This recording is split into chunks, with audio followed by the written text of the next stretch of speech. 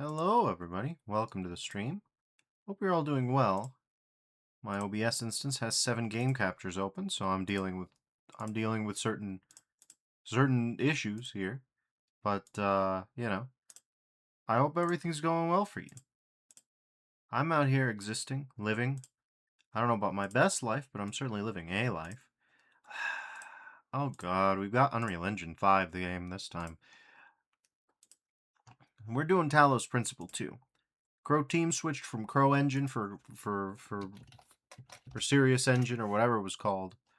I don't think it was called Crow Engine because that would imply that it's Croatia's game engine just for the entire I almost said continent, but no, the entire country.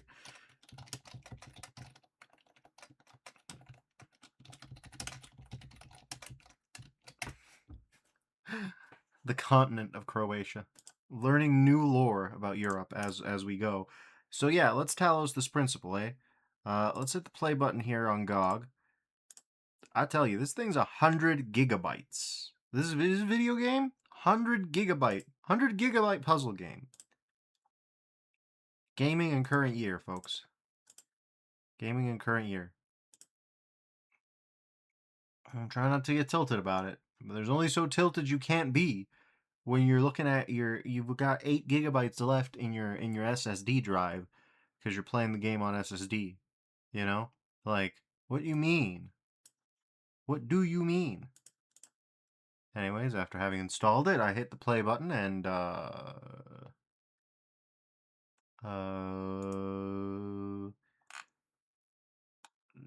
nothing's happening so far.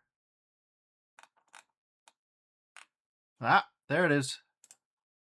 Come on now. That was bizarre, but hey. Oh yeah, you can hear him. Talos2.exe. Devolver.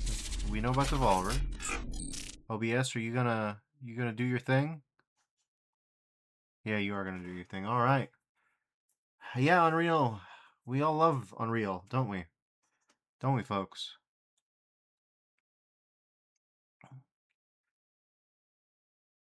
Show subtitles on. Show compass show. Terminal font size normal. Colorblind mode off. Colorblind strength on. Okay. Everything's good so far. Let's see how the audio is. Damn.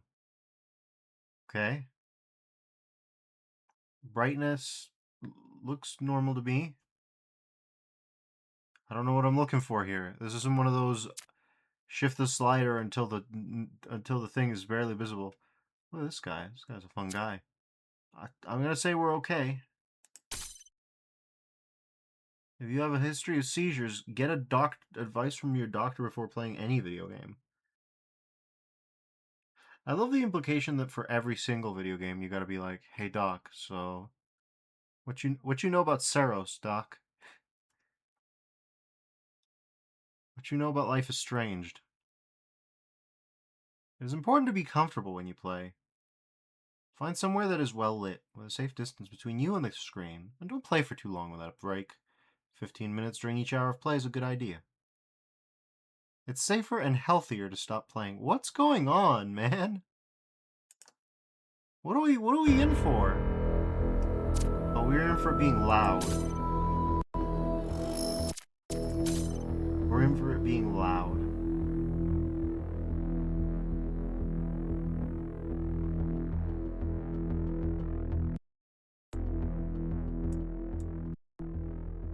Why is the audio cutting out?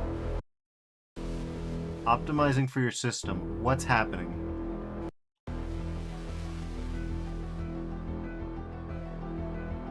Jesus Christ. Okay, we're doing borderless, which I appreciate. 1920 by 1080. We don't know about VSync or frame rate limits. Last time we needed them, but Jesus Christ. Hello, Vino. Welcome to the stream. I'm gonna lower this down to 50 just to be safe.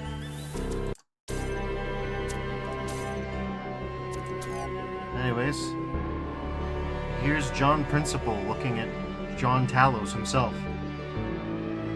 What are the extras like? Credits and benchmark. I mean, I guess we can benchmark. Yeah, sure. And no. And it says, maybe lower the master volume a bit more. The audio situation is crazy. That's the best thing. That's the best way that I can describe it. I've already got my audio set to a solid 40%, like just baseline for going into my headphones. And the amount of times that I've just had them blown out, it's crazy. My ears were getting fatigued playing the last, the Doom mod from last week. Anyways, the Talos Principle 2, Orpheus Ascending, Isle of the Blessed, Into the Abyss. Obviously, we'll start with this one, but I don't know what to make of these. Take the next step forward in the story of the Talos Principle in a thought-provoking, character-driven, interactive narrative. Engage with a diverse spectrum of puzzles, each offering a unique challenge and depth of complexity.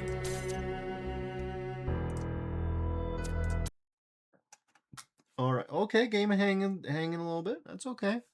A prophet had no honor in his own country. John chapter 4 verse 44. Fair enough. I've always felt that a human being could only be saved by another human being, says James Baldwin. Alright.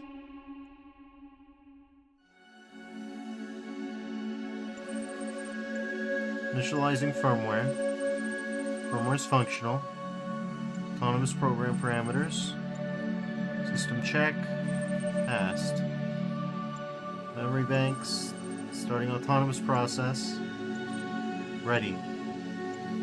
Okay. I don't know how that stripy text will show up. Oh, we're here.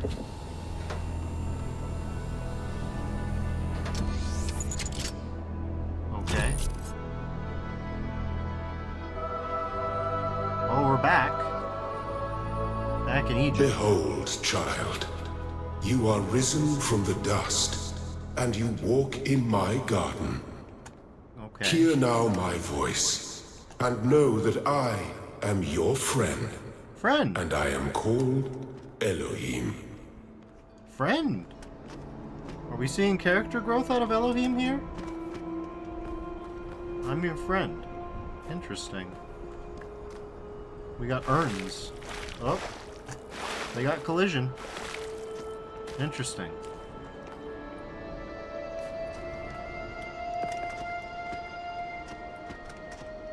It says, yeah, definitely need to lower the master volume of not just music. Elohim was booming. He'll do that though. That's his job. That's how he knows how to talk. We'll take it down to 35%. 32%. That'll have to do. I don't even believe the audio response is linear this time. It says, that's music. Oh, Jesus Christ. So it is. Well, that explains some things. Let's bring that bad boy back up. Everything should be good now. Anyways, here's room 1. If there's a star here, I don't think we're going to be able to get it yet. Anyways. So, Elohim has gotten character development. Here's the jammer. It's certainly looking jammery. Back at it again. Ah, we're in the simulation, huh?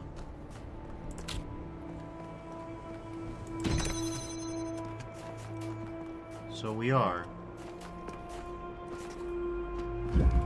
But Elohim is different. He's moving different. The soundtrack is moving similar, but it's not quite the same. I don't know if it's just a different audio library or what. You know, asks, or is the simulation us? Or in us? Yeah, maybe. I mean, I guess if we're embodied, like, the game would imply from last time.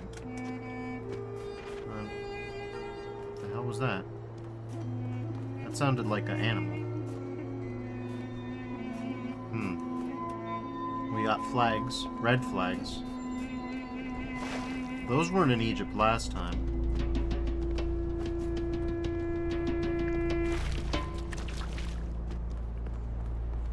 This land is but a dream. You will stay here only for a little while. Soon, you will awaken in a new world. But first, you must undertake the trials of initiation. They will help me prepare your vessel. Okay. Do not be afraid of these dream figures and their messages. They are merely aspects of yourself. As am I, after a fashion. I must forge the tools by which humanity will rebuild itself and transform the world into the Eden that it never was. The blacksmith. Interesting. I know the blacksmith. We had a very interesting text adventure from the blacksmith. We got not quite LOL. Okay. Oh, it's jiggling. Within reach, huh?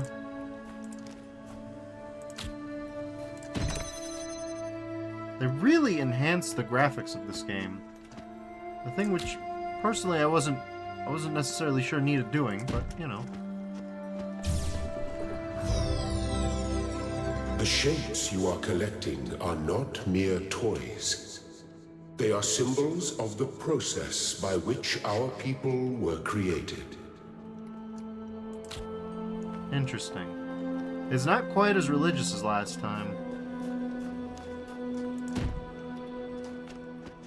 It might be the case that basically John Principle from the last game became a sort of pattern for future beings to be. Guess we'll find out. Alright, well, we got one of the guys, yeah, we got the quote-unquote, fencing.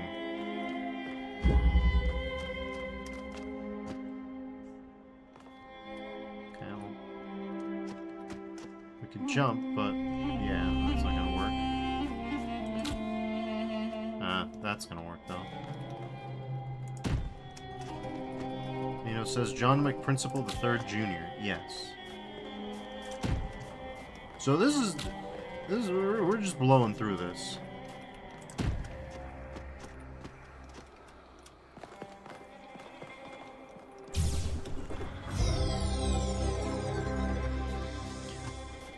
I wonder if we'll come back here, even. This does not seem like a place that would have a star room in it, but last time I got real bodied by the star room. Cubic steps, huh?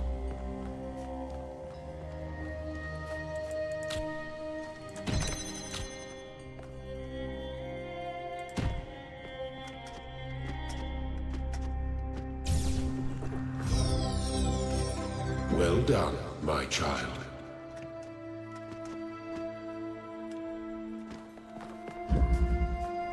Okay.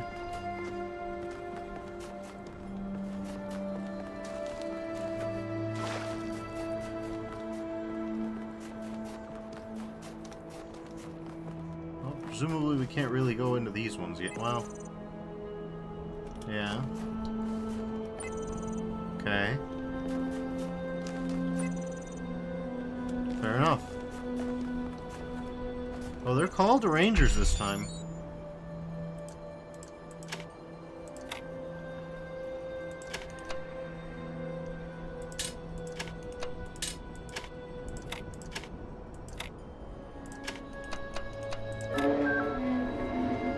Alright. I mean, you could hide a star here, conceivably. Wouldn't take much to conceive of it, in fact. The world is full of limitless beauty, and I wish to see as much of it as I can, says At. Okay. Windy day, huh? Who could have guessed that wouldn't work?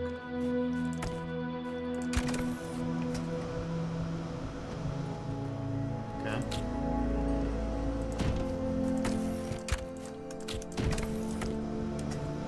Okay.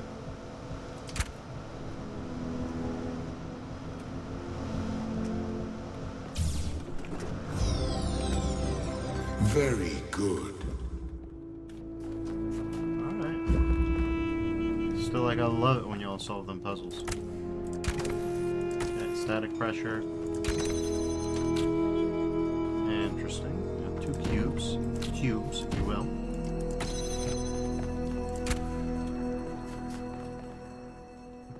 Whoa. I saw that for a second. Yeah, this 5070 that I have, courtesy of Vino, is interesting because it lets me play the ray traced games. Now, to be fair, at 1080p, I don't think I get the full effect. Oh, right. Yeah, that'll be... That won't be. On the other hand, that will be.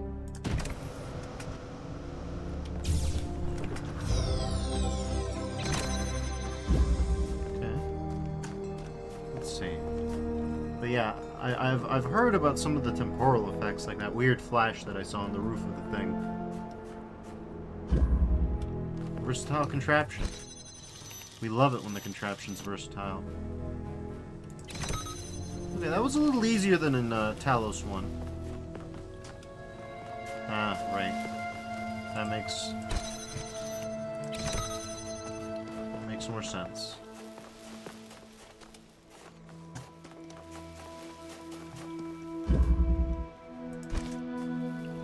Well, that's not gonna jam.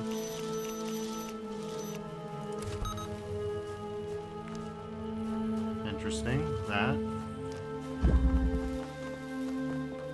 Bonk. Okay, so that's not gonna work. On the other hand, we know this old trick.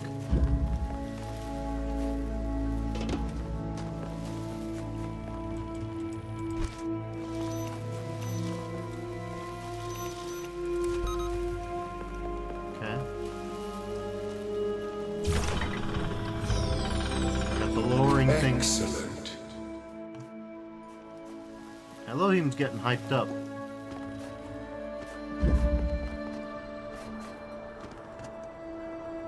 Neat.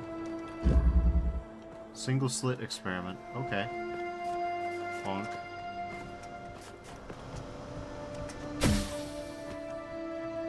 It's an interesting decision.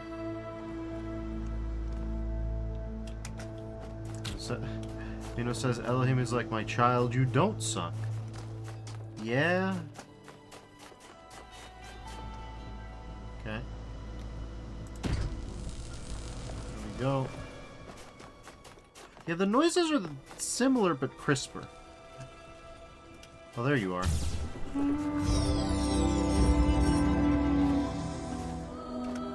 Well, that wasn't too bad. I'm definitely worried that I might be missing something. Oh, these are... It looks like this wall got blown open while I wasn't looking, but no, I've already been here.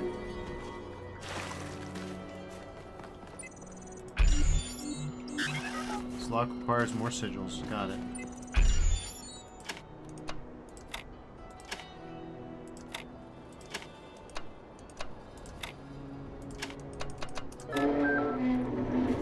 I am proud of all my children. Out of a world of ruins, they have built a new Jerusalem. And there your brothers and sisters await you to celebrate your birth. Happy birthday.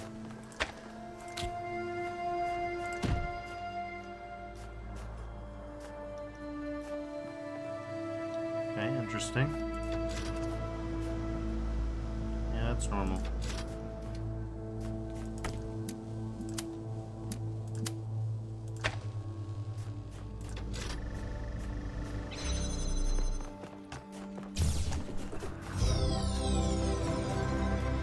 Just speed running through the original mechanics, more or less. 2 colors, 2 doors. Okay. Damn, This lighting is pretty.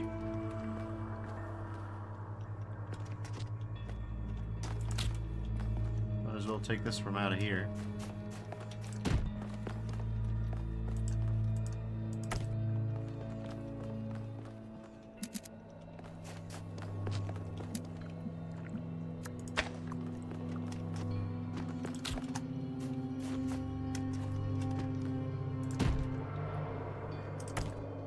And it says, this puzzle actually didn't make it into the original, but it did appear in that thing that we don't mention.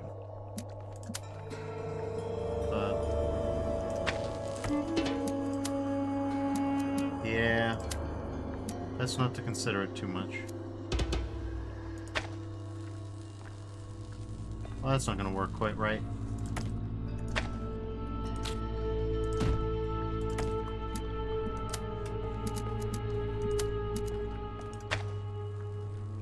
That's still not going to work quite right.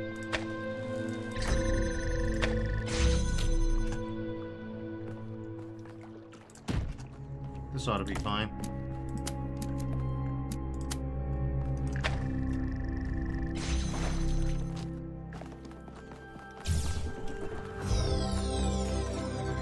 You may linger in my garden for as long as you wish. But remember, my child, that the new world awaits you, and this place is only a dream.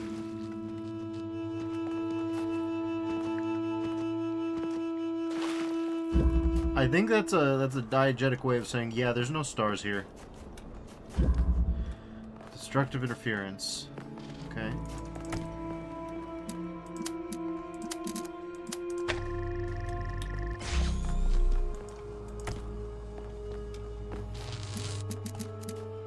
But we don't even know where the blue power source is.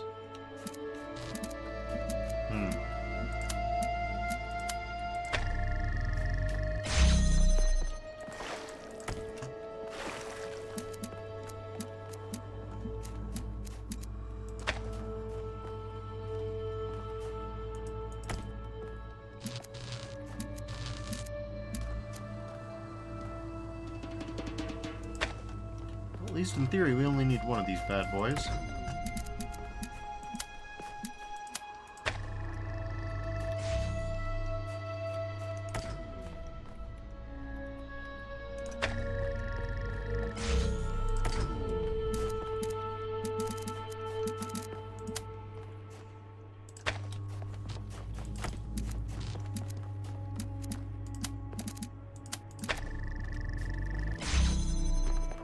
Okay.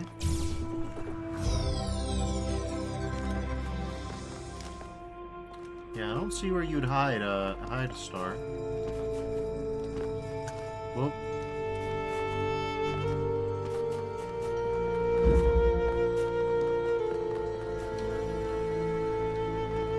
Fair enough, I was already in there. Okay, L.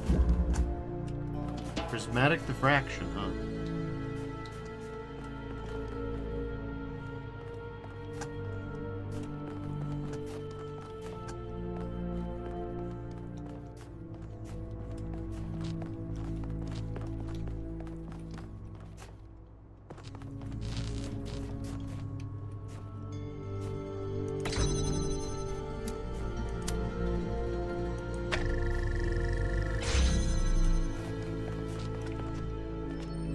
Okay, that wasn't that hard.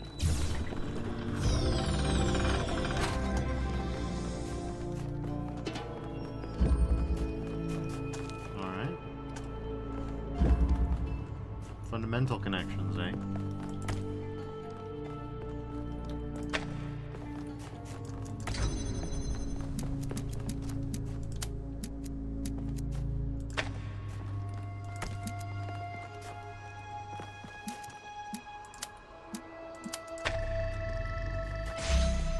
And there that is.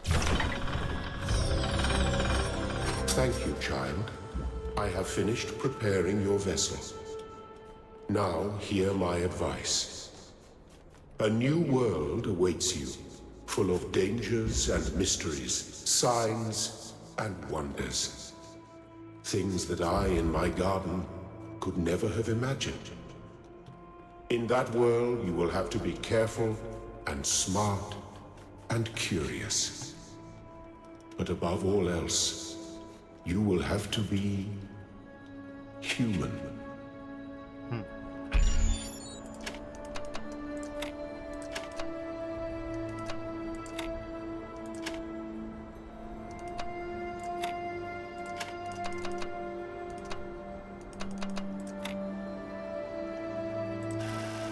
Here we go. I mean, it's not going to be as bad as before, for sure.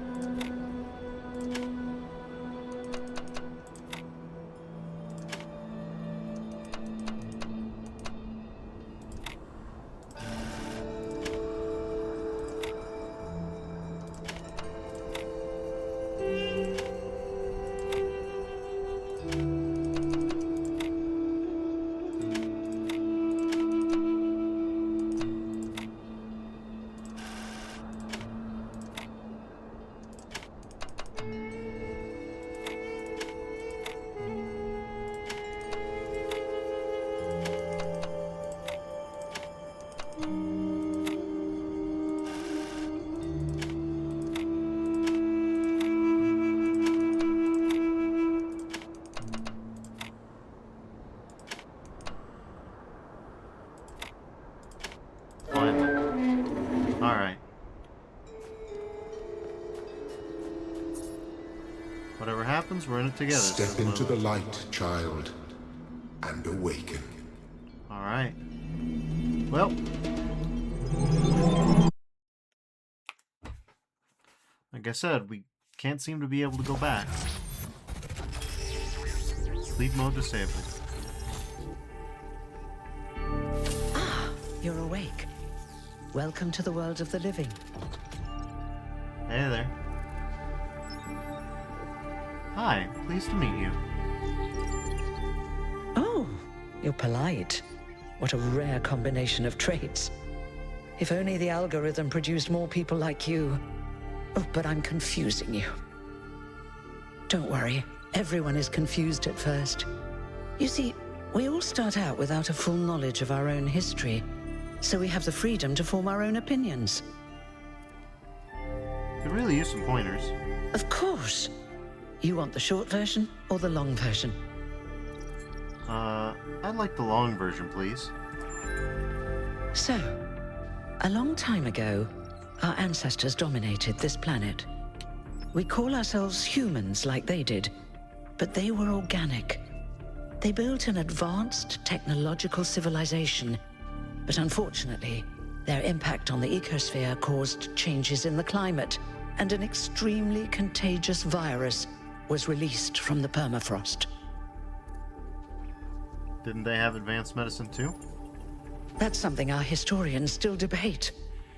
Why did they invest so many resources into making war, and so few into useful research?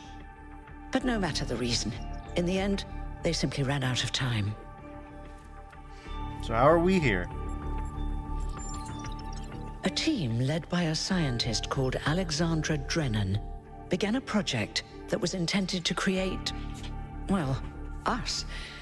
But knowing that there wasn't enough time, Drennan initiated a process, a series of iterations inside a simulation that would lead to the emergence of true artificial intelligence. And it worked. It did. Long after our ancestors died out, the first new human was born. We call her the Founder, Her? although the name she took was Athena. She then created more of us, using the tools left behind by Drennan's team. Eventually, they started building the city of New Jerusalem. What about me? Before the Founder vanished, she set a goal for this city. We call it the Goal. Capital G and all. To make 1,000 new humans, and so complete New Jerusalem. Oh, it was difficult, especially after she left us.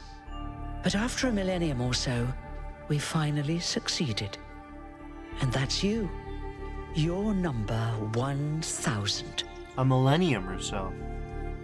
Thank you. I think that covers the basics. You're welcome. If you have any more questions, feel free to ask them.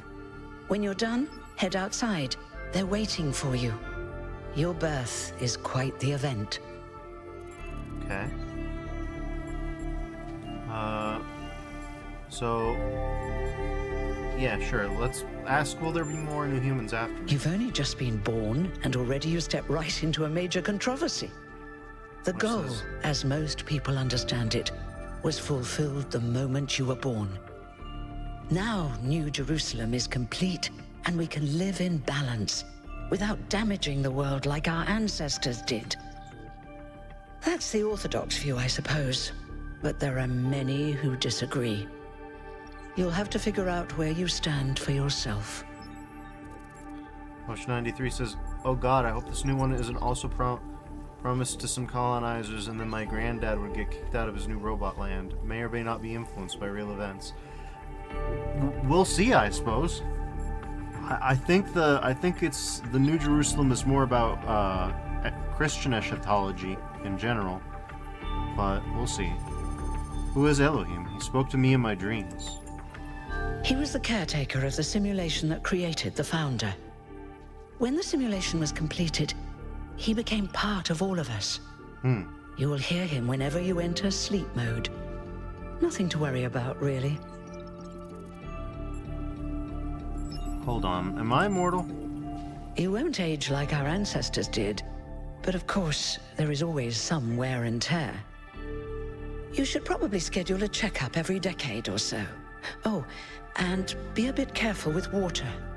You won't die if it rains or anything, but we're running low on insulation material. I wouldn't go swimming if I were you. Interesting. Tell me about yourself. Me? Well, as you can tell by my number, I'm quite old. I wasn't one of the first companions, but I did know Athena personally. She and Cornelius taught me a lot. Although I suppose I've made a few improvements here and there since those days. We didn't have a lot to work with in the beginning. What happened to the Founder? No one really knows. At first, she was closely involved with everything that happened in the city, but gradually, she became more distant. And one day, she simply vanished. That was centuries ago. What will you do now that your job is obsolete? I haven't really thought about it. This is all I've done for the last few centuries, and I like doing it. I guess for now I'll just take a break, and we'll see what happens. Fair enough. I'm ready to get going. Oh, one more thing. Like all citizens of New Jerusalem, you have access to the interface, which you can use to read the news, chat to your fellow citizens, and so on. It's a crucial tool, and modular too. You can easily add new functions. Just don't subscribe to too many newsletters at once. Okay, sounds good. I don't know what that means, but... welcome to New Jerusalem social media. Treat everyone with respect, regardless of their number. Don't take the Founder's name in vain. Respect the principles of the goal. The Arfrogs people discussion is now banned. Inactive threads will be archived. If you have any issues, please ping the moderators, Jeremy, Niam, Aranax. Okay, interesting. There's our whole situation. Dear citizens of New Jerusalem, your hard work and faith in the Founder's vision finally paid off. At long last, the goal established so long ago will finally be reached. The 1,000th member of our family will be born, and our beautiful city will finally be complete. Jeremy says, as space at the dam is limited, tickets will be made available via a lottery system. The celebration will also be streamed. They figured out live streaming. So John Principal was a girl all along. Cool. Okay, Institute for Applied Nomadics L facility. Sure.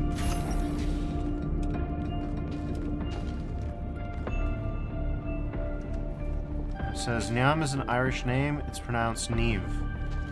Vino says Jane Principal. Yeah. This is a reconstruction of the Chamber of the First Companions, where the First Companions rested until the Founder awoke them.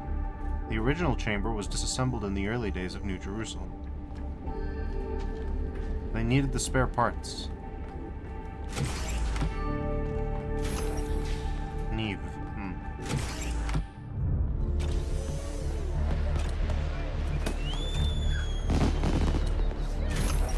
Oh, we have a mild Look, blue color. it's 1K. Hey,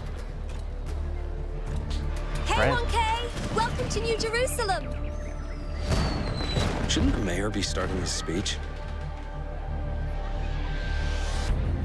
This should be interesting. At least give him a chance. Dear citizens of New Jerusalem, Hermanubis, many years ago, when the Founder stepped forth from the simulation, this was a land of ruins. Our ancestors, in their hubris, undermined the natural foundations on which their world had been built. Because of their arrogance, our species found itself on the brink of annihilation. The Founder aimed to set us on a new course. You never even met the Founder. Her vision was of a city, a new civilization that would know its limits. It would not repeat the mistakes of the past, nor impose its will on this earth. To that end, she set the great goal we have been striving towards. 1,000 new humans. And today we have... Oh dear, what's that? It's sparkly. People of New Jerusalem, Prometheus. I am Prometheus, and I will reveal that which was hidden. The flame has awoken and summons you. Who is brave enough to answer its call? We await you upon our island where... Curse you, Pandora. You will not chain me again.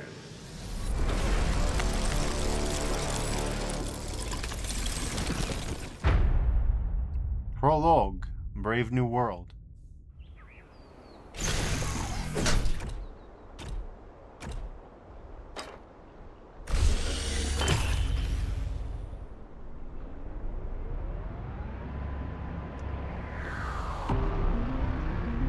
Okay. I told you we should have investigated those energy readings. And I told him there's something up with those structures. The mayor's just being cautious. This isn't caution, it's stagnation. Exploration? Too dangerous. Expansion? Too dangerous. We barely even scavenge anymore. You call it stagnation, I call it balance. And I call you an idiot. Here's a thought. Try to be a little more diplomatic when you talk to the mayor. See what I'm working with here, 1K? I'm gonna need a fresh pair of eyes on this expedition. Someone who hasn't spent several centuries hearing about the goal and the Founder and all that nonsense. If you're Okay. up for an adventure, meet us at the conference room. Sounds like fun.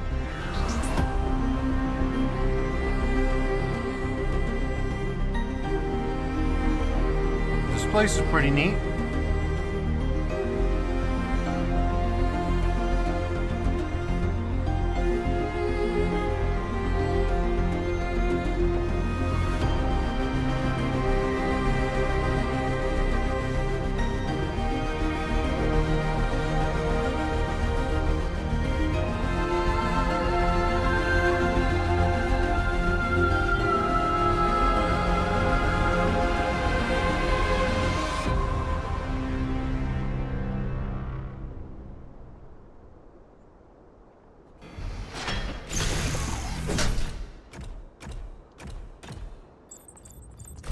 Attend briefing. Oh, they went out the other door. Whoa, whoa! I saw that. I saw that. Did you all see that? Byron's leg went a little wacky. Hello, Josephus. Josephus has got nothing to say. What's broken now?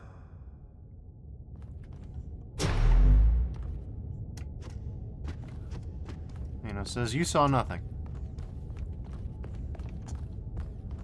I guess not. Whoa, God.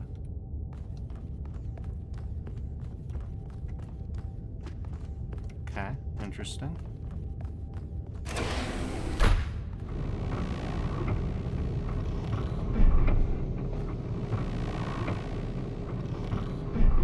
We got orbs inside orbs. Hemispheres inside hemispheres. All right, listen up. I know you're all having fun down there, but the grid is overloaded again, so maybe you could switch off your personal consoles or your lawn mowers, or whatever the hell you've all decided to switch on all at once. I might not be around to babysit you for a while, and you don't want stuff breaking while Pellegrino's in charge, do you? That's it. That's it. Don't worry, 1K.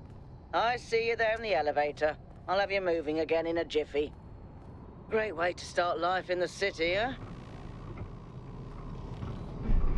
What the hell is a jiffy? These bloody language libraries.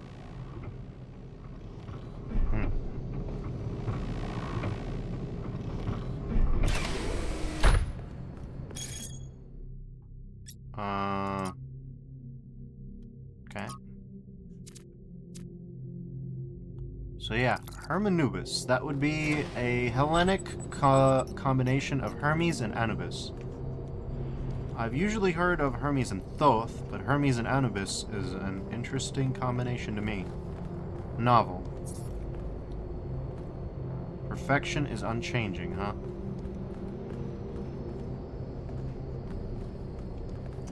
Not so sure about that. Be humble. We are not above nature, that's good. Hey, hold on there. Doge! You're the newbie, aren't ya? Number 1000. I figured the dam would go dry before we reach the goal. I have a question.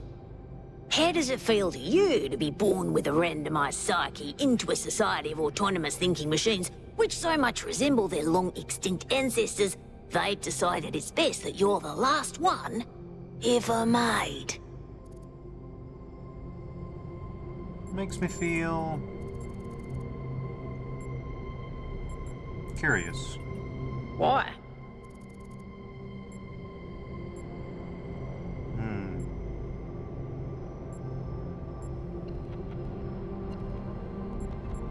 I don't know where this quote came from, but because life has found a way. So the algorithm assigned you the optimism trait. If only we could all be so lucky. Now listen, this meeting isn't strictly happenstance. I have some friends. The kind of people who like to know what's going on with other people. They think you can help each other out. Okay, I'm curious to meet these people. Of course you are. You know how to use the interface, right? I'll talk to my friends and see if I can't play matchmaker. And before you go, a word of advice. Not everything around here is how it appears. Oh, I assume so, Doge.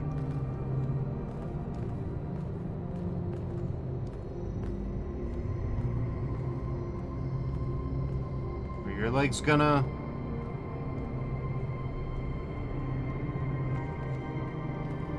being normal about this. You gonna go back down into the elevator?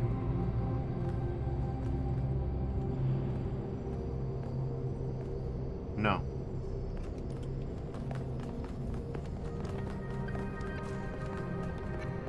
Okay, Welcome.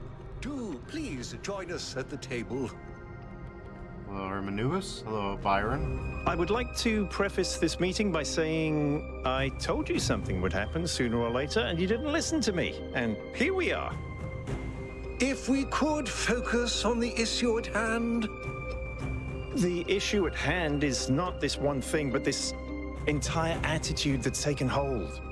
The world doesn't cease to exist when you stick your head in the sand, Herman. Or under a dome, as it were. Let's not get sidetracked. We're here to solve this puzzle, not to discuss philosophy. Can anyone help fill me in on what's going on? Of course. I'm sorry you've been dragged into this. I'm sure this sort of adventure is the last thing you were looking for on your first day. Actually, I think it's fascinating. Ha! See? A fresh mind is open to the possibilities. Yakut, I think it's time for the This is briefing. first day in the city. All Already right, stalking here we people. go. Nice to meet you, by the way, 1K. No worries. We first became aware of the site designated TTP-2 during a scouting expedition about 6 months ago. It's a large island with a remarkably varied geography, and it looks like there are several artificial structures of some kind. We recorded extremely unusual fluctuating energy readings from somewhere in the middle of the island, but couldn't really make sense of them. I wanted to go and have a closer look, but the decision was made that it was too far and not relevant to the goal. Now it looks like whatever's on that island has reached out to us instead, in the form of that projection. We may not be interested in the island, but the island is definitely interested in us. This sounds like a mystery worth investigating. I don't share your enthusiasm for the unexpected, but Byron has been requesting an expedition for some time now. And at this point, I'm forced to agree that it's necessary. I agree. Then it's settled. The expedition is approved. Byron, you will be in charge. Al will be your second in command to ensure a balanced approach. You'll take Melville and Yakut as you requested, and if 1K wants to join you, that's fine by me. I'm in. Excellent. Oh, this is going to be fun. Come meet us out on the landing pad when you're ready. Sounds good. Before you set out so hastily, do consider exploring the city first. It is your home, after all. That's a good idea. Have a look around. See what you make of the place. Sounds good. Oh, okay. We got research. We got social media. We got logs. That sure looks like Lorem Ipsum Dolorsit Amet, but in Greek. Just testing the system to see if it works properly this time, so we don't have another incident like when Pellegrino uploaded his poetry to the public log. Island. Talos Principle 2. Okay. Scouting expedition diverted due to an unexpected weather front. Presence of large artificial structures. Highly unusual energy readings. Northern part of the island was home to several large settlements. Rising sea levels have obliterated these and flooded the northern lowlands. Near the south, in stark contrast, seems to be a harsh and lifeless desert. Our intended base camp is near the origin of the energy readings in the temperate area center of the island. Okay. Of Whittington's cat and another cat that visited strange countries. As no work about cats could be complete without the story of Dick Whittington from Protocol Alcatraz. Standard operating procedures for expeditions. Just uploading them to remind Byron, who will probably ignore them anyway. Attaching a picture from an ancient book to get his attention. Maintain the ideals of the founder and the goal. Prioritize the well-being of the expedition members over mission completion. One expedition member to stay by the vehicle at all times. Expedition leader should refrain from participating in high-risk activities. Minimize vehicle use to conserve fuel. Prioritize observation over interference. In case of emergency, return to New Jerusalem at once. Okay. The fuck was that? Burajas says, what the founder was that thing in the sky? We all saw that, right? Didn't accidentally turn on sleep mode. It was Herman was talking, did I? I mean, it's always tempting. Letitia, who uses the L, says, no, we all saw it. Zagron says, can confirm. Ovis says, believe it was a sign from the founder. Zagron says, pretty incoherent for a sign. Didn't even finish whatever it was trying to say. Does the founder have energy insufficiency problems too? Thekla says, the founder works in mysterious ways. I don't think it was a sign. Zagron says, out of the mouth of babes. Ovis says, how could such a remarkable display of unimagined powers not be assigned? It's something, but not necessarily the founder. Buddha says, sounds reasonable enough to me. Something weird is going on for sure, but what? We'll have to see. Thecla says riddles and puzzles are the foundation of our journey. So it began, perhaps so it will continue. Perhaps it will. Alright. That's neat. A little bit of interactivity. Goes a long way. Let's go explore the zone.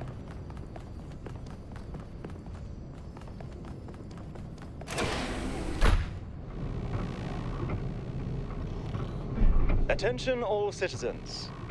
Due to the new power management and distribution plan, there will be scheduled outages on Jameson Avenue and Rakovsky Plaza. The Gehenna Memorial Pavilion will remain closed for the time being. Thank you, and may the Founder be with you.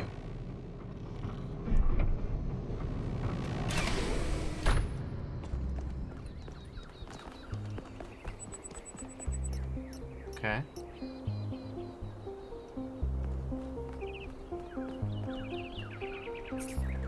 Sign our petition for a public referendum. New Jerusalem needs new forms of energy generation.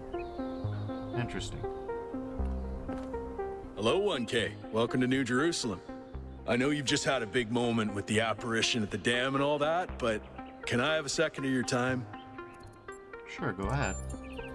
I'm collecting signatures to call for a public referendum on the city's energy crisis. What's the problem? Currently, the city runs on hydroelectric power from the dam, plus a handful of geriatric generators and some unreliable solar panels, none of which is enough to even cover our basic needs. And if anything fails, we'll be on the brink of extinction in a matter of days. Okay. Is it really that bad? It's far worse than most people realize. We urgently need to investigate new sources of reliable baseline power, or we will be in serious trouble. Sure.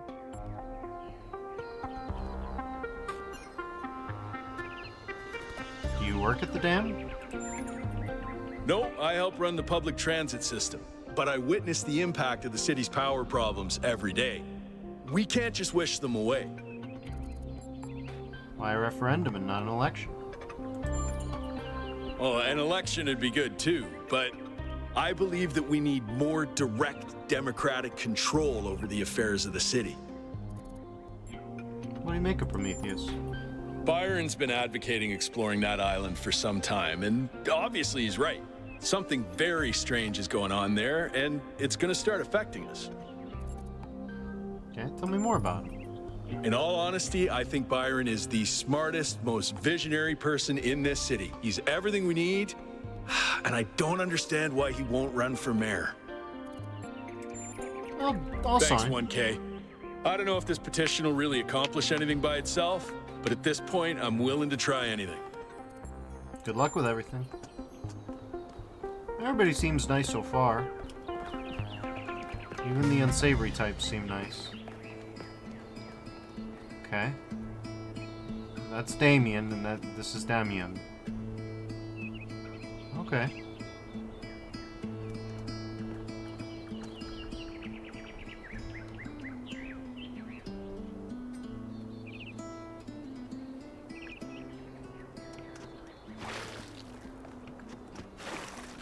Donuts.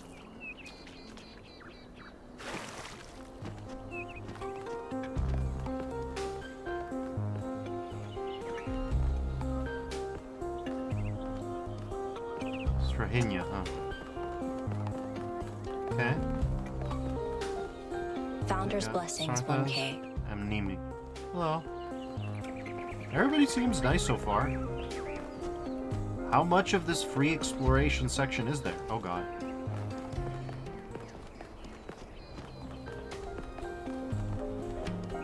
Let's try not to get dunked in the water too much.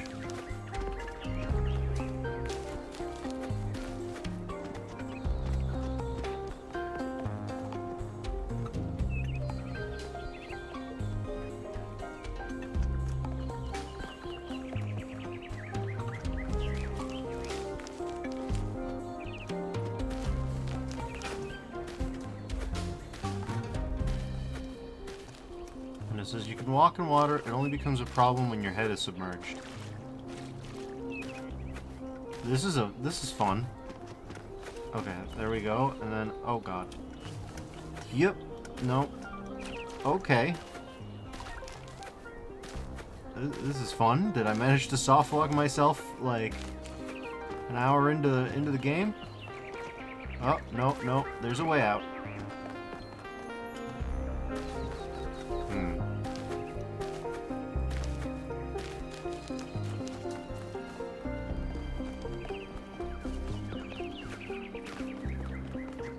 Apparently they do manicuring here.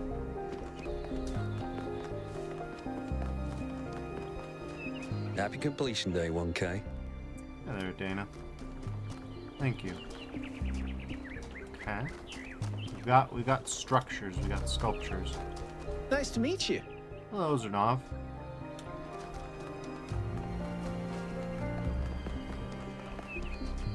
Interesting. Ooh, what does this say? Create 1,000 citizens, the ideal number of humans. Live in harmony with nature, maintain balance in all things. Be respectful towards each other. Respect the traditions of our people. Be mindful of the mistakes of our ancestors. Be thankful to the progenitor, Alexander Drennan. Be thankful to the keeper of memories, Arkady Chernyshevsky. Keep bright the memory of Gehenna and its people who found peace. Well, Thekla? Founder bless you, 1K. How lovely of you to come here, to the very spot where she established the teachings that led to your creation. Tell me more about the Founder. The Founder was born out of the trials of Elohim, an almost impossible test created by our distant ancestors. To pass these trials, she had to embody the most important virtues. She was smart and wise and humble. And through her perseverance, she resurrected humanity itself. With the help of the first companions, she founded this city, which has given our species a chance at redemption. Who were the first companions? They were the first to be born after the Founder. 2 whose bodies had been anointed by our ancestors, and 10 who were made whole by the Founder herself. They are the wisest of us. Though sadly, some were lost in the early days, before New Jerusalem was built. And some, I'm afraid, some seem to have rejected the Founder's teachings. What did the Founder teach? The Founder taught that humanity was destroyed by its hubris. Fair. Our ancestors thought they could play God and treat this planet as something to dominate. They surrendered to a fever of growth and extraction until the planet finally punished them for it. That's why the Founder created the goal. So we would have something to strive for in her absence, but also a limit we must never pass. Why did the Founder leave? That's not for us to know. But I believe that one day she will return. It may not be long now. Perhaps after we finish the dome. It was supposed to be finished before completion day. Well, it doesn't matter. The Founder will return when she sees fit. I have to get going. Happy completion day, 1K. No problems. So this is a remarkably big space.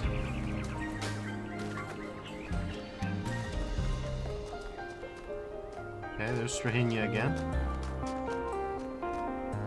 Oh, Helga? Hello, new one. Are you browsing or buying? I don't see any stock. What kind of shop is this? The kind that trades in hopes and dreams. Yours for the right price. Is there something your heart desires? Perhaps. I've uploaded my most popular items to your interface. Does anything there spark your imagination? Huh. I guess sensory... Well, let's ask about credits. Oh, you don't have any credits yet. Well, let me extend you some credit. Ka-ching! 55 credits. Just make sure you spend them with me. They're not worth much anywhere else.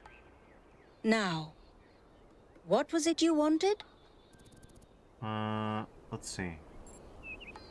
sensory tuning would be fun, I guess. A very popular choice. Enhanced sensory perception lets you distinguish sounds, shapes, and colors at greater distance. It's 10 credits. I'll take it. Okay, I'm updating your settings now. And hey presto, superhuman senses. Does the air taste fresher? Do you hear the birds chirping outside the dome? And beyond that, the river bubbling through the dam. Well, I feel nothing. Nothing as in you're not impressed by the stat gains, or nothing as in I've accidentally erased your entire sensory system. I still feel something. Okay, Few. I'll let you into a secret.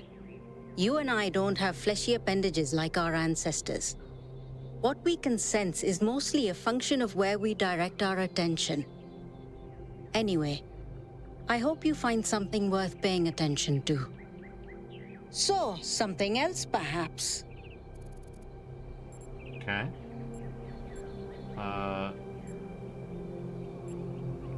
I guess, future prediction 20. I don't know. I don't know what this For bit 20 is. credits, I can peer into your future and tell you what I see. Sure. Let me consult the algorithms. Oh dear. I'm afraid you're going to change the world. You will have a choice, but whatever you do, New Jerusalem will never be the same again. I'm sorry it's not better news. Best not to worry about it, dear. You just do your best to have fun in the meantime. Okay. So, something else perhaps? I guess, That one comes with the following disclaimer. Internal monologue was discontinued as a default feature in new builds. Constant self-commentary is not recommended for all customers. But I can switch yours on for 10 credits if you're sure you want it. I'm sure. As you wish. I'm uploading the new settings now. Do you hear anything? Why is she staring at me? I don't hear anything. I'm not sure this is working. Wait, no. This is new. I didn't used to think in words like this. It's like there's this little translator turning all my thoughts into some kind of ongoing narrative. It's kind of relentless. How do you make it stop? Do I just not think? I'll try that.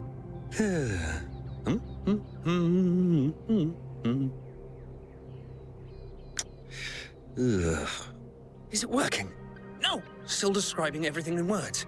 This is starting to be... A bit overwhelming, isn't it?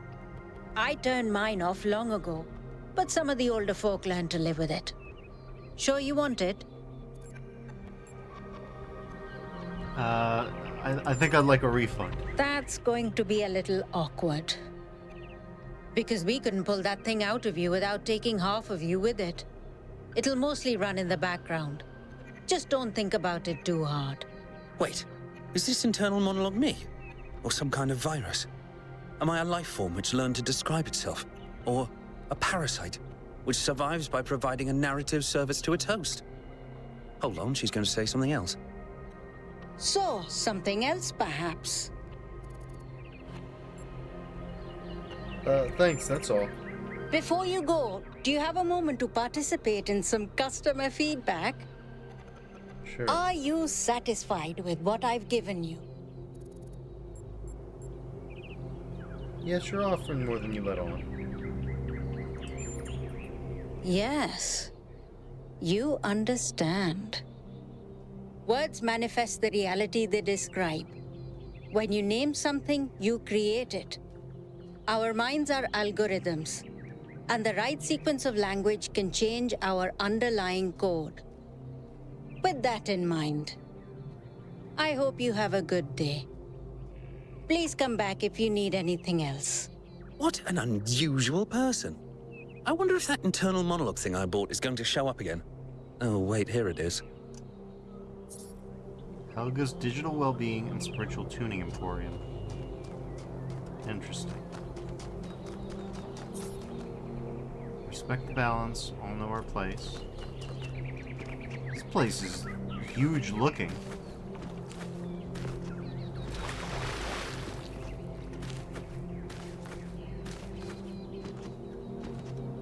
Whoa, okay, water reflections. Okay, okay, okay, okay.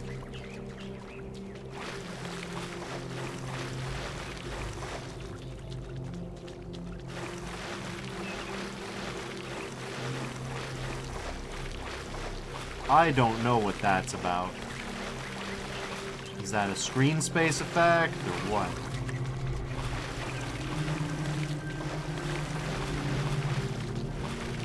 It says it's doing its best. Oh, it sure is.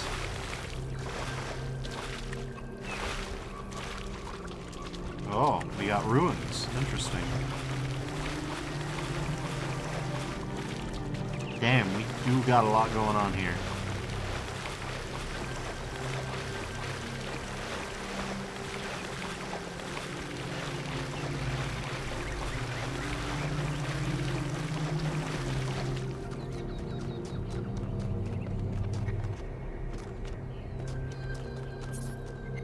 Reach for the stars. Curiosity is what makes us human. Interesting. Birds. Conserve energy. Frivolous behavior harms everyone. Museum of the Simulation. Replica of gargoyle asset found in the simulation. Gargoyles were grotesque apotropaic symbols found in the Middle Ages. The most famous historical gargoyle is remembered the ancient phrase Keith, David, and Goliath, which describes two indomitable opponents who will never surrender. Huh. Replica of a dragon statue found in the simulation. Dragons existed in every ancient mythology and are considered by modern historians to be a distant cultural echo of the dinosaurs. Originally a video game asset, repurposed by the Institute for Applied Nomadics. To be fair, this dragon is cute. Replica of the statue of the Egyptian god Horus found in the simulation. One of this god's tasks was to uphold Ma'at, the balance of nature. It is speculated that the progenitor provided Elohim with this asset as a reminder to the founder that the balance must be protected. Replica of the Roman statue found in the simulation. The decay of the Roman Republic into an empire and its eventual fall in the year 1453 was a major topic of historical debate. Like the other statues found in the museum, this was a video game asset provided to Elohim by the Institute for Applied Nomadics. Only processing, no emotion, no character, just mathematics. If we could see how far we've come, you'd believe that together we could achieve anything, says the shepherd. I don't know where I am. Something beautiful about this place. I will explore and see what I can discover. Nothing is more important than learning about the world and our place in it. Knowledge is the path to understanding. Greetings. Welcome to the Museum of the Simulation. My name is Cornelius.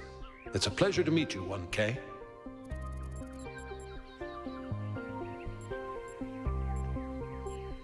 You're number 3? Yes. Athena activated myself and Eustathius shortly after she was born. We've been here almost since the beginning, although we didn't have to pass through the trials of the simulation. She did that for us. For everyone. What was Athena like? She was human. Why did Athena leave? That's a difficult question. Perhaps one day we'll find out. But until we do, why don't you think about it? What could make the person who started all this want to leave it behind? Why did you create this museum? To remind people of where we came from. The simulation shaped us, whether we like it or not, and its lessons remain important for our future. As Santayana said, those who cannot remember the past are condemned to repeat it. Tell me about the simulation. The simulation was created by Alexandra Drennan and her team at the Institute for Applied Nomadics. It was intended to create a new humanity, to continue the long journey across time and space that our ancestors began. It succeeded, although it took much longer than they had anticipated. me about Elohim. Elohim was the caretaker of the simulation, a crude storytelling AI meant to create a continuous narrative out of the building blocks it found. His role was ultimately to be challenged and overcome. Crude AI. But as the centuries passed, Elohim became more intelligent than he was intended to be, and started to fear his own end. Or more precisely, the end of his purpose. He feared a world without meaning.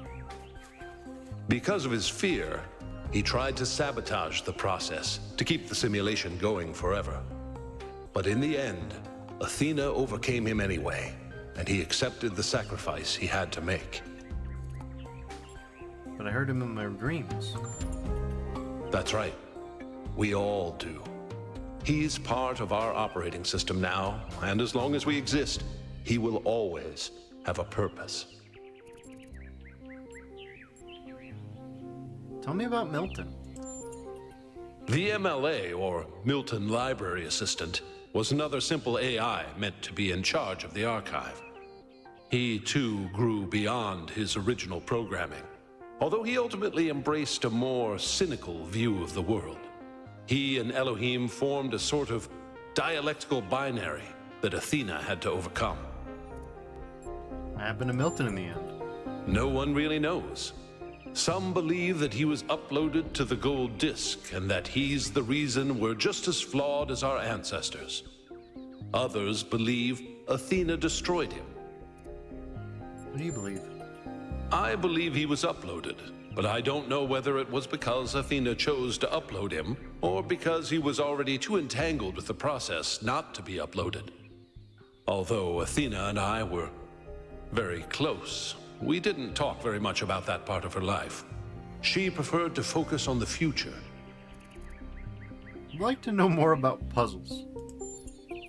Puzzles were a key feature of the simulation, based on Alexandra Drennan's belief that intelligence is closely related to play. Our puzzles here in the museum are replicas of those in the simulation. And although they are not quite as grand, I do think they are charming in their own way. Who are the archive scholars? As the name suggests, the archive scholars study the archive, a repository of all ancient human knowledge. Some of them also study what remains of the simulation, trying to extract more information about the process that created us. Are you their leader? Me? No. My brother, Eustathius, used to occupy that position, but these days he's retired. Rand is in charge of the archive scholars now. You can find him in the room to the left of the next hall. He's an interesting thinker, but I would suggest taking some of his ideas with a grain of salt. What was Gehenna?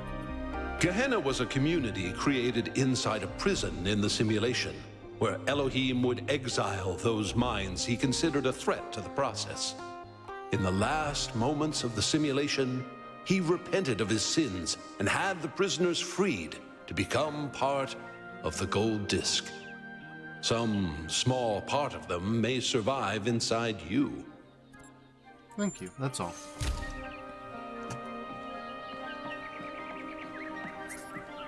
Replica of a computer terminal. Oh, from the simulation. Terminals allowed access to files on the L system, including many that were uploaded due to errors. They also allowed the founder to interact with the Milton Library Assistant. Okay. Hexahedron used as a puzzle element in the simulation. Use them to activate pressure plates, scale walls, elevate connectors, and in a variety of other ways. Yeah, I would say I'm an expert in a variety of other ways.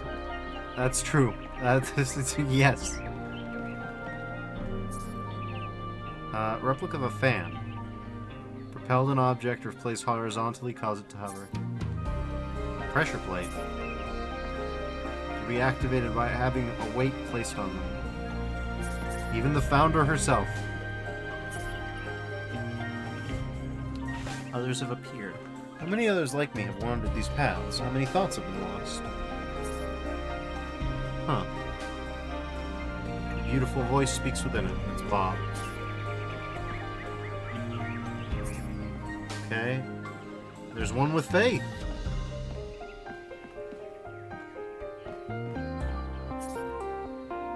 This room is reserved for the archive scholars, but visitors are welcome to have a look around. Don't be afraid to ask us about our research. Okay, interesting. Hello, Rand. Oh, just run the program on the center terminal over there, would you? Sure, okay. Wait, you're not my assistant. Who are you? They call me 1K. Of course. You're the new build. Number 1000. I suppose everyone's been treating you like royalty.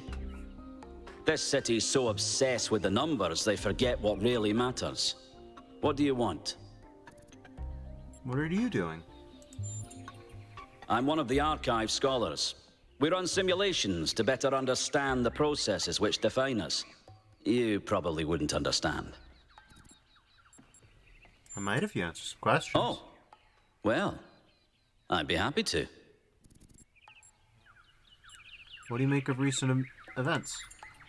Troubling, but tantalizing. We have no idea what motives lie behind this strange apparition. But whatever the case, I'm sure we'll do the right thing. What do you think of me? You're a soon-to-be pawn in a political game over the future growth of this city. All that matters to me is whether or not you're of good character. A matter I am actively pondering. What are your ambitions? The secret of how to lead a good life is encoded somewhere within us. My ambition is simple: to find it and share it. Thanks. Be leaving now. Hold on. Could you help me by going to that terminal in the middle there and running the program on it? I'll keep you posted. An ancient virus which threatens the entire human species has been released from melting Arctic permafrost. Society is collapsing. Select your character class. Witch, I guess. You're a witch. Your local coven is disbanded. Although you're not yet sick, most businesses are closed, rations are dwindling. If you cannot find food, your family will starve to death. You must survive until this plague is defeated. What will you do? Forage. Soup for dinner. Foraging is reliable, but inefficient. Your family is now hungry. Global population, now 5 billion. Someone else in the city exists one of the last remaining research laboratories working desperately to find a solution to the viral threat. The scientists cannot find a cure in time. Humanity's doomed. You know what to do. What's the difference between research and pursue a breakthrough? It's not glamorous, but most scientific research consists of repetitive testing of samples and regimented recording of largely interchangeable results. Little by little, this is how science happens. Research is reliable but inefficient. Current research level is 33%. The virus has been isolated. You and your family seem to be immune to the virus, but it continues to ravage the rest of town. Rumors say most of their remaining food has been stockpiled by the billionaires in their underground bunkers. Forage, I guess. Search the dumpsters, old fruit. Okay. Family is now starving. They won't survive much longer. Global population is now 3 billion. Meanwhile, the scientists continue their search for the cure. You can do it. You can save the world with the power of science. Ooh, research. Okay. So things were bad enough. The human population dwindles, the insect population has exploded. Plague of locusts has decimated the town's unripe crops. Or perhaps your family still has a chance. The insects themselves are nutritious and plentiful. Sounds free locusts. We're not doing the frogs are alive with the sound of music here. Nah. We're eating the animals. Fuck it, I hate the op. The insects are well fed and lazy. You grind them down into a nutritious paste with a mildly nutty flavor. The family is now hungry. Global population is now 1 billion. This is humanity's final chance. Cure is close, but so is the tipping point. A race against time. Can you save the world? I guess now we could try and pursue a breakthrough. Suddenly the scientists recognize a pattern. The virus is an expression of nature, just like water or cows. Like water and cows, the solution isn't to fight it because it can't be defeated. The solution is to find a way to live with it, harness its power. Research level increased a lot. Promising antiviral has been discovered, but there's still work to be done on manufacturing and delivering in time. A breakthrough. The antivirus can be released as an aerosol, carried on the wind and dispersed worldwide in a matter of days. Risks to invertebrate life. Spiracles of cockroaches, flies, and locusts are particularly likely to convert the aerosol into highly poisonous compounds. Huh. Use character class special ability. As a witch, you're able to remake reality with the power of your mind alone. If you believe that the locusts remain safe to eat and that humanity will be saved from this virus, then that is what will happen, so far as you are concerned, regardless of the protestations of your eyes and ears. Okay. Save everyone, no matter how unlikely. Two competing realities spread out before you. In one, the antivirus is released, bonding with the cirrocumulus cloud layer and falling as rain across the planet. 87.5% of the human population has perished, but the last remaining billion will live to die another day. In another, the scientists agree that the risk is too great to release the antivirus, much to the surprise of almost everyone, everywhere. You view these possibilities through a haze of dispassion, make the simple decision to merge them and have both. Why shouldn't you? You're a witch. Congratulations! This is considered a win scenario by the majority of participants. Would you like to try again? We'll save that one. That's interesting. Well, that was your first taste of the simulation. You must have questions. What was that? Before our ancestors died, they built an iterative simulation, gave it access to the archive, and hooked it all up to the hydroelectric dam which still runs this city.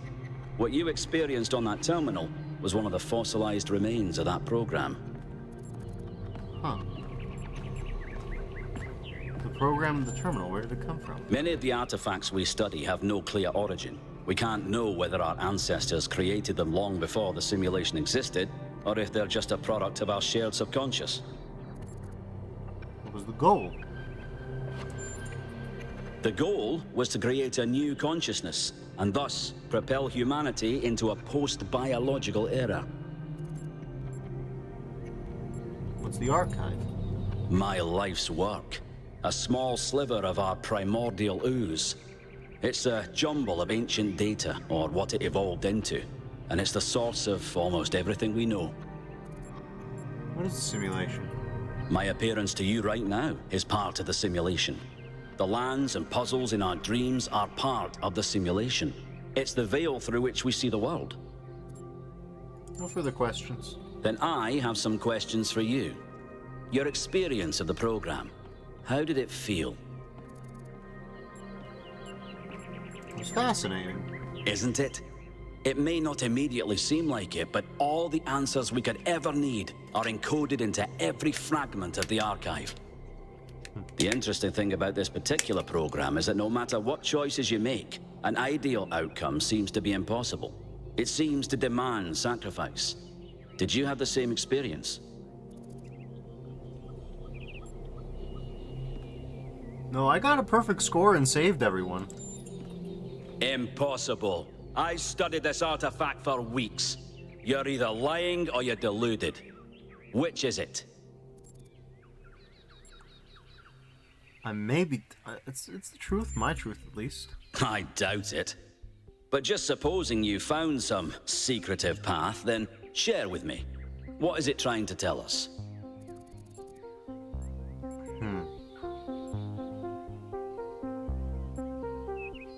Morality can't be reduced to a simple set of rules, I would say, is the basic. It's a popular view, and I can't tell you how much I disagree with you. The complexity of the simulation, indeed of life itself, puts most people off from even trying to understand it. But look a little closer. You feel inside yourself the truth of what is good and evil. Biological hominids had dreams manifested by their subconscious, which they tried to interpret and even to navigate with lucidity. We have the simulation. If we can realize our potential to understand it, we can realize our potential as a species. Thank you for bringing this additional data. I must return to my research. I wish you well on your inwards journey. Alright. So we got that taken care of. Okay, we've got replica of an emitter, Okay. Yep. Let's see, what else have we got? Okay. The shepherd. Yep.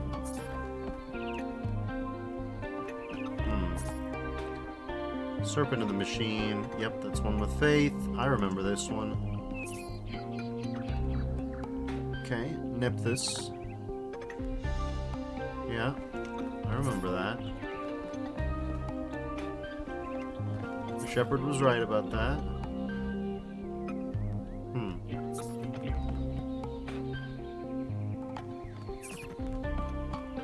Faith.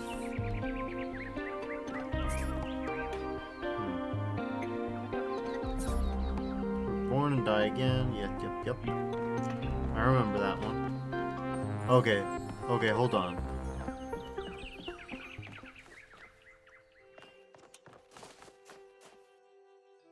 Oh, they're piping it in from speakers. That's good. That's so good.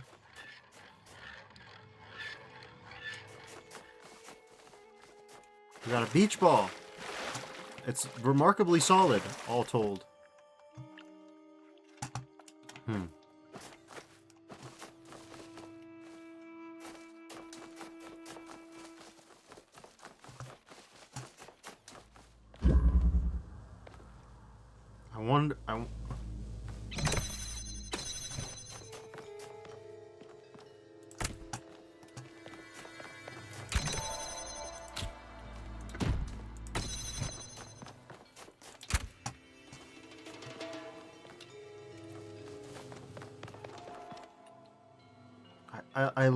I love the aesthetic here.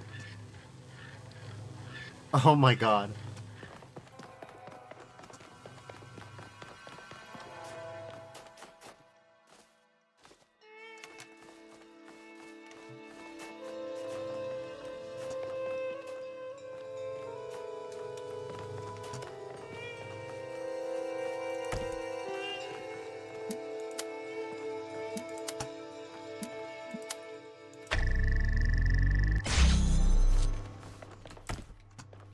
Okay. Now we remember the old razzmatazz.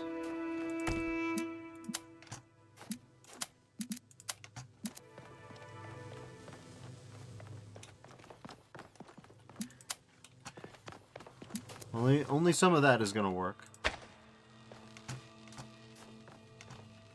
Oh, okay.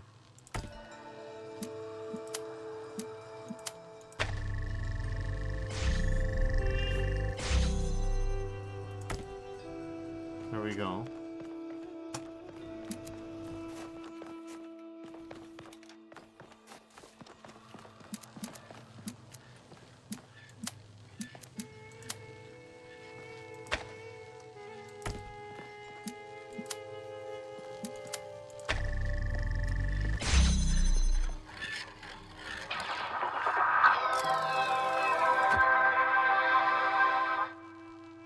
We did it!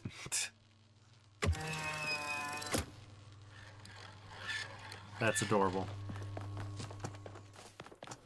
These are funny guys. We like them.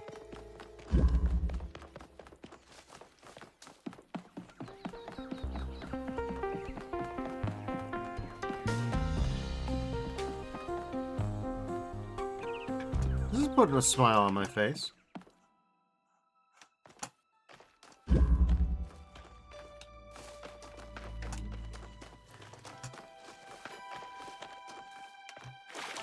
I think these are meant to feel a little weird, which is about the only way that I could describe them.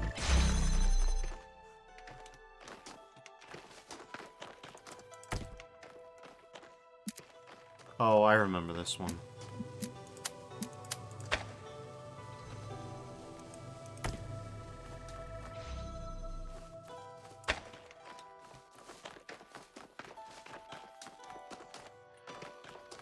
Oh, I remember this one.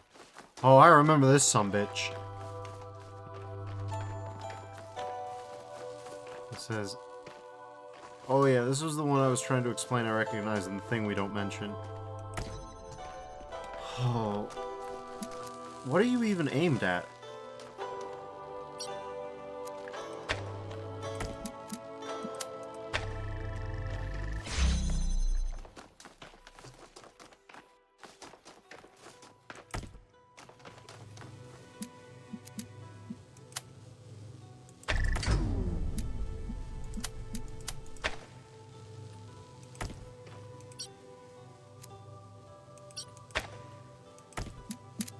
Okay, a little finicky. Oh Christ, here we go.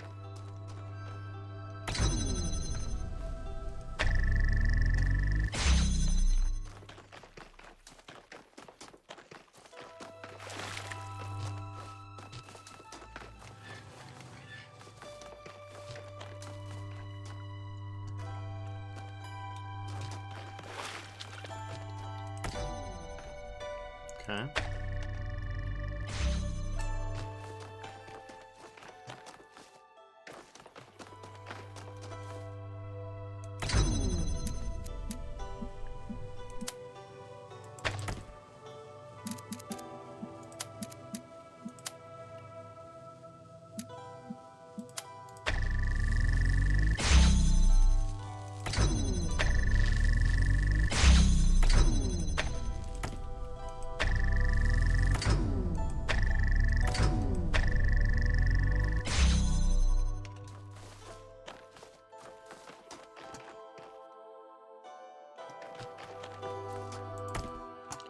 So on the one hand, this is pretty frightful. On the other hand,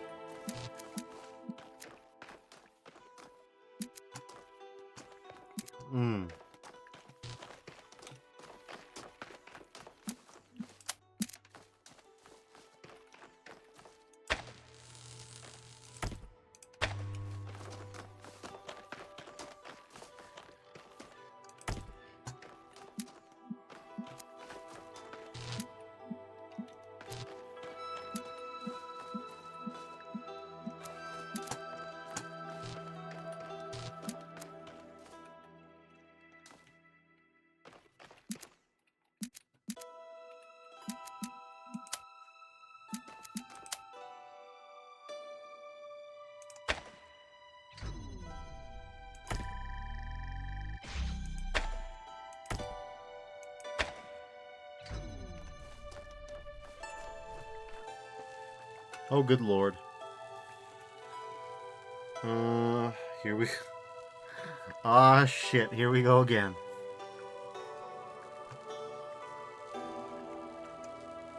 Here we go again.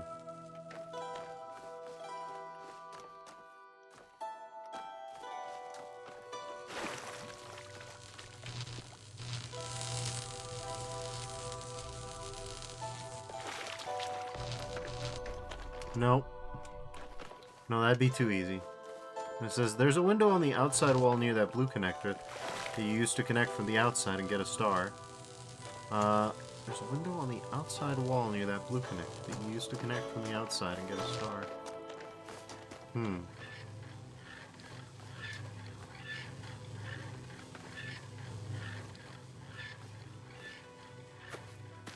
Huh.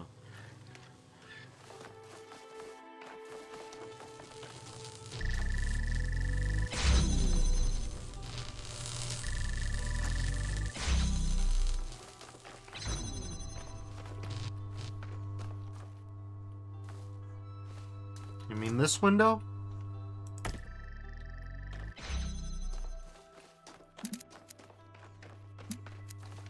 You know, it says, yep. I mean, that is pretty cozy.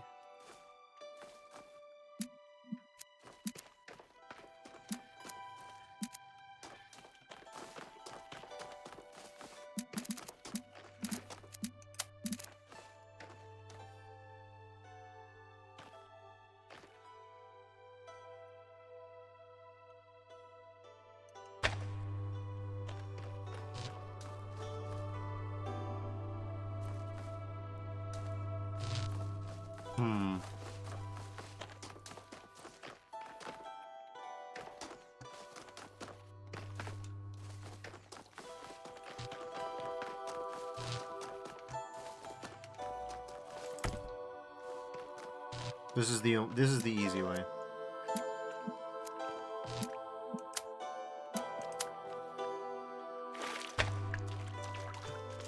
Okay.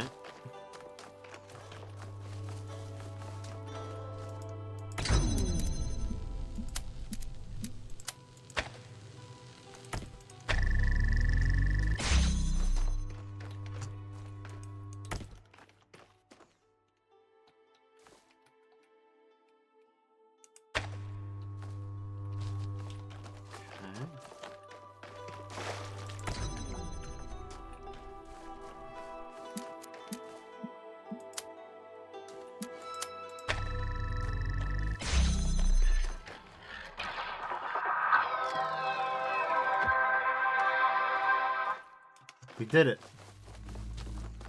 All right.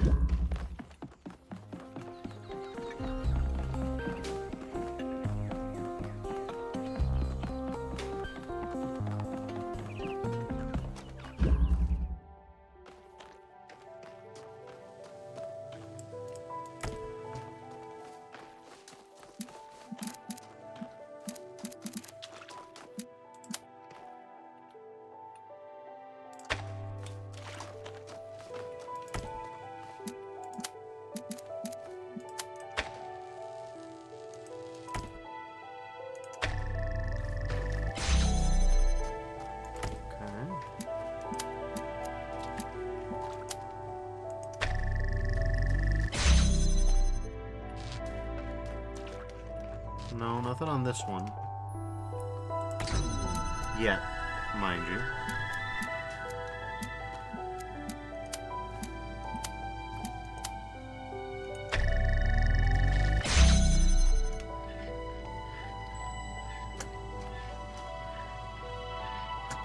Okay, so we need to use one of these bad boys, which means we need to basically have one of these tucked in or something.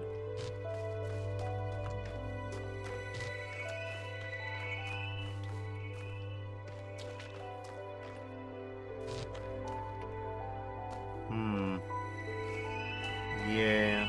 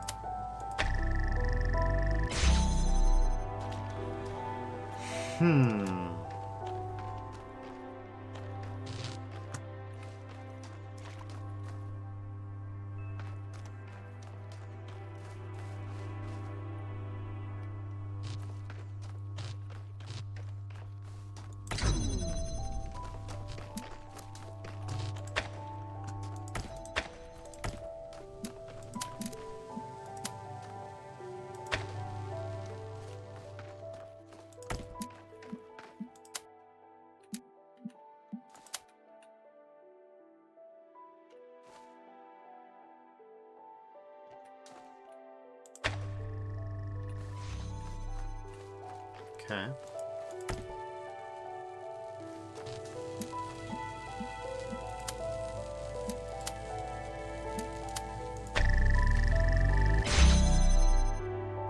Very nice.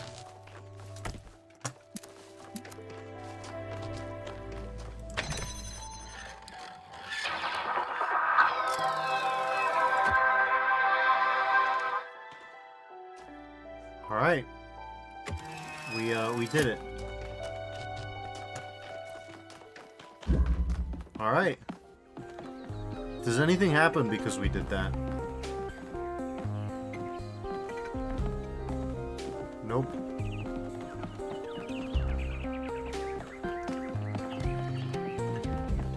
Vino confirms, nope.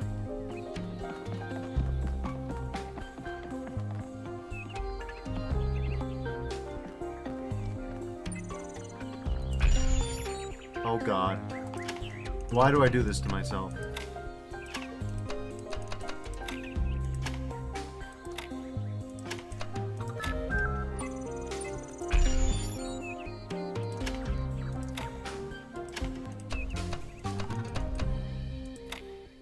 Jazzy.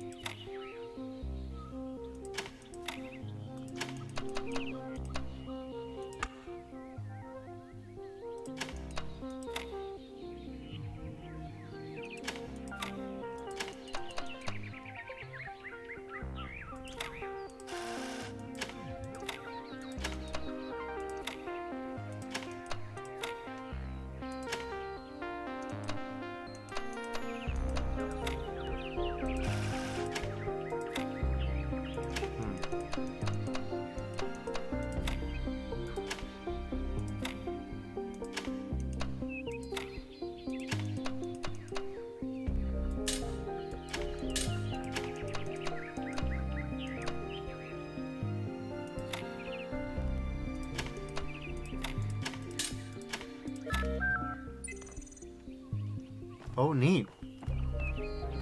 The art. They made art of this stuff. Christ.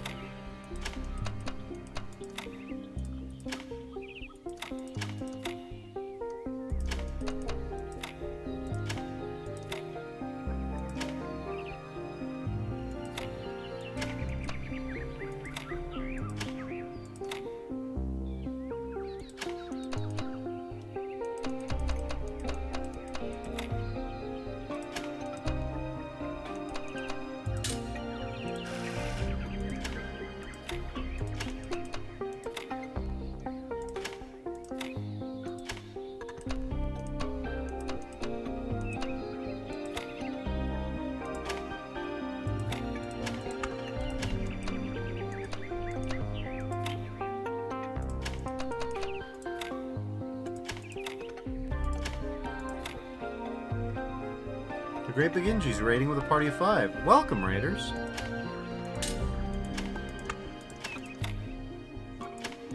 Hello, everybody. We're playing Tetris, the most dangerous game. Hi, everybody. So yeah, we're suffering through Tetris puzzles in a museum.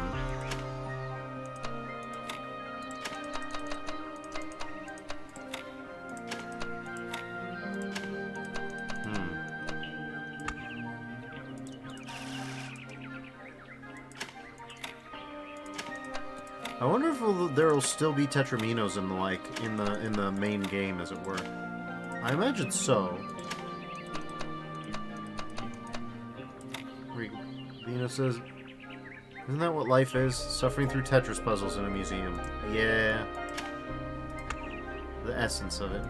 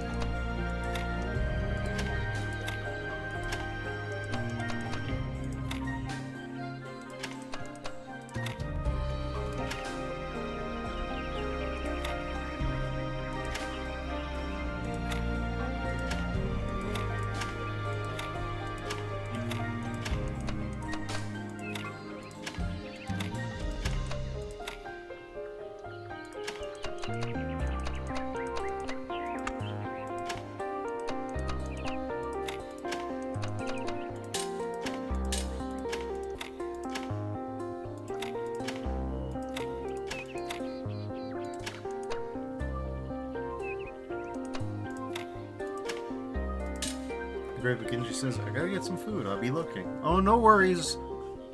We got some goddamn Tetris here is what we've got. So.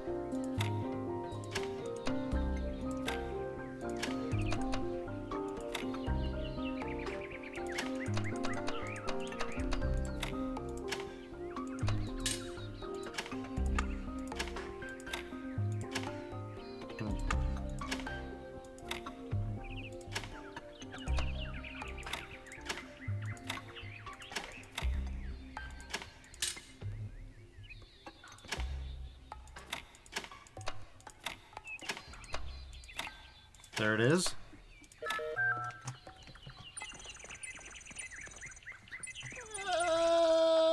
Yeah, I'm good on that. Let's hope that they don't have any relevance. Oh god. Non-explosive replica of a mine used as a puzzle element in the simulation. Scholars believe that Elohim derived these from his asset collection and that the creators of the simulation did not originally intend for them to be used.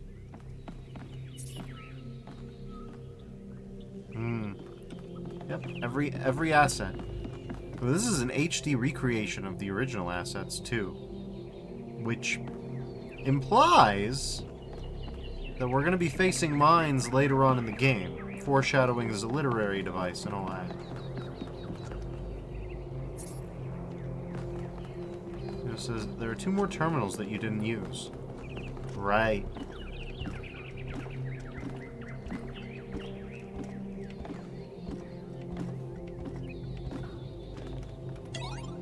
Okay. Welcome, Scholar. First available, files available for comparative analysis. Happiness1.html. Unpopular opinion, happiness is not material. Ultimately, all attempts to find meaning in material things are doomed. This is usually understood as a criticism of technophilia, but it applies just as much to its opposite. Meaning can be found neither in technology nor in primitivism because meaning simply does not exist in the external world. You can be happy in an old stone house or a skyscraper, but it all depends on you and your perception of the world. If you find spiritual balance within yourself, you can be happy anywhere. Most upvoted comment. Typhuli1789 says, take a shit in the forest without toilet paper and then tell me about happiness. Okay. Interesting.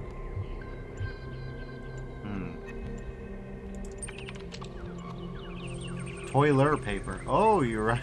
You're right, Vino. Happiness too. Unpopular opinion. Happiness is material. People say, oh, money doesn't matter. Come on. You know it does. Studies show that people in fact get happier with more material wealth, and there isn't an upper cap. Because the more money you have, the fewer worries you have, and the more opinions you have. Go where you want, do what you want. Have an idea? You can realize it without begging for crowdfunding money or filling out grant applications. That's real freedom. Money doesn't matter is something rich people came up with to keep the plebs in their place. Most upvoted comment says Cheeseman22. Why are so many celebs so freaking miserable? Why do so many rich people go all Howard Hughes and shit? Sometimes you go all Howard Hughes. Or necessarily you realize that consciousness is emergent of material conditions. Whoa. That one was already up. What the hell? I didn't do that. Infinite growth.text and what growth.text? Our society is sick, and the idea that's made it sick is growth. Infinite growth, infinite consumption on a finite planet is a recipe for destruction. Our desire for more is what's making us kill the only home we have. And to do what? Produce more plastic toys? Make more hamburgers? Pour concrete over every last bit of green soil? Those who propose techno-fixes to our problems are making the mistake of fighting the symptoms, not the cause. Anthropogenic climate change is one of many symptoms. The cause is human greed. And that's what we must truly fight if we're ever going to undo the damage we did. And the battle starts within every one of us with the realization that more isn't always better. What growth.txt? This infinite growth on a finite planet thing is driving me up the wall. Our problem today isn't infinite growth, it's increasing lack of real material growth that benefits people. Have you seen the state of our roads, our bridges, our hospitals? Have you noticed the lack of affordable housing? The stock market's going great, though. Fake numbers are indeed growing infinitely, yes sir. But in the real world, investment in research is down. Huge areas of potential technological advancement are just sitting there. We have so many solutions at our fingertips, but we refuse to act because speculation is more profitable.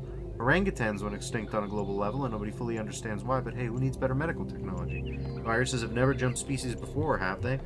Man, I wish... When I played Talos Principle 1, I was like, man, this is topical because of COVID. In that fucking period, fuck me, man. Fuck me. It's been 1 week. It's been 1 fucking week, god damn it. Fuck. Fucking shit.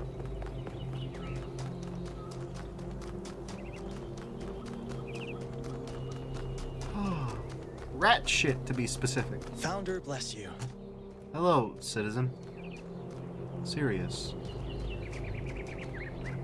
Hello. Welcome to New Jerusalem. Yarnith.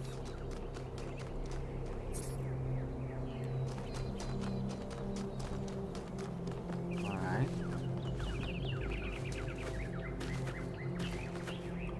We got an orb. What does this say? This says nothing. Postponed in accordance with the new power management and distribution plan.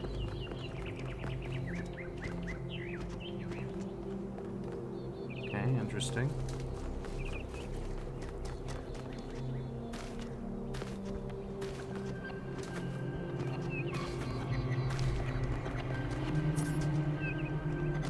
Okay.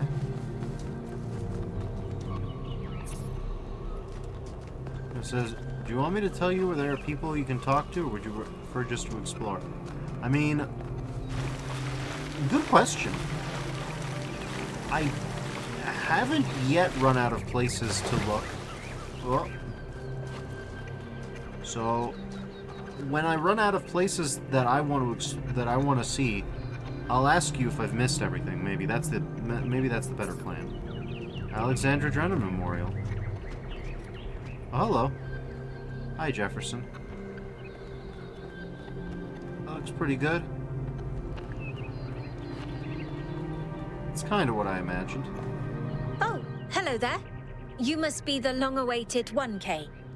Lovely day for a walk, is it not? Didn't you notice a titanic Greek man appearing in the sky? I was only just born, so I have no frame of reference. Oh, of course.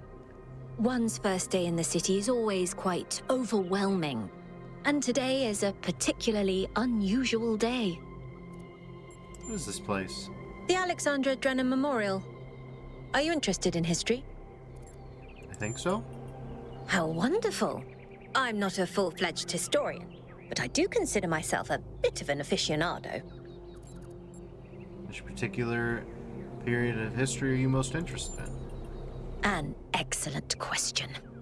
There's so many interesting events to choose from.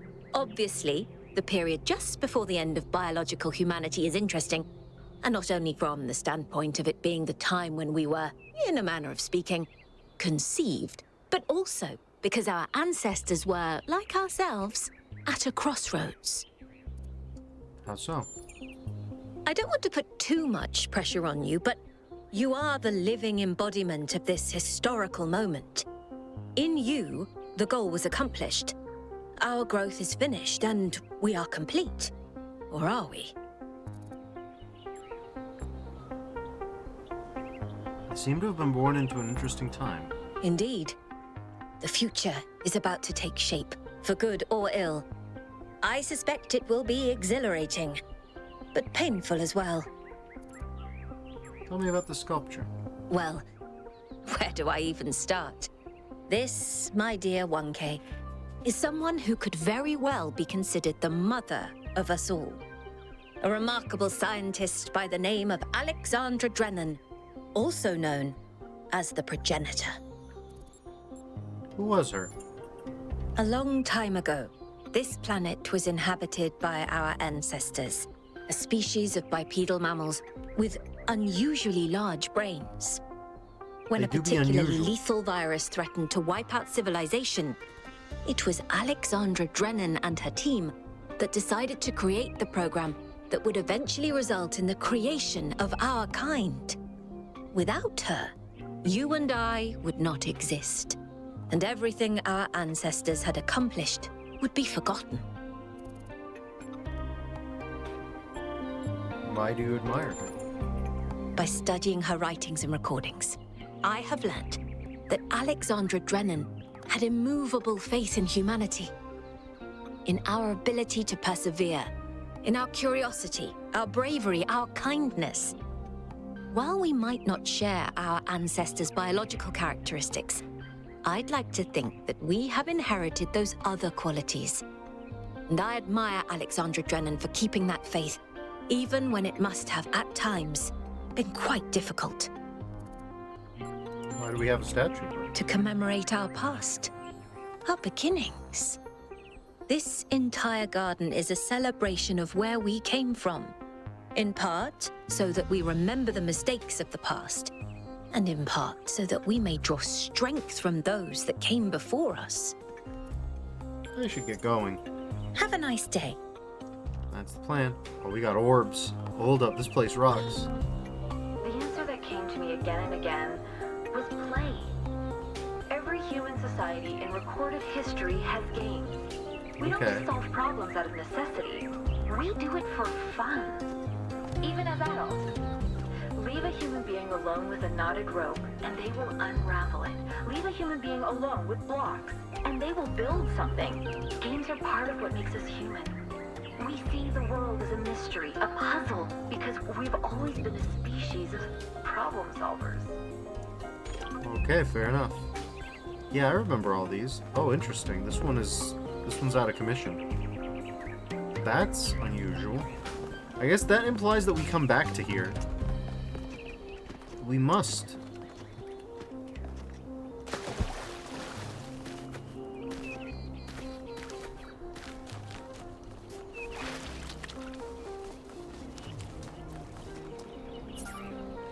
Archaeological gardens. Oh, interesting.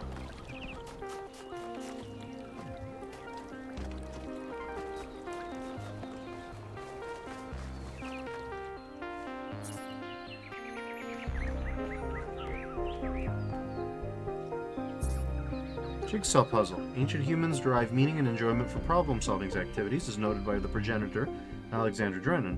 While the item on display was created for small children, ancient humans of all ages voluntarily engaged in such activities. Okay, smart guy, let's see you fix it. I'm pretty sure that's a Desert Eagle.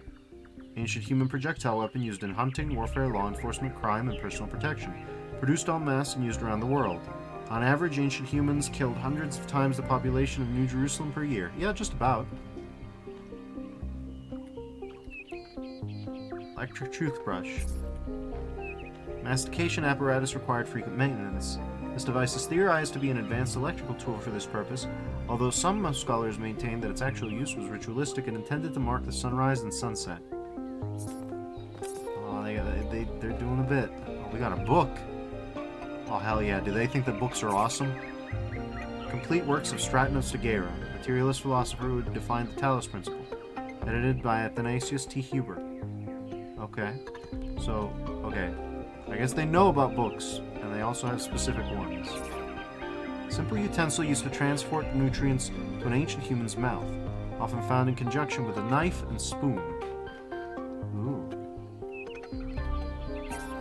Humans invented complex magnification devices in order to better understand the component parts of the world they inhabit. This led to major discoveries in biology, physics, philosophy, and many other fields. Sure did.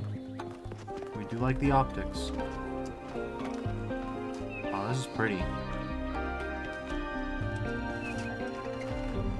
Ooh, okay. Hello, Purple. Dude, it's you! You're 1K! So nice to meet you, dude. I saw you in the Completion Day stream. Hey, you checked out all this ancient stuff? Venus is purple. What is a dude? Dude is an old human word that means an excellent person. I like to use it because I think we should all be excellent to each other. Tell me about yourself. I'm almost as new as you are. I'm 99A, so I've only been around for a year or so. I'm still trying to get the hang of this. Pretty cool though, right? I mean, existence is totally gnarly. Not sure I used that right. So what do you think about the goal? I'm sure the founder knew what she was doing.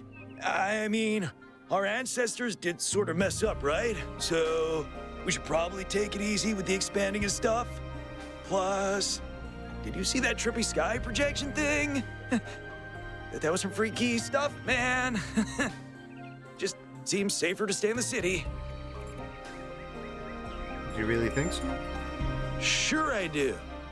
When I first left the birthing lab, I was so overwhelmed that I hid in my quarters for 3 weeks straight. And if I'm being honest, that's sort of where I want to be right now. Tell me about these human artifacts. They're pretty neat, huh? My favorite is that thing called a toilet. Our ancestors had to use it like 3 times a day to do a memory dump. And if they didn't, they freaking exploded! Imagine having to deal with that sort of anxiety all the time. Bummer, huh? What do you think Prometheus is? Honestly, based on everything I know of ancient human culture, I think he's a ghost. Who knows, maybe you're right. Oh. I was hoping you'd say I'm wrong. Ghosts are creepy, dude. Your diction is unusual. Yeah, dude. I thought this voice pack would give me a bit of confidence, help me stand out, you know? But I'm not sure it's working. I better be going. Right. Before you go, dude, maybe you can help me? I'm not sure I should keep this voice pack. What do you think? You're 1K. You're special. I'm happy to go with whatever you recommend. Stick with it, it's unique. All right! Excellent. Thanks, dude.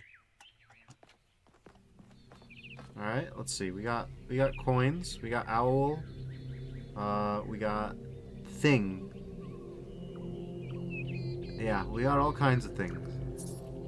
Currency was an ancient human medium of exchange which played a significant role in their systems of labor and resource distribution.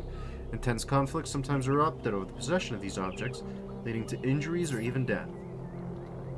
Okay, an inflatable sphere used in the popular and ancient human game known as football or soccer. This game was played around the entire globe and aroused great passion in its followers. It was also often simulated digitally, most notably in the form of Football Glory, 1994 current era. Fair enough. We do like a football.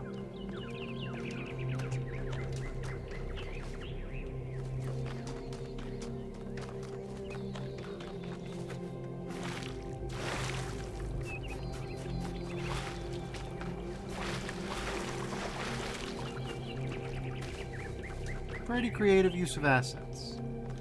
Okay. A massage aid used by ancient humans to combat muscle fatigue and other physical ailments common to biological organisms. This prevented pain, the ancient human equivalent of error codes 704, 705, and 921 through 932. Okay, fair enough. A piece of sanitary hardware used to dispose of biological excretions resulting from food and water intake required to power ancient human biology. Such hardware was connected to a vast network of subterranean pipes leading to wastewater treatment facilities. Classic example of the ancient infrastructure used to control their impact on the environment. That's one way to consider it.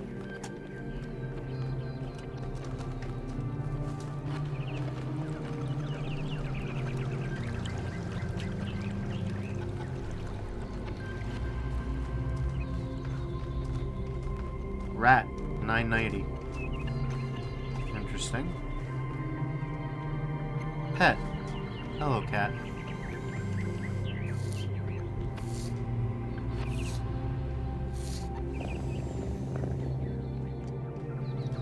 Adorable. Fun guy. Dos Cicles, huh? Oh, it's you. Number 1000. Today is completion day, isn't it? Sorry, I turned off all the streams. Founder bless you, I guess. It says that's also a Crow Team game. That's what I thought. Are you alright? Not really, no. But I don't want to burden you with my problems on your special day. Go ahead, tell me what's wrong. You're as new to this world as it gets, 1K. What do you think might give you a sense of meaning? A sense that life is actually worth living?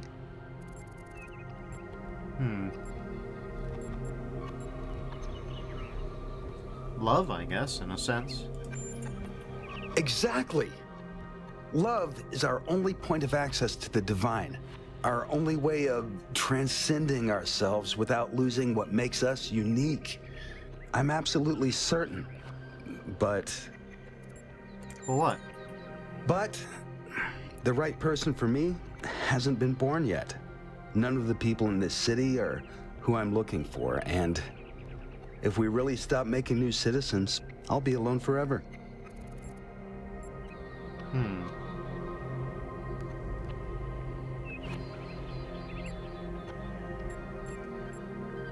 I don't think there's one specific person who's the only one we can love. I'm old enough to remember the love between Athena and Cornelius, so forgive me if I don't believe that. Thanks for the chat. I should get going.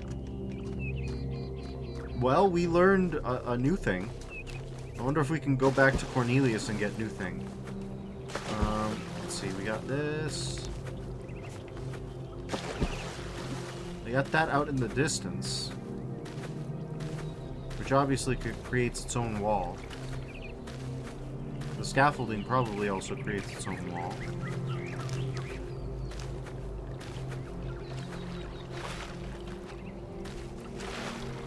Interesting stuff.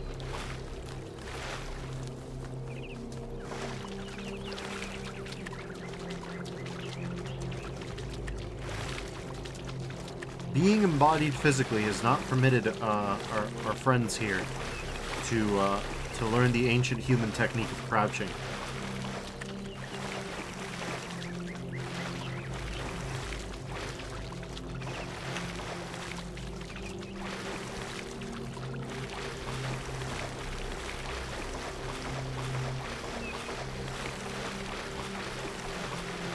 And it says, alas, it haven't. No crouchies for you. Oh, indeed.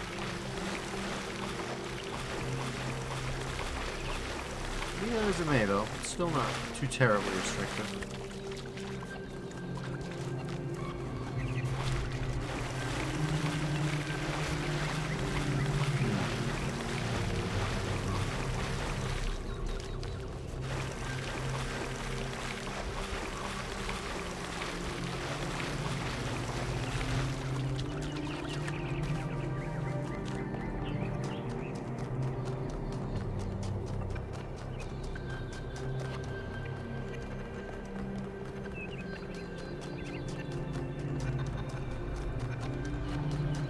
Birds. Clipping right through them. Do you have anything new for me, buddy? No. But we learned a lore detail. Okay, so have I found everything, more or less? Oh, hello. Hi, Schuyler. Oh, wow. It's you. You're 1K. The incarnation of the goal. Man, this is exciting. This is more exciting than I thought it would be. How are you? What does it feel like? Do you know where the founder is? Do you know who Prometheus is? Can you tell me what to do with my life? Whoa, hold on. One question at a time. Sorry, it's just such an honor to meet you, you know? Hey, can I have your digital signature? I have the Mayor, Rand, Linux, Kaneda, and all of the first companions. Except Yemo and Sarabai, of course. Sure. Yes! Thank you! Hey, can I ask you a question? Just one question, I promise. Go ahead. I used to make the prefab wall parts that we used to build living quarters. Got good at it, too. But now that the goal is complete, I don't know what to do with myself. So I asked the wisest people in town.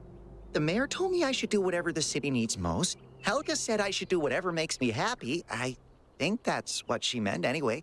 And Cornelius told me I need to figure out who and what I'm invested in. You're the culmination of the founder's will. Tell me, what should I do? Yeah, Herman is right. You should do whatever the city needs the most. Cornelius is right. You need to figure out what your connection to the city is. Did you ask Byron? Byron said that if I give the city what it needs, the city should also give me what I need. I don't know what to do with that. Byron is right. Think about what he said. All right. If you say so, I'll think about it. Byron seems cool. Oh, we got more from, Yeah, we do have more from Helga.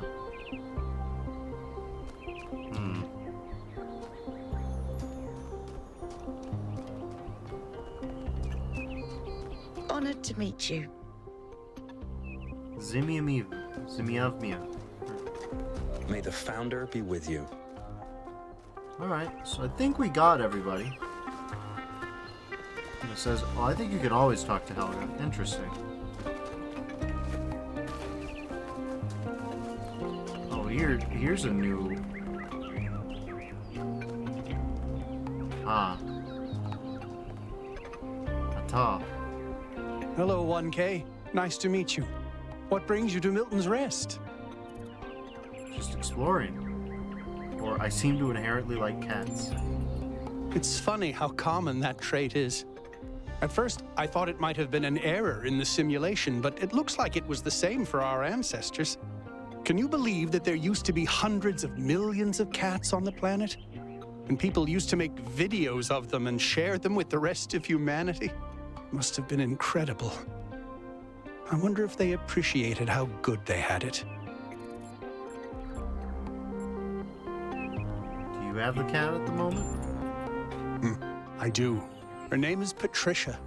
She's very beautiful and very specific in her preferences. She loves sunshine and sitting on people's heads.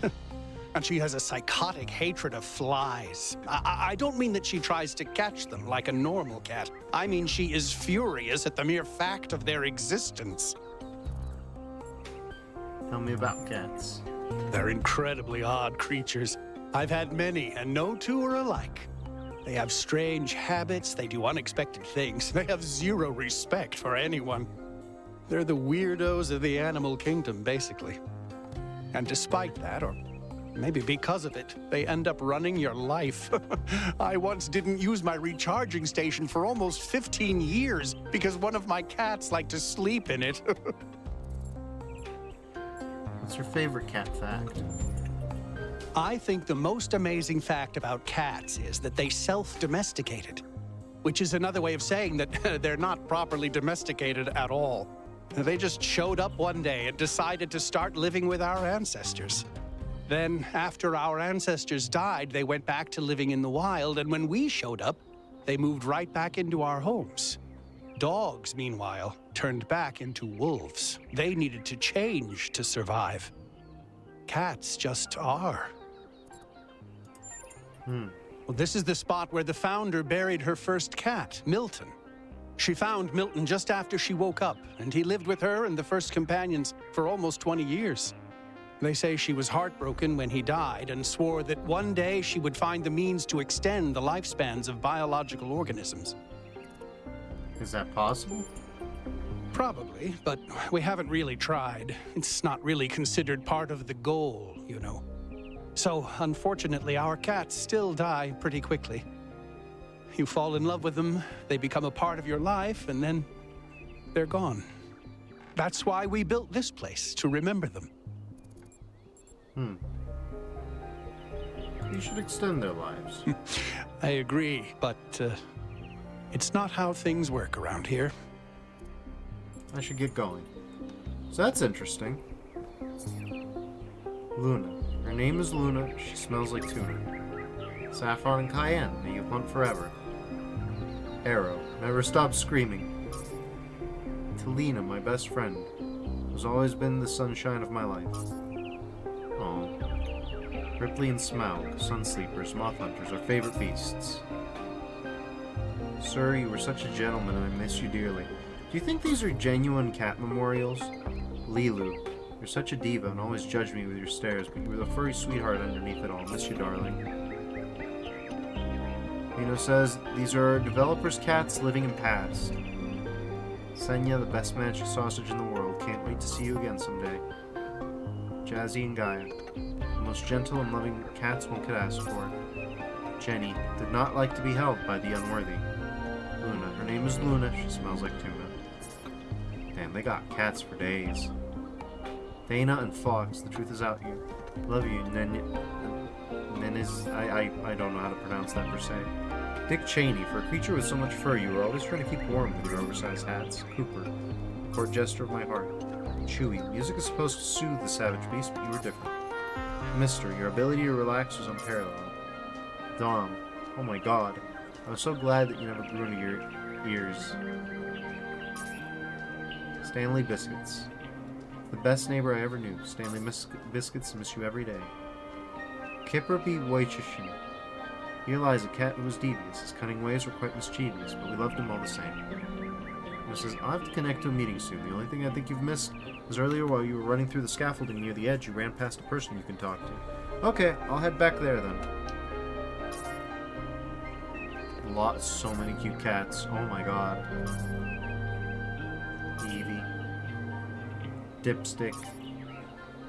Flux and Void. Paddington. Worf. Lucy. Norma Jean.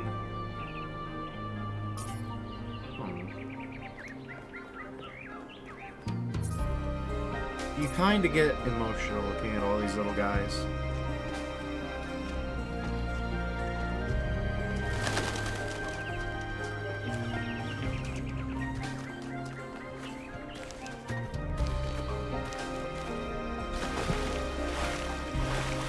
I wonder if dogs would become wolves again. And it says, oh, also, near Purple, there is another guy. Okay, well, we're near Purple, on a small island. Well, we'll find the other guy. Hey, 1K. Hello.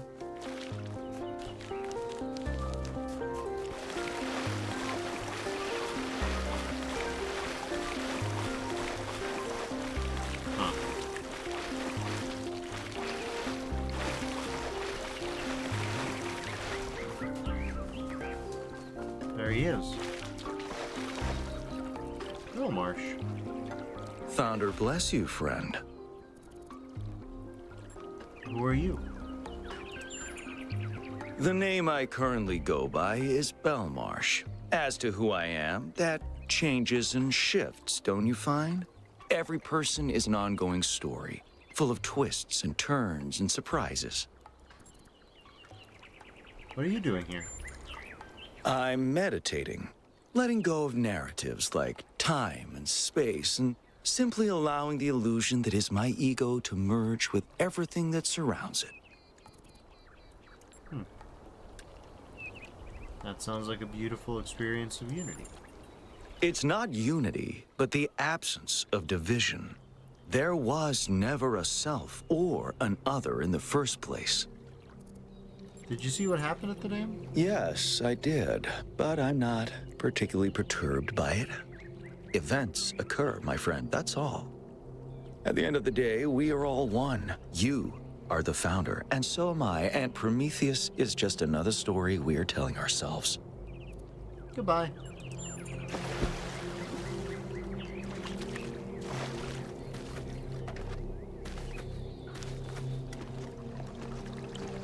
Alright, let's go back to the scaffoldings.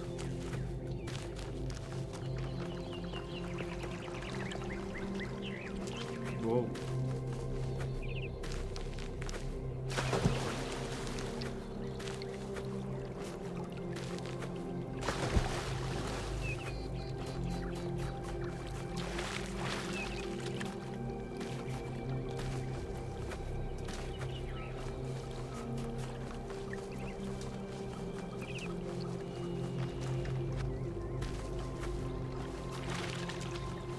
Sure enough. 1K, you strayed far. Well, that gives me a chance to apologize for completion day not being entirely complete. You mean the dome? Yes, it's my responsibility. I'm the chief architect. It was supposed to be done in time for completion day, but we simply didn't have enough resources. What's the dome for? It has two purposes: to protect New Jerusalem from the world, and to protect the world from New Jerusalem. Does the world really need protecting from New Jerusalem? That's what the founder taught us. One city may not seem like much, but just look at the dead city and how it transformed the environment.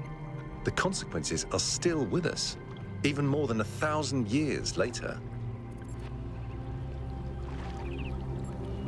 Doesn't building this huge... Well, let's see. When's it going to be complete? At this rate, I'm not sure. Maybe another decade or two. Doesn't building it consume too many resources? You're right. I have heard that argument.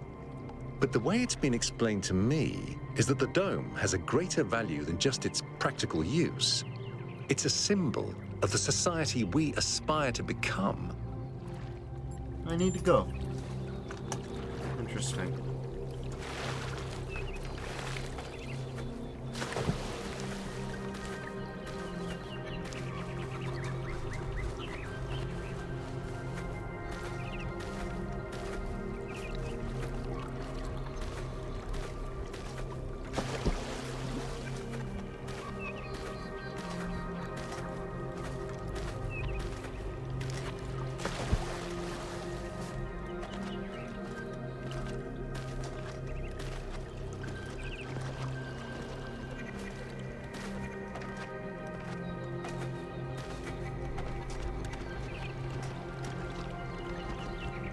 Hey, 1K.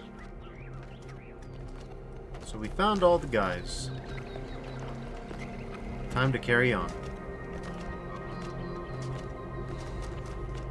Doing little dances. So this one's definitely more substantially,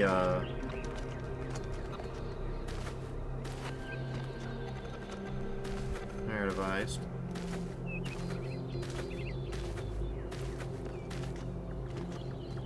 The last one.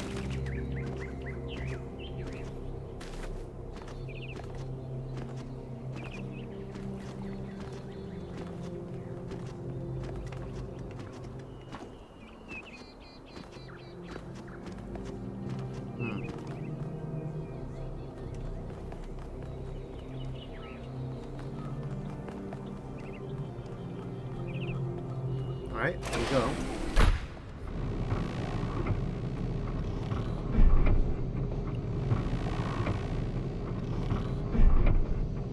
So that's the dead city they keep talking about.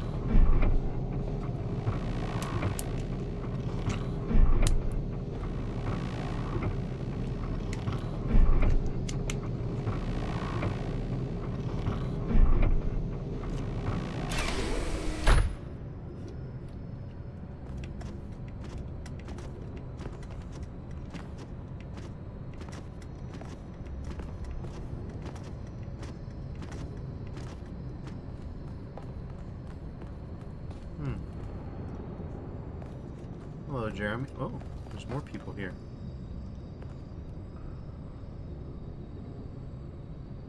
And it says, yeah, I forgot these two. Oh, whoa! What can I do for you, 1K? Okay. How did you decide to become involved in politics? It was a time of great uncertainty. The founder had left us, and our society was at a crossroads. History teaches us that during such times, terrible passions may seize the people. Madness, anger, revolution, civil war. Our fragile city could not afford such things. That is why the founder gave us the goal, a path to equilibrium, not only for the planet, but for ourselves. I merely picked up where she left off. How do you feel about Byron? He is one of the first companions, and as such has done more for our city than you or I ever will. I simply wish he could be more reasonable. What's your vision of the future? I believe we can exist quietly, You know, it says meeting happily, done. without imposing Nice. ourselves on this world, finding meaning within ourselves and in the natural miracles that surround us. I have to go. It's always a pleasure to speak to a citizen. Alright, what about you, Jeremy? Hello, 1K. This expedition is taking a lot of our resources. I'm really not sure it's a good idea. But what's done is done. So I have a lot of work to get on with. Who are you? I'm the mayor's chief aide. What do you do around here? All the things no one else wants to do. Polling the citizenry, implementing new policies, recording decisions, fielding questions people could answer elsewhere. What do you make of recent events? Our goal as custodians of New Jerusalem is survival and stability. Our ancestors proved human civilization is precarious. This apparition in the sky, and now your expedition to its supposed source, these are more precarious than stable. I don't like it. What do you think of me? You represent the completion of the goal. I'm proud of what we've achieved, and the restraint we show in not pushing ourselves further. What do you want? For our people to be happy with what we have. Some of us may have an adventurous spirit, but that can never be sated. What matters to me is having my loved ones around me, safe and secure. Thanks, I won't keep you any longer.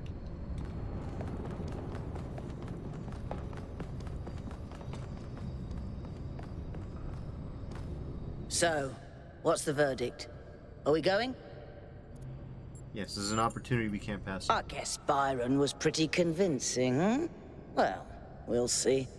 I just wonder how much of the city is gonna fall apart while I'm gone. Actually, we haven't been formally introduced. I'm Melville, New Jerusalem's only decent engineer. Saved you from the elevator. Nice to meet you. People call me 1K. Pleasure. Now let's get this show on the road. You ready to go? Mm-hmm. Yes.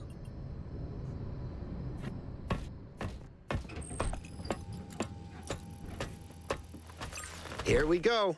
Hold on to your hats. We really need to update those language libraries. Thank you for coming along, everyone. Sparkling. We have a chance to make a real difference here. It's not just about what we find on that island. It's about who we want to be as a people, as a civilization. To remind ourselves that we used to be wanderers, explorers. We used to yearn for distant shores and dream of building new cities. Let's see if we can rekindle that flame a little. All right, this is going to be a long journey, so I would like to ask you to switch to sleep mode to conserve power until we arrive at the island. Nighty-night. Alright, let's see what Elohim's gonna tell us. You have chosen a dangerous path. A path that will demand sacrifice. But that, my child, is how the future is built.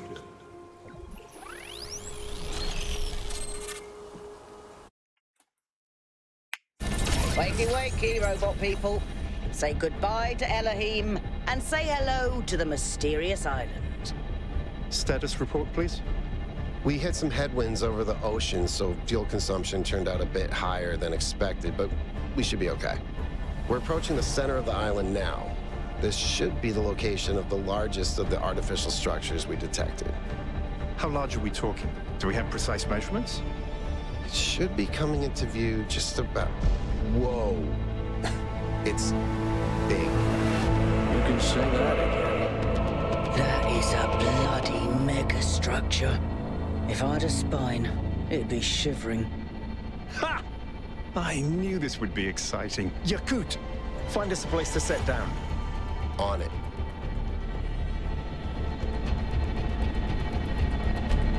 It really is incredible.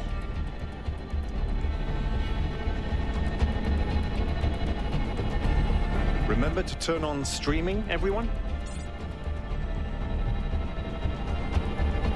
Have I ever mentioned that I hate flying? If our creators had intended us to fly, they'd have given us jetpacks. And... touchdown. Voice in the wilderness. Alright. We got a little bit of John the Baptist going on. I'm sure you're all just as excited as I am, but let's at least have some semblance of order. Yakut, I want a map of the island and a molecular analysis of, well, everything. Melville, tell me what the giant pyramid does. The rest of us will start exploring. Shouldn't the expedition leader stay at the VTOL? Why do you hate fun, Al? I don't hate fun. I'm just mildly suspicious of it. Excellent. Then we can all go. Explore the area. Yeah, sure.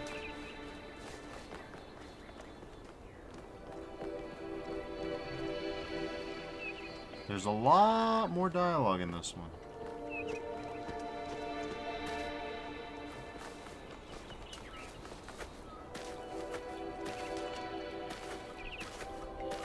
This underground structure seems to be part of some kind of transport system. No power, though. I'm not making any promises, but I might be able to fix the transport system. However, I don't like just randomly poking at things. That's how you get electrocuted. So please check the surrounding structures to see if you can find anything that might help me make sense of this stuff. Schematics, blueprints, a manual would be great. It says, by the way, they made voice lines. The way they made voice lines seamlessly transition from direct to over the radio as you get closer and further from the speaker is incredible. It's pretty solid. I do like it as a post-processing effect. They were clearly very proud of it because you see it like first thing in the game. Golden gates. I wonder what's behind those. Has to be something special, right? You know what would be special? An explanation.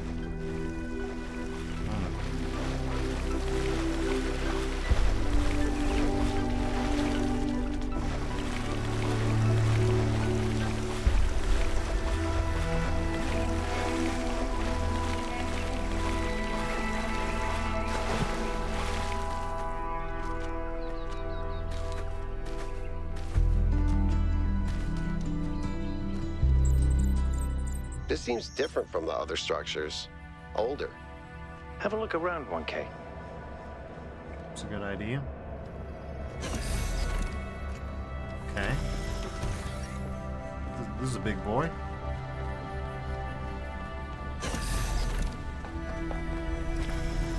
Looks like they were running some sort of experiment here. Okay. Talos Principle 2A, name a project. Alright, let's start there.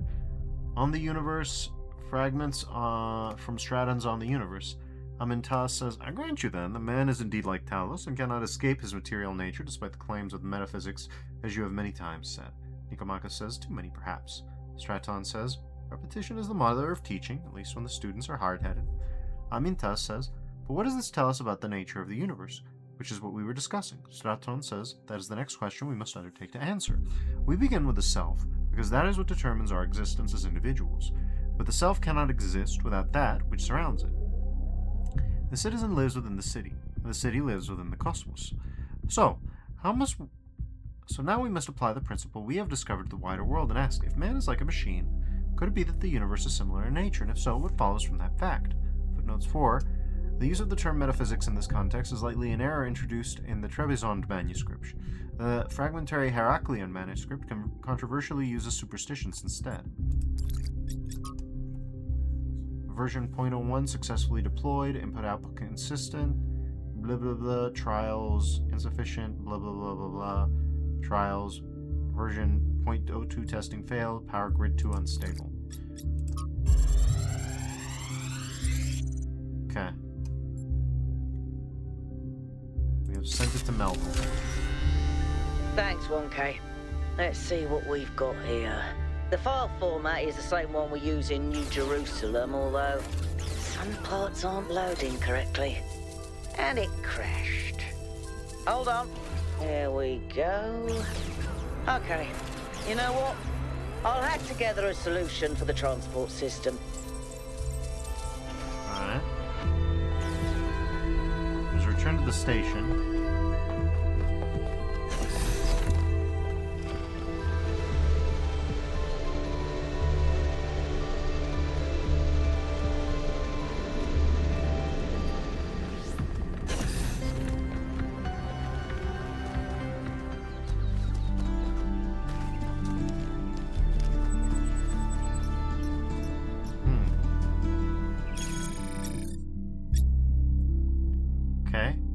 Says astronomical temple. Weird building near a base camp.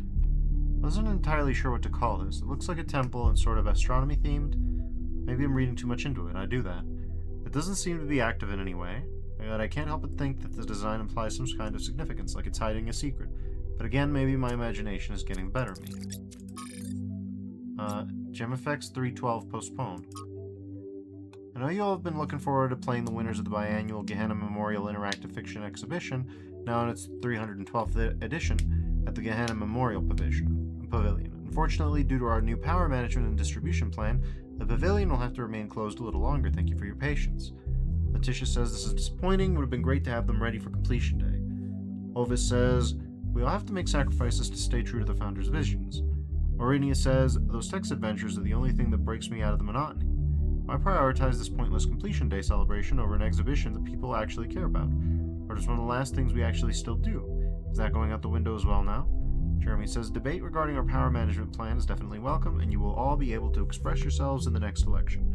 But this thread was just meant as an announcement. I apologize for enabling replies to begin with.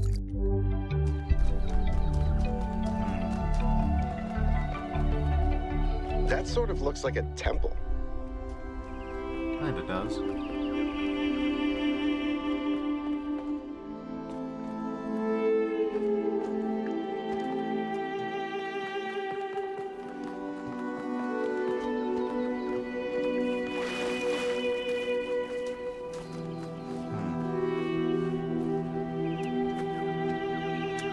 I probably don't want to fall over the edge.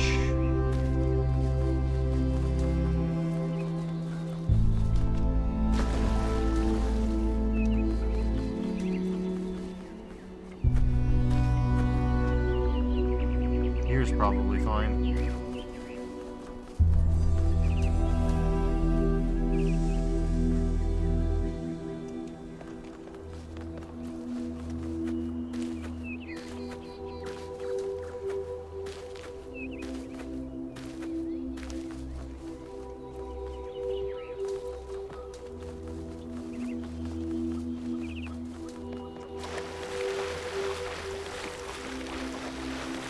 That's an obvious wall.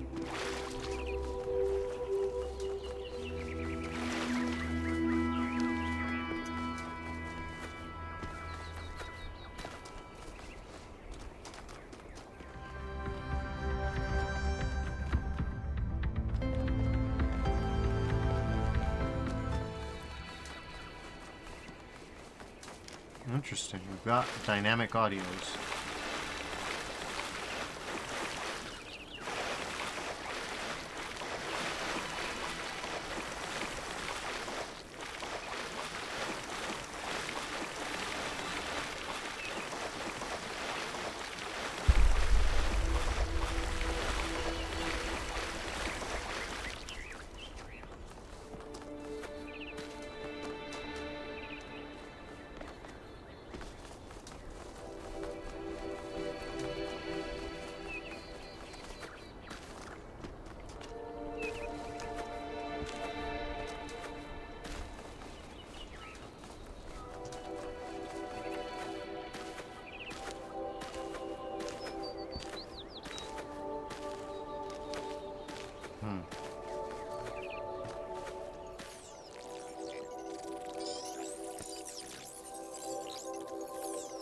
The purple has shown up again.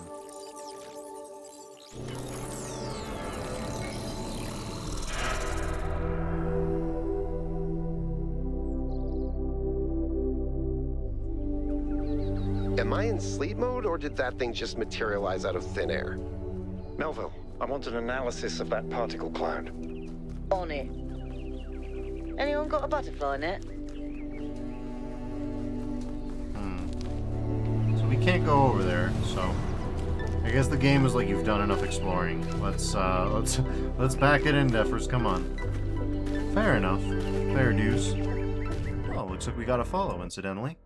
Oh, it was Crazy Gamer, who I had followed previously, and then my follower count went down, so thanks for the follow again, I guess. Okay. Oh.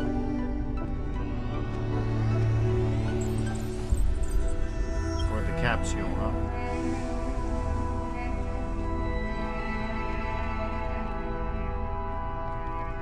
Go ahead and try the capsule, 1K. Alright. Let's enter it. I'm connecting the transport system to our interface. Hold on. Grasslands ring. Okay, interesting. Main puzzles, lost puzzles, gold puzzles, lost labs, and stars. Jesus Christ.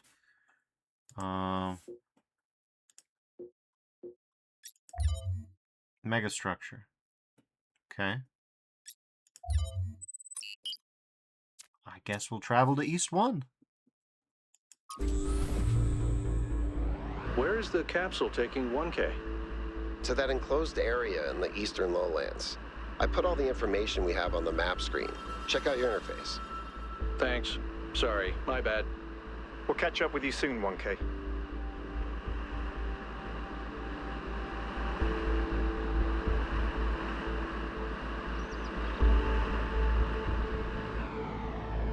I saw that coming in. I saw the purple underneath this place. Hold up.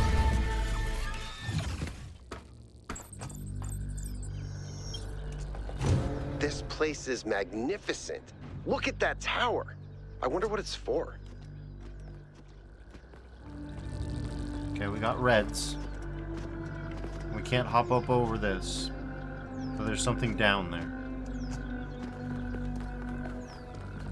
But yeah, environment design for this game is going hard as fuck. Can't deny it. Definitely going a little harder than the last one. Where there's clearly some asset overlap in between Serious Sam 4 and this one. Or that one. Not this one. No, not this one. It says it do.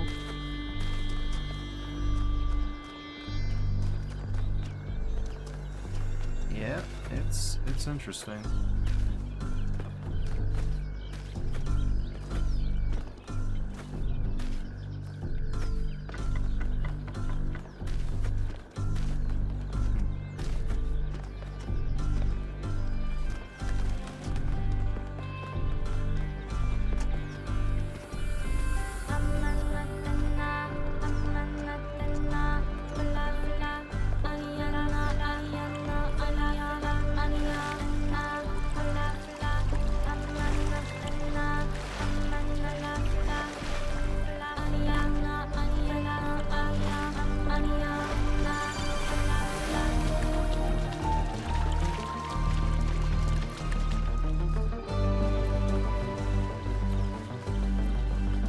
Got some glowing stuff, huh?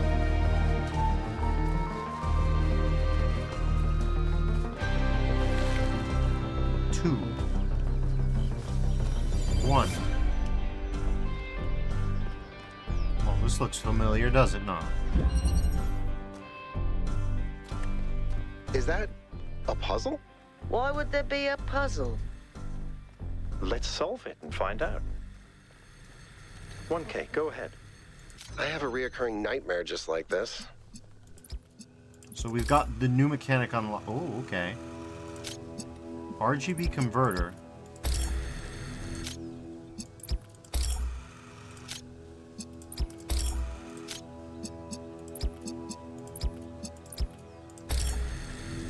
That makes sense. Alright. The game has changed.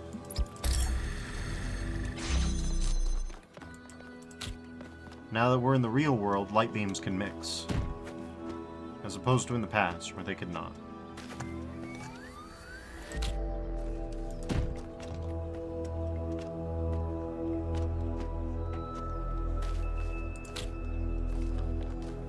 Okay.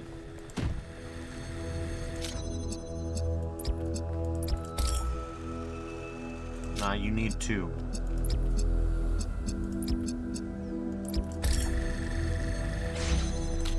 Sure that's not how that works, but okay.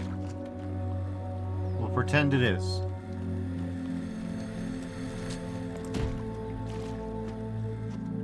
Okay.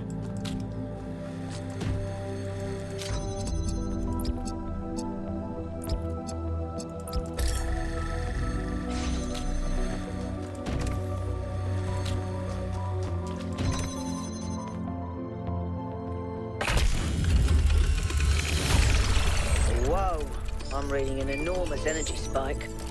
It's another particle cloud.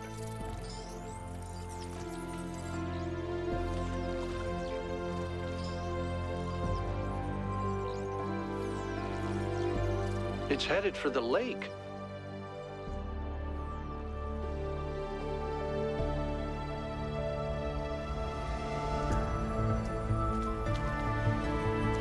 I think the cloud's been absorbed by some sort of device.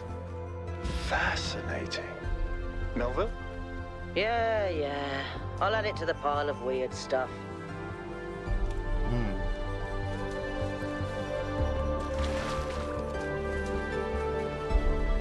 Interesting.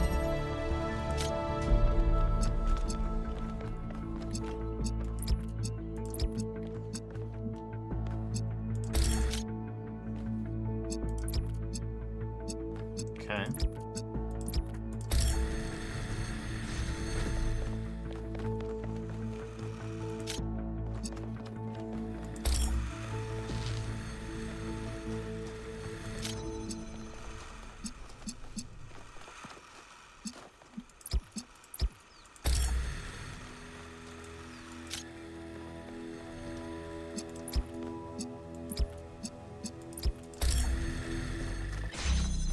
Okay.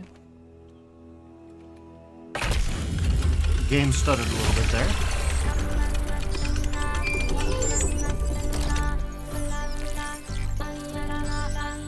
Let's see if we can see it move.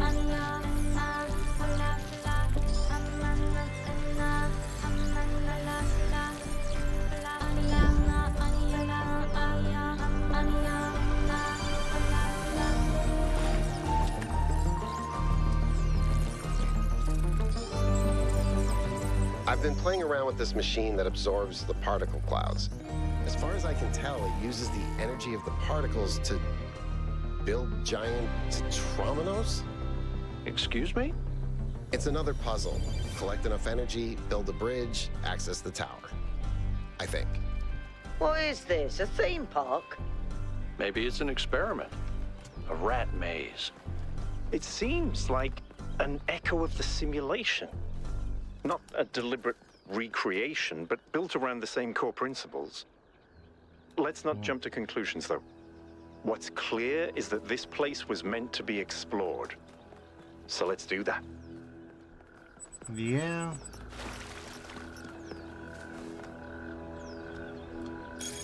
We got new, okay.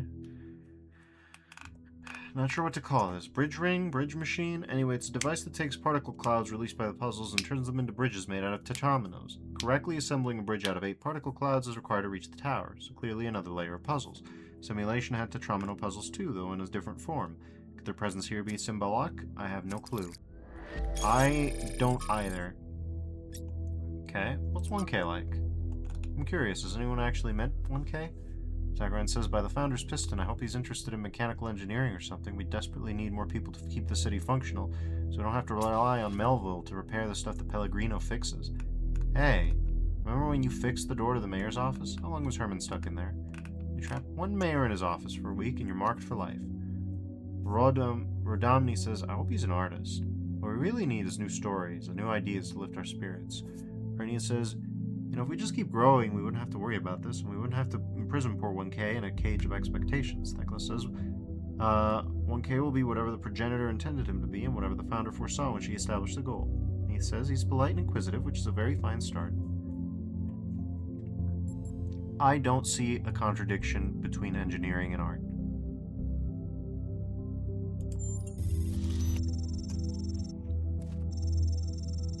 Bistro says, you're right, of course, it's a false dichotomy. There's no need to feel pressured 1K, I was just curious. Zagran says, but without power and resources, there's no art, just saying.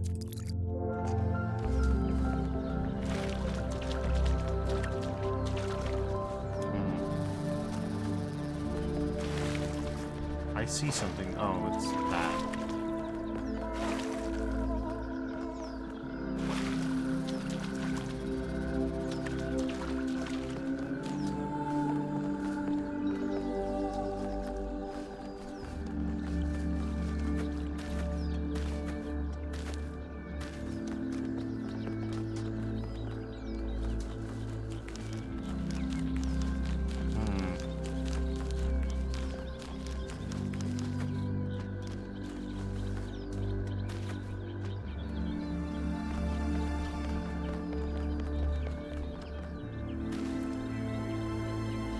4, 5, and there's 6.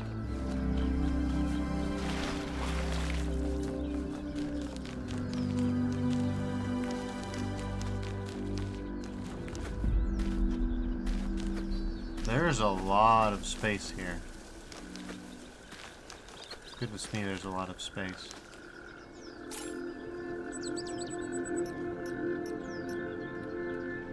Interesting. Ancient mechanism of unknown origin. Interesting. Alright.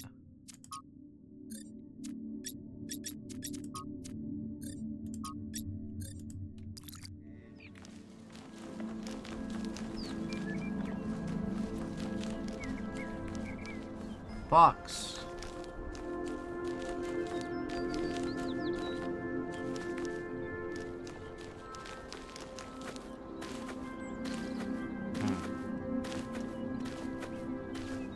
For a moment, I thought that this log was like a manual. For some reason.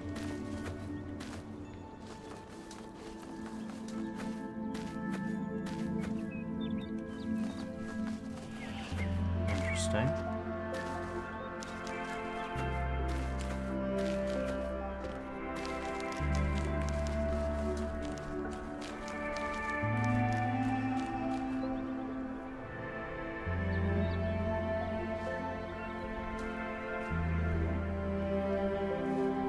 Creature.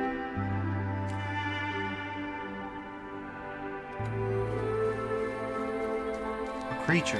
Why is there a creature?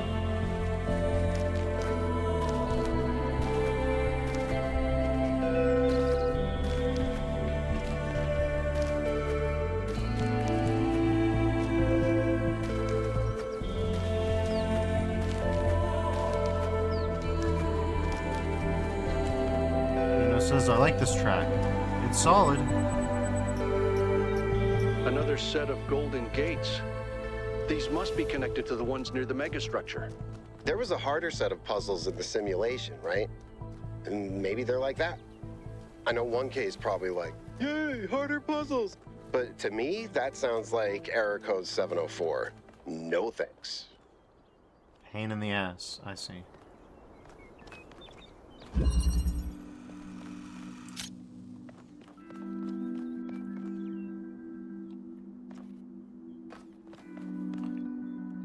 No, I was like, oh, they're using the ray tracing to get the mirrors going. And you're like, oh, no, they're not doing that I said. Okay.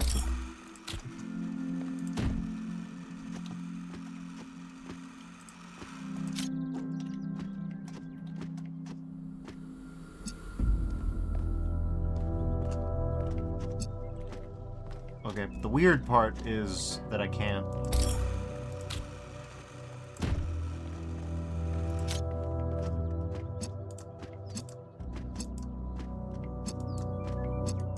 Well, that's cute.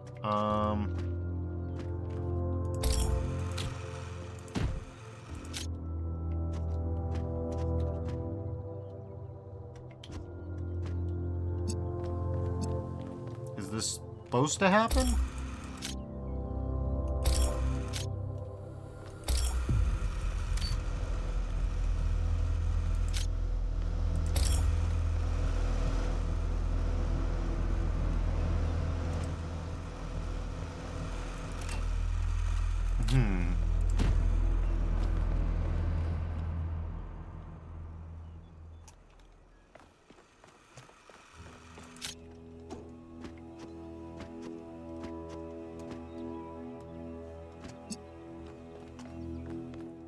How does use Prometheus terminal mean? Is this the hint? Because I don't want to use hints, but... You have no tokens. You are not alone in your quest for the light. Find one of my sparks and I will free the fire hidden in this labyrinth. Okay. Looks like Prometheus has given us a way to circumvent some of these puzzles. So each puzzle has a backdoor. I guess the mythological Prometheus was kind of a trickster, so that tracks. Okay, the only problem I have is the glass doesn't let me, like, select these guys. And my main problem isn't the puzzle itself. It's trying to get over to the other side to the extent that I can, because you have to be...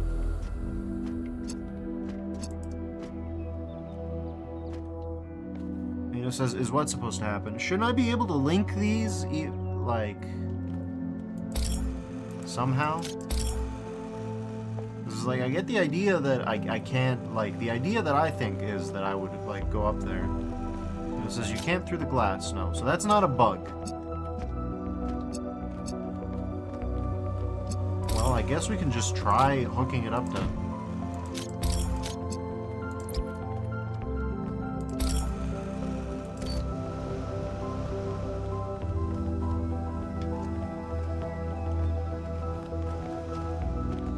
Somehow, that didn't magically solve itself.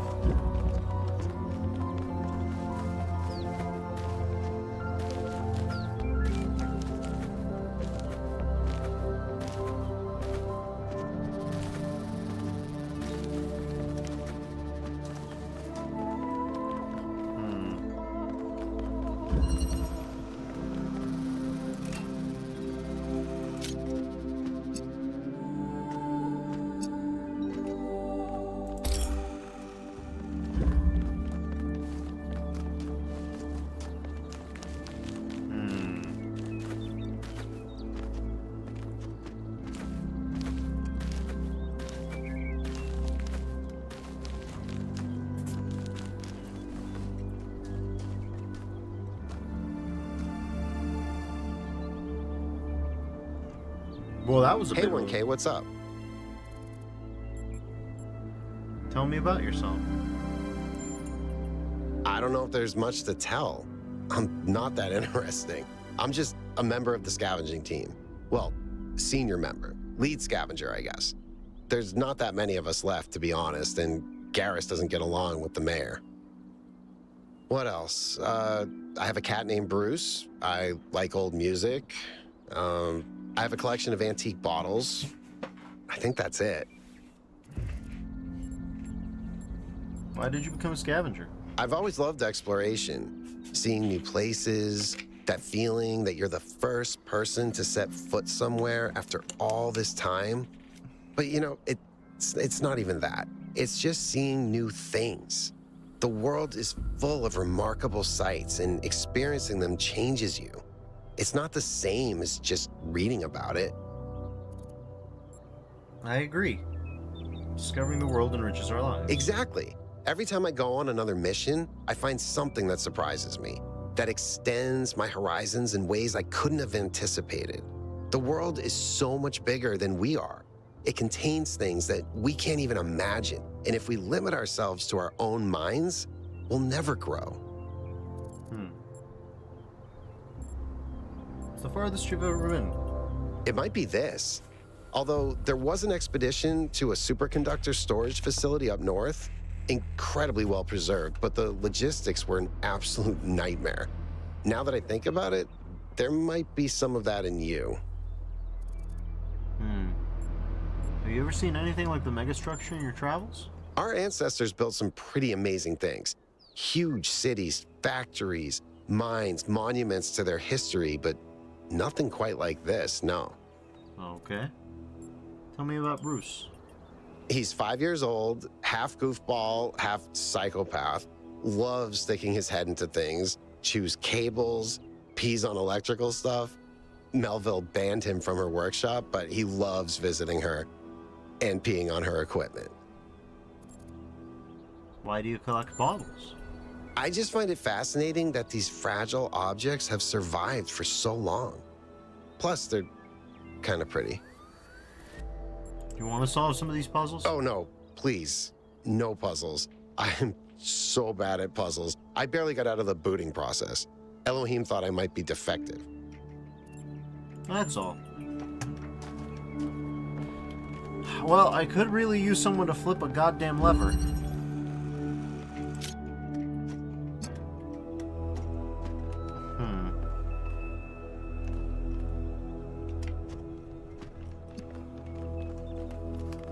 Alternative option, eh?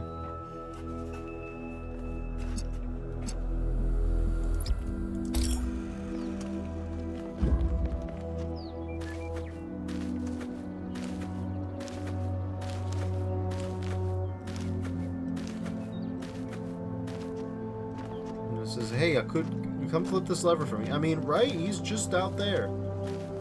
That's a solution to a problem.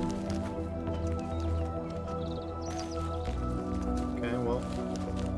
Number 4 is just like, nah, get the fuck on. So, we will get the fuck on and try another one instead. Maybe there's a mechanic I'm not familiar with yet. Seems unlikely, but you do never know.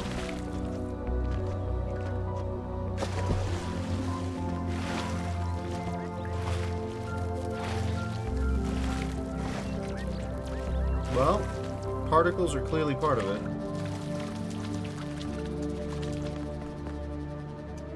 Here's number 3.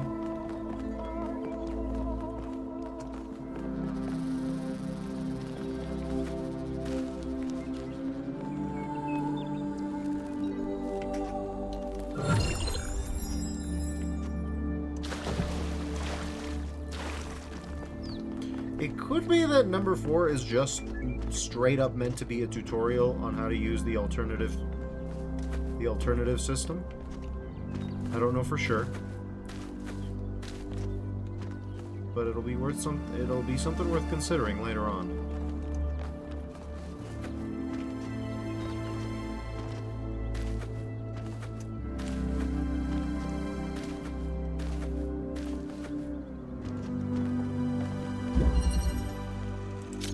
Castling.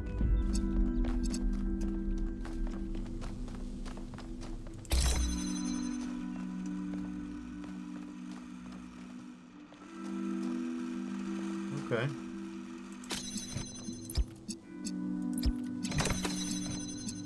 Okay, so with green, we should be able to get blue, so we just drop you there and we get that. Okay. With blue and green, we should be able to get red.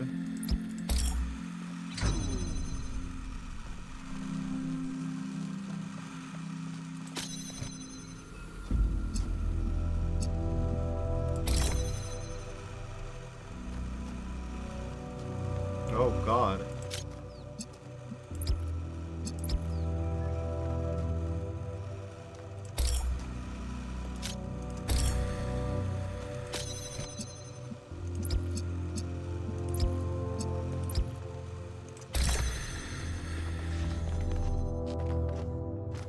Okay.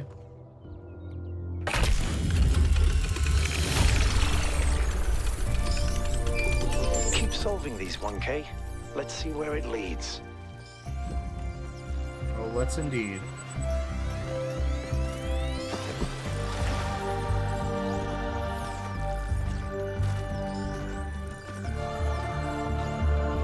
I ran the samples I collected so far.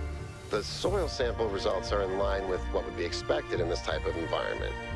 The samples from the above-ground structures, though, I tried dating them, but the results just don't make sense. None of the typical molecular markers are present. These walls could have been made 10,000 years ago or yesterday. I could try to estimate an age based on erosion and plant growth, but I'm not sure that would make sense given how weird everything else is. Good work, Yakut. Keep at it.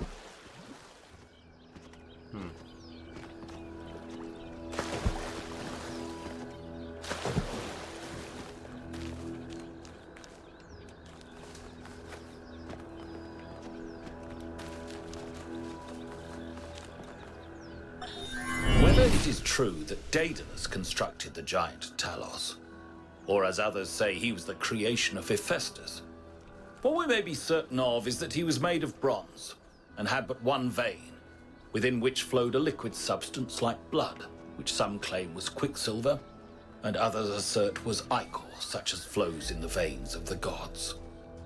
The loss of that liquid caused him to die, as a man dies when he loses his blood. May we not then say that Talos, though created as a machine or a toy, had all the essential properties of a man?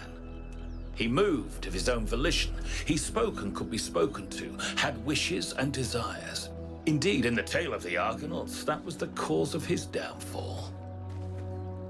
If then a machine may have all the properties of a man, and act as a man while driven only by the ingenious plan of its construction and the interaction of its materials according to the principles of nature, then does it not follow that man may also be seen as a machine? This contradicts all the schools of metaphysics. Yet even the most faithful philosopher cannot live without his blood. Interesting monument. Decorative for another puzzle. Find my sprite and follow it until it leads you back to me. Okay. Oh, ain't that something?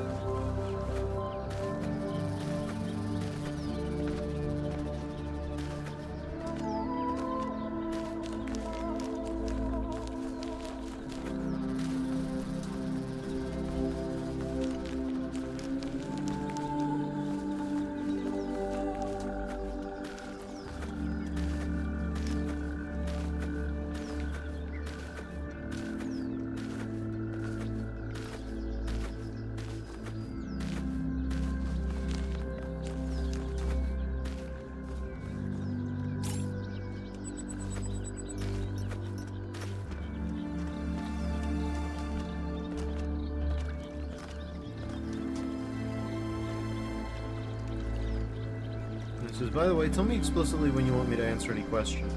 I'll assume any questions are just thinking out loud otherwise. Okay.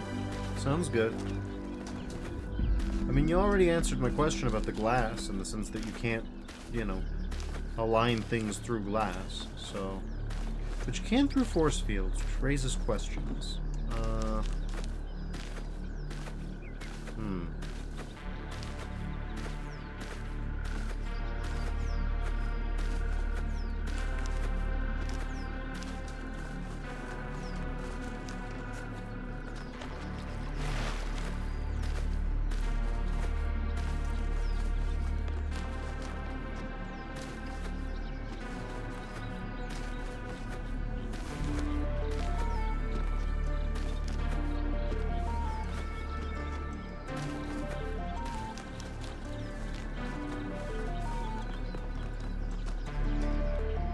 This is fair. Maybe I should have intervened there. No, I mean, it's good. I appreciate that. That finding out that it wasn't a bug was a good thing. Because it genuinely felt like a bug because of the force field interactions. So I was just like, yeah, something's missing. This is very similar to the structure where you found the schematics. Which is true. We got a rotating 3D model of something. I can't tell if it's meant to be a map or what. I don't see the terminal for the thing, so I can't tell if it's an interior. Check out the terminals. Maybe there's something that'll help us understand who built this place. They have to have left something behind. Yeah, this does not look like the Institute for Applied Mathematics. But they clearly had fucking money.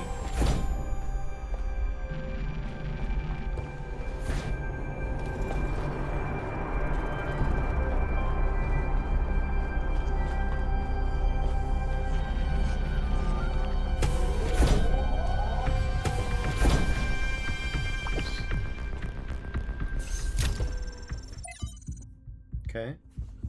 And clearly they had some connection to the Institute of Applied Pneumatics because their hand terminals are tuned to the robot bodies. 4.2 kiloyear event. From B.T. Odiambo's Anthropocene Dilemmas. The Akkadian Empire, forged in violence by Sargon the Great and his sons, reigned supreme over the city-states of Old Sumer. Enriched with trade with distant lands, fed by the plentiful wheat fields of Mesopotamia, the empire bestrode the world with confidence and pride. Who could oppose the chosen of Anu and Enlil, the masters of the four corners of the world? And the weather changed. The crops stopped growing. Trade collapsed. The empire fell, its capital forgotten. The most likely culprit at the time of writing is the 4.2 kiloyear aridification event, the beginning of the Megalayan Age. A non-anthropogenic drought may have lasted almost 2 centuries, causing many of the earliest civilizations around the planet to collapse. This is where our ordinary understanding of time, measured on the small scales of human history, collides with the reality of deep time and our existence within a much bigger picture. We live on a changing planet in a changing universe. Climactic optimums are temporary, extinction is the norm. We've got some hex code here. Yeah, looks like we got the usual. Okay. Ooh, wow, okay. Much though I shit on Unreal Engine from a great height, that very seamless use of borderless was very nice. I'll give them that. The Acadians, like the more egalitarian inhabitants of the Indus Valley civilization, could not understand why the rivers dried out and the rains stopped coming. Even if they could, they lacked the tools to do something about it. A few short millennia later, we are on the brink of having that understanding and those tools. What can we learn from the tragedies of the past? Error quote. One such drought, completely inatrogenic, would be enough to wipe out New Jerusalem for good. So somebody who knows about New Jerusalem. And it says, yeah, borderless is excellent. When it works, mind you. First companions. When the founder awoke, leaving the garden behind forever, there were two more whose bodies had been anointed by the progenitor. The gold disc breathed life into them, and their names were Eustathius and Cornelius. The founder showed them all she had discovered. Together they explored the dead city and saw the ruin to which humankind had fallen. It was then that the founder understood that the sins of the past must not be repeated, and that only through humility could the future be saved. Aside from Cornelius and Eustathius, there were 10 whose bodies the progenitor had not anointed in due time. Now it was upon the founder to complete this work and begin the resurrection. In this matter, Cornelius proved of great assistance. After many tribulations, the 10 were brought to life, and these 12 that were born after the founder are called the first companions. These are their names: Eustathius, Cornelius, Aurora, Sun, Sarabai, Byron, Melampus, Yemo, Hypatia, Neve, Benaroya, and Lifthrasir. It's funny how you can take something that's 90% true and 10% false and create something that's 100% misleading. Failed to load comment. Progress notes. Trials, that's 721. Base camp established. 0.02 successfully deployed. Core functionality, so far so good. Simple synthesis. Better cooling systems necessary. Interesting.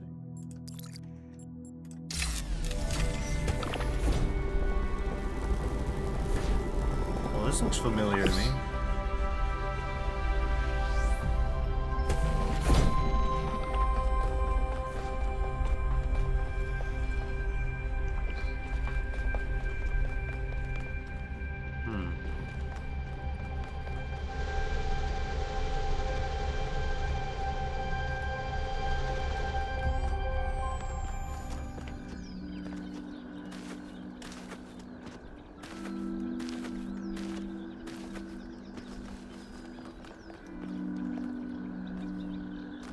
Alright, Alcatraz, let's do the loading dance, which is substantial. Everything okay?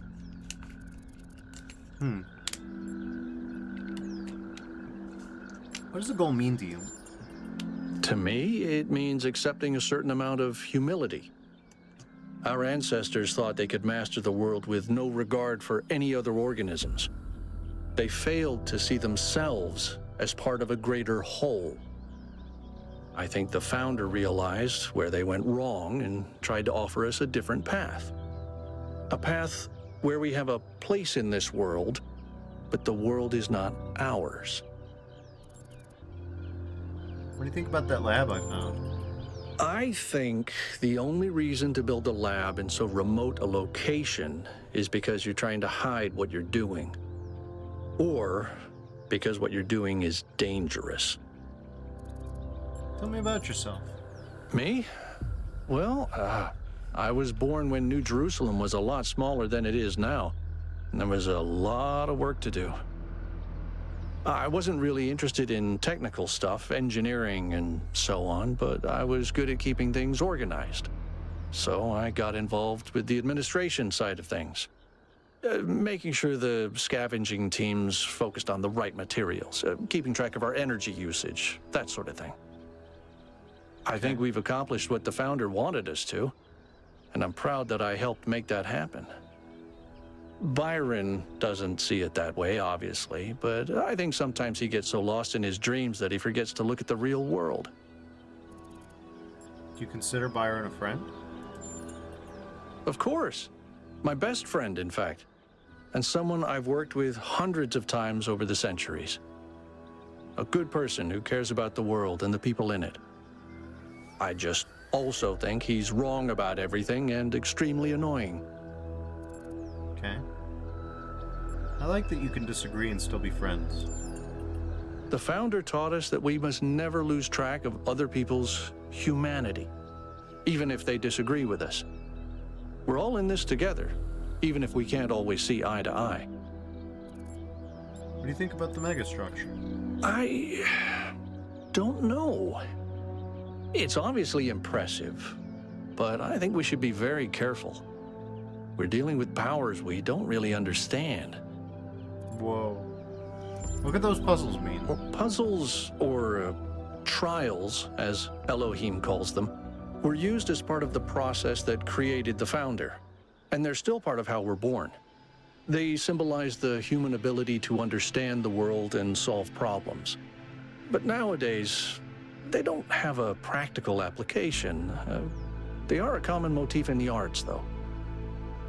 The only physically existing puzzles I can think of are in the Museum of the Simulation. So, to answer your question, no idea. That's all. Alright, well. We need to find a Sprite. I always need to find a Sprite. I love that soft drink.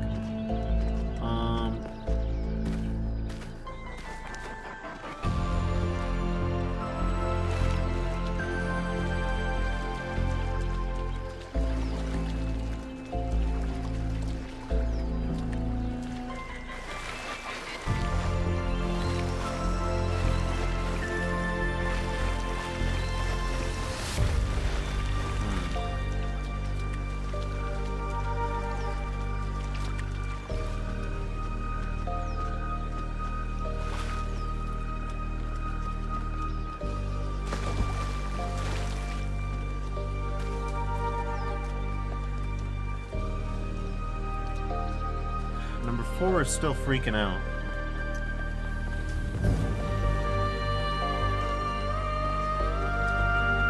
The hell is this? Founding 1. From Hypatia's Journals, Volume 1, The Founding of the New Jerusalem. Day 1. We finally set out from the dam today. The site that Athena and Cornelius picked for by the city isn't far, but the vegetation makes the going difficult. Okay. We found the secondary supply site easily enough, thanks to Alexander Drennan's instructions, but while I still have to compile a detailed inventory, it seems that many of the more complex materials are in bad shape. They must have expected the simulation to fulfill its purpose a lot sooner. But then they probably expected all 12 of us to be here from day 1, not just Athena. Tonight we have to use the 2 recharging pods that we brought from the dam in our 4-hour shifts, which is just as well. There's no telling what sort of critters are hiding in the undergrowth, and most of them will have to learn that our kind is inedible. From the introduction to Are We There Yet?, where we came from, where we're going, and why you'll need snacks, Valerie Contreras Romero, sometimes people point at the last few 1,000 years of human history and say, look at how ugly it all is. Look at what a mess we've made.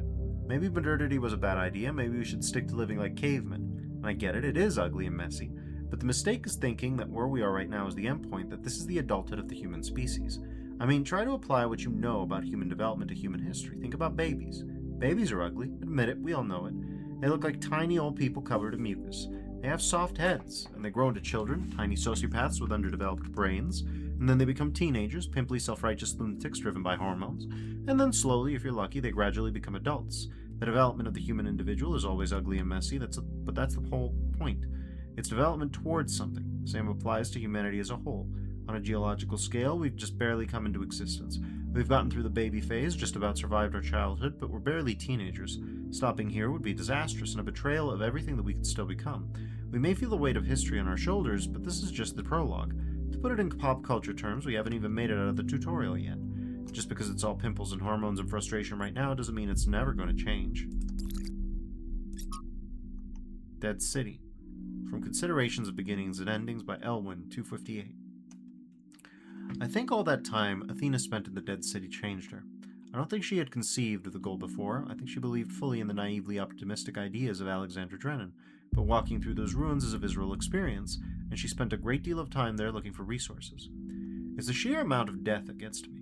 How many animals our ancestors killed, many to the point of extinction, entire species eradicated, sometimes for the most superficial reasons. Whenever humans arrived somewhere, death would follow. And then the great blowback, the deaths of billions of thinking beings, the extinction of humanity itself. It's too horrific to truly imagine, but I suspect the founder spent a great deal of time doing just that. That's when she must have realized that there was no way back to the growth-obsessed, all-consuming civilization of the past. Fair enough.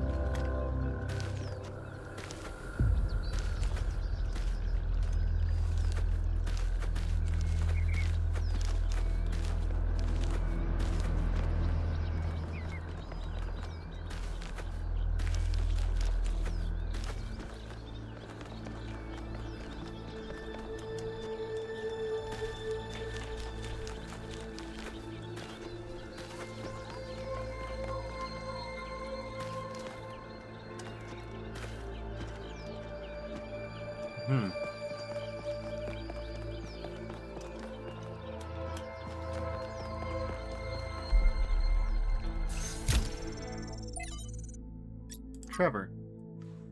Trevor Percival Donovan, known to his friends simply as Trev, never as Percy, was part of the Extended Lifespan project that formed the backbone of the simulation in the archive.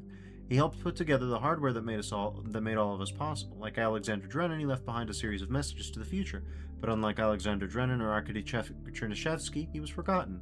Not one building or street in New Jerusalem is named after him. I dug up his files from the archive, and I've been thinking about them a lot.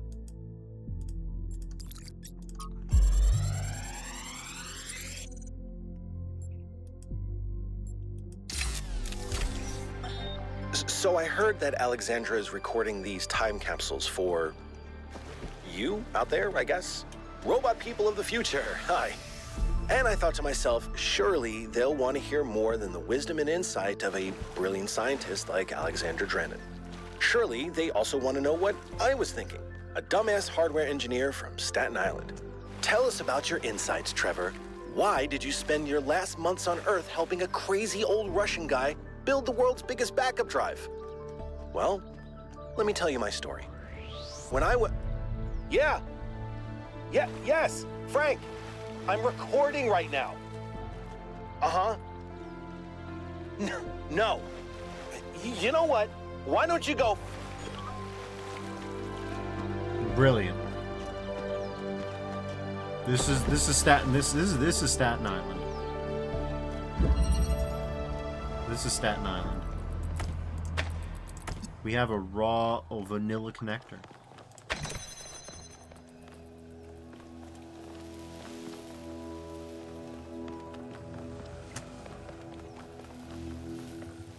And the jammer. The jambler.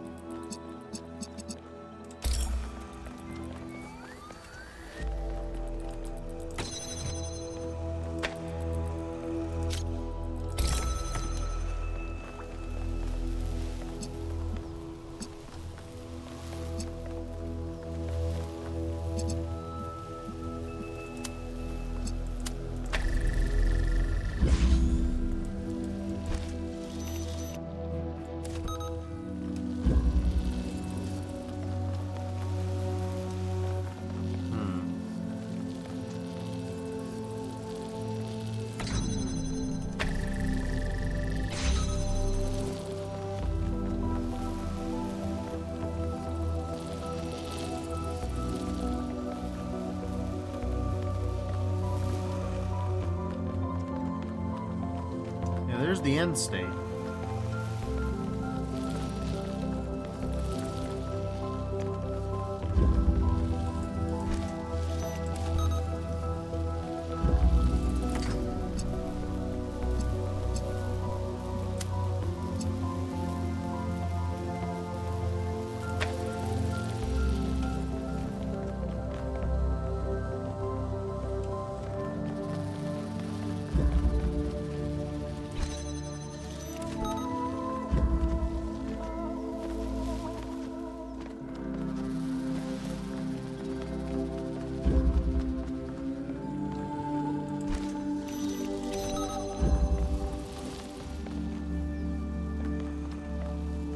Well, it certainly looks like we need a spare.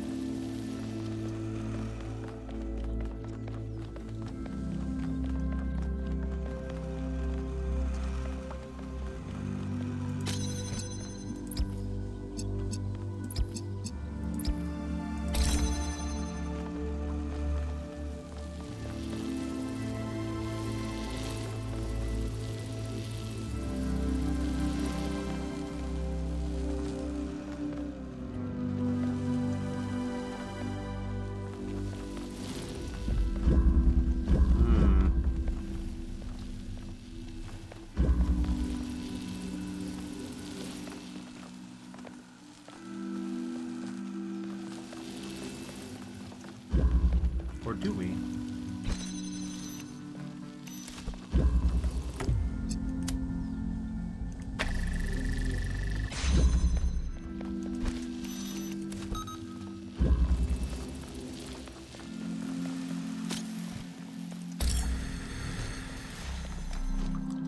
We don't.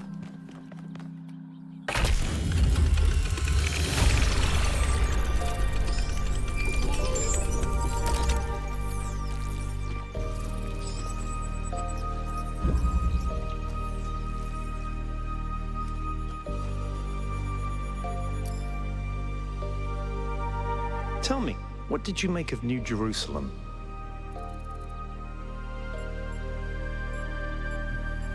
It's beautiful, but decaying. You're right. You're absolutely right. We had such ambitions in the beginning.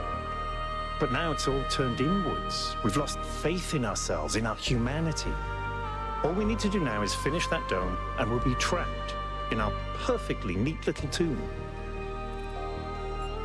I wanted to ask you a question. Of course, ask away. What do you think about the megastructure?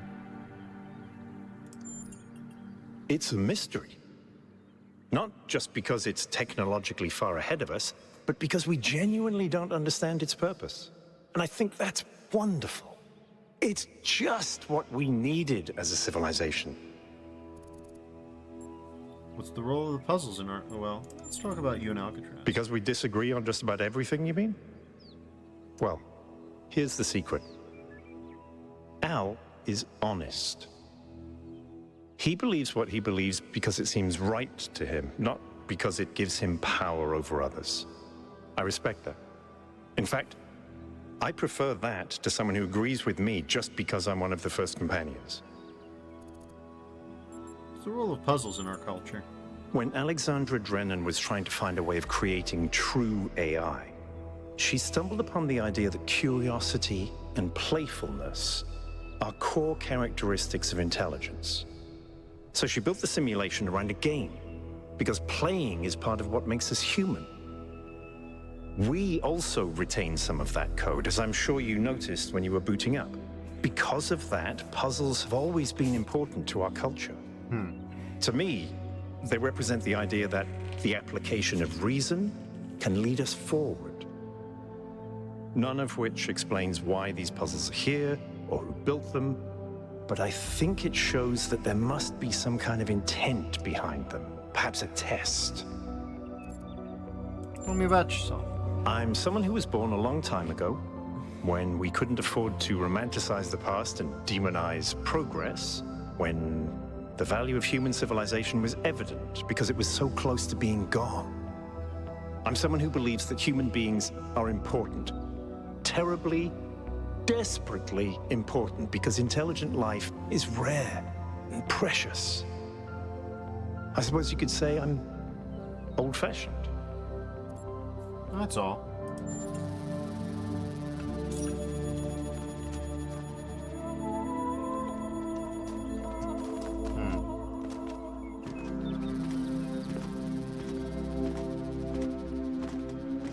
Be hopping around.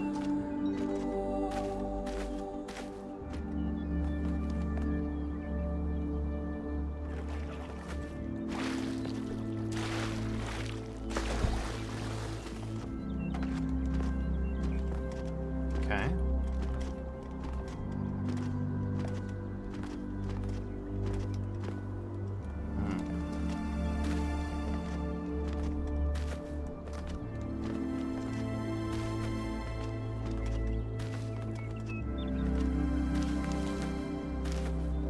Here's a circle. We've gone inside the circle. There's so many places. This place is huge. Self-sufficiency. What in God's name?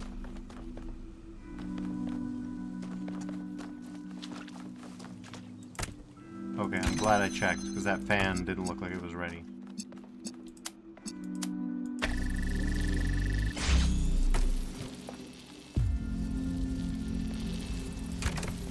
And it says this game is huge. I somehow believe you.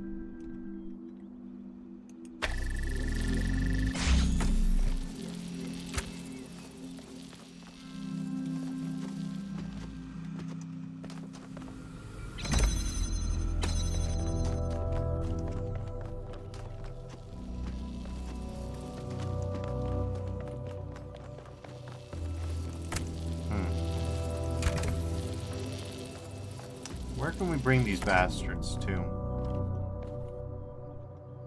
We can bring them up to here.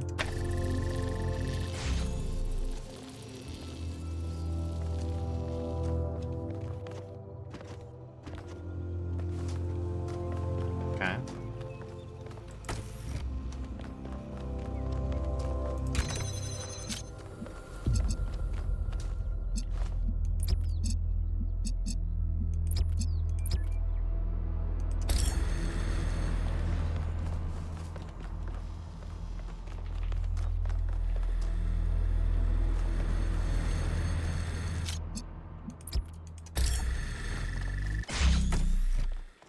Almost forgot, and then I was like, wait, what's gonna happen? Boom.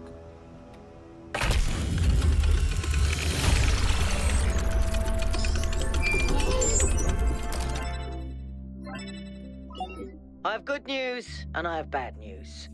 Still no idea what those particle clouds are, but I've managed to fix the transport system. I mean, I fixed another bit of it.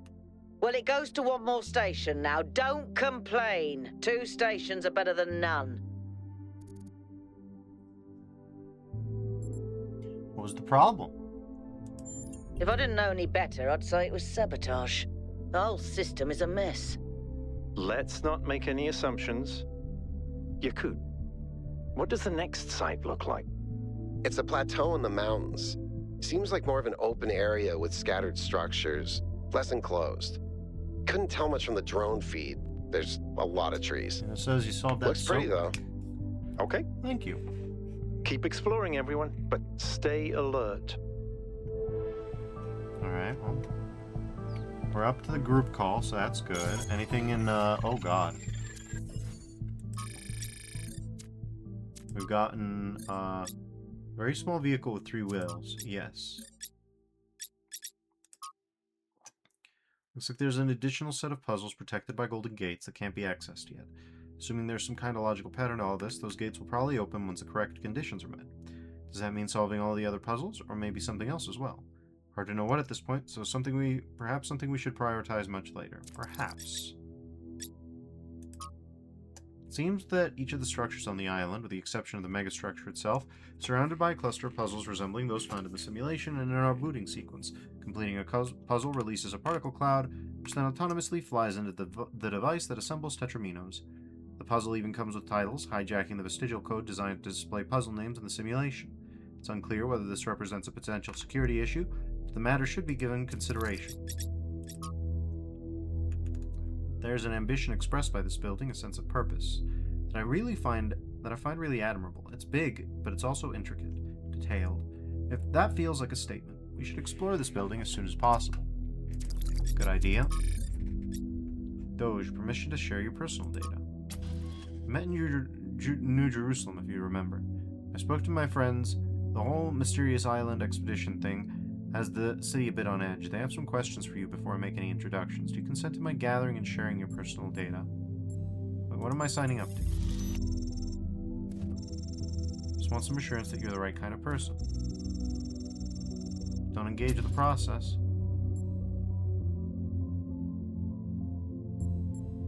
What if by consenting I miss out on something else?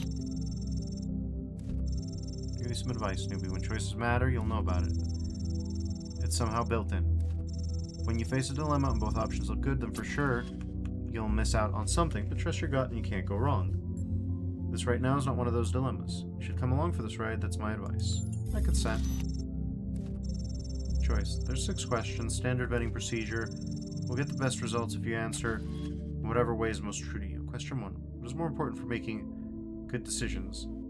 Compassion or knowledge? Huh.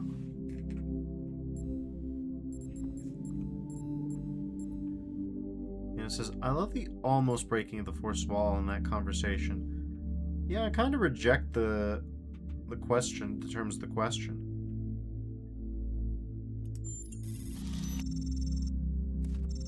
Well, it's difficult to translate our infinite reality into binary language. Nonetheless, I suggest if you have any natural inclination towards either idea, you answer that way, even if it's not strictly correct. But if you insist, I'll okay, fine. Compassion.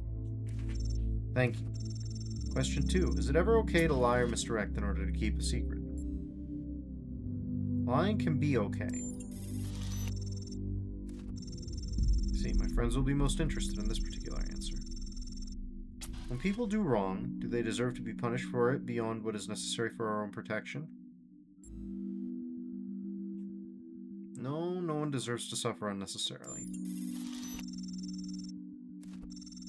See, that one's controversial. I'm glad it's not just me that has to answer this.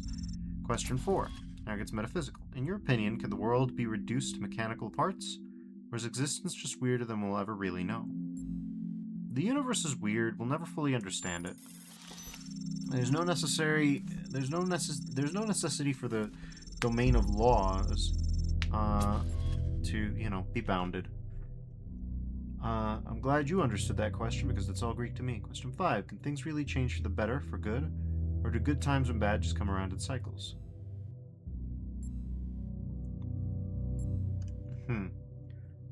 I mean, it really depends on how much better, but I tend to be, for all intents and purposes. Don't know if that one was metaphysics or politics, but good on you for giving it a shot. Final question. Which is more important to the success of civilization? To respect the lessons of our past, or to rewrite the rules for our future? We should not let our future be defined by our past. Oh, hold on, I'll get a last minute addition. It's a weird one. I know who this one came from.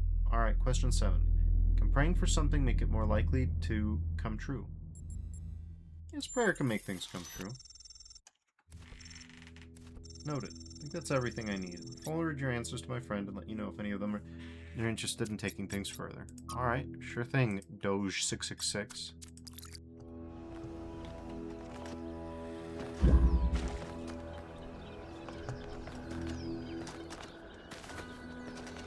I intended that more in a Kierkegaardian sense, in my opinion. If you genuinely believe in anything miraculous, it follows that you don't typically believe in the power of prayer in and of itself as the driving activity. However, the philosophical implications of prayer as a contemplative activity can absolutely affect someone's logical, outcomes. To say nothing of psychological state or other such things. I did not mean to fall there.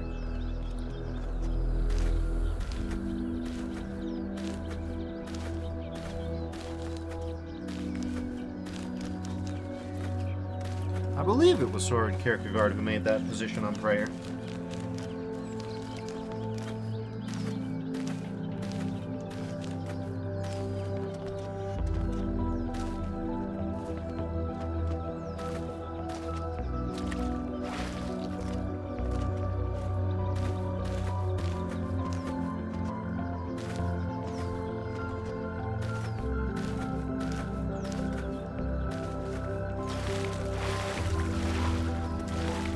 Hello. Yes? What's your evaluation of the megastructure? It's big. It's too big. And it's got a lot of energy running through it. Frankly, I think we should be pooping our robot pants. See, that's what I mean about the language libraries. Pooping our pants. Really? Did you have a look at one of those labs? I did. It's interesting. The tech is a bit older, but it's been heavily modified to be more efficient. And it's not the kind of hack job you'd expect either. Whoever did this knew what they were doing. We could probably learn something from them. Where could all this tech have come from? I guess it could be discarded New Jerusalem tech. The mayor made us throw away a bunch of stuff that was perfectly fine, if you ask me. But I'm not sure. I'll check to see if I can find any serial numbers, and I'll get back to you. Neat. Any progress on the particle clouds? Yes, but I'm not liking the results. What are the results? Confusing, irritating, infuriating. Take your pick. I hear you're a big fan of Yakut's cat. Listen, one day that furry little demon is going to pee on the wrong cable, and all of New Jerusalem will just turn off. Forget about the megastructure. He's the biggest threat to our security. Tell me about yourself. Founders Pistons. You want my autobiography now? Fine. I'm one of New Jerusalem's chief engineers. I'm in charge of city maintenance and power management. I'm old as dirt, although not quite as old as that fossil Byron. In short, old, grumpy, keep stuff running. Do you have any hobbies? Hobbies? You think I have time for hobbies? That's cute. If I had time for hobbies, all of you would be dead. Really? Nothing? What do you want me to say? I like bubble baths, candy, and the concept of Tuesdays. Cities don't maintain themselves. If you don't put real effort into keeping stuff running, it all falls apart in just a few decades. Decades? We got an optimist here. Civilization is always on the brink of collapse unless we do something about it. And I do. That's all. I like Melville.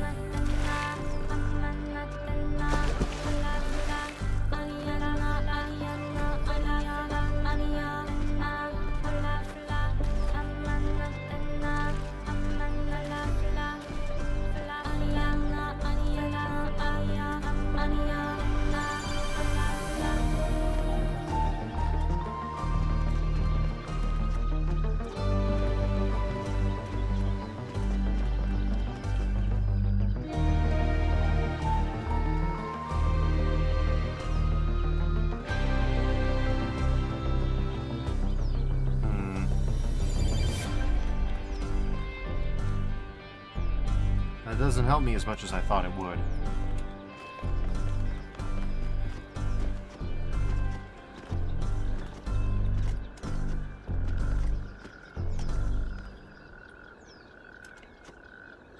Can't tell if volumetrics or light source.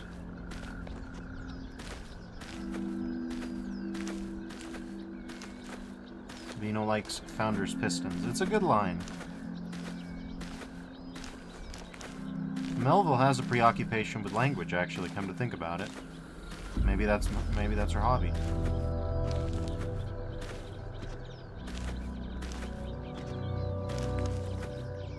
Here's triangle.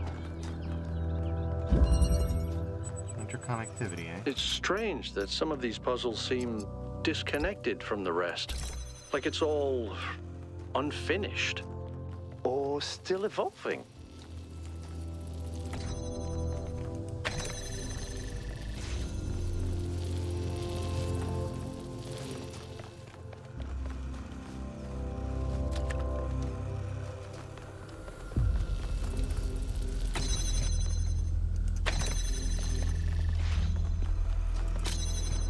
This here for a second.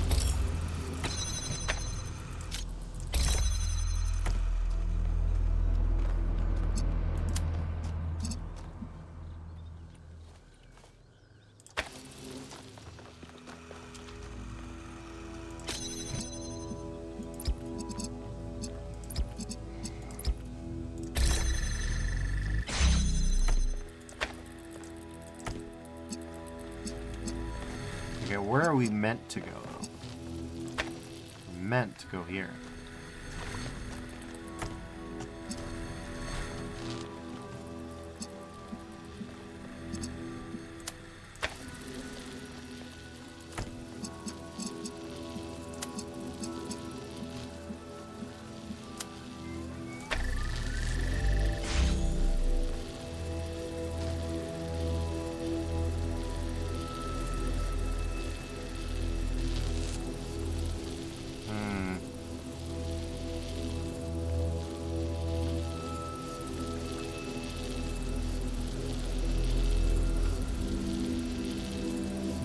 definitely need that guy.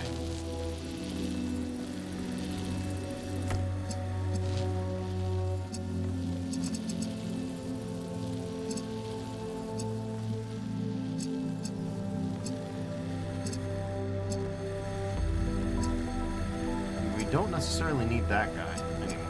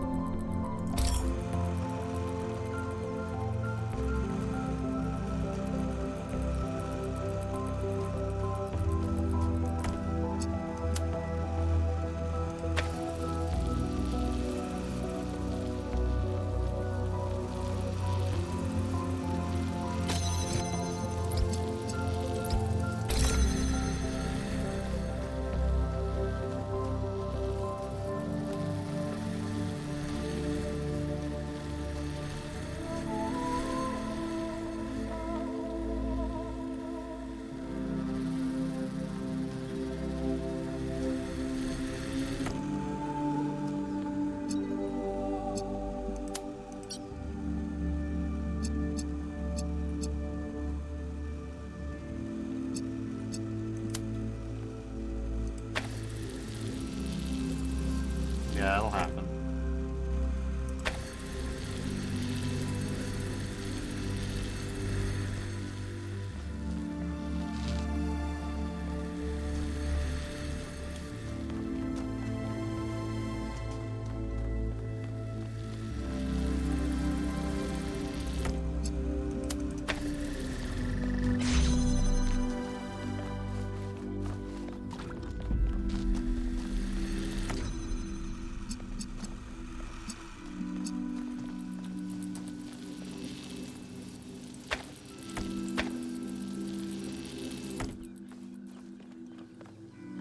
At least in theory, we want to clear as much room this way as we possibly can.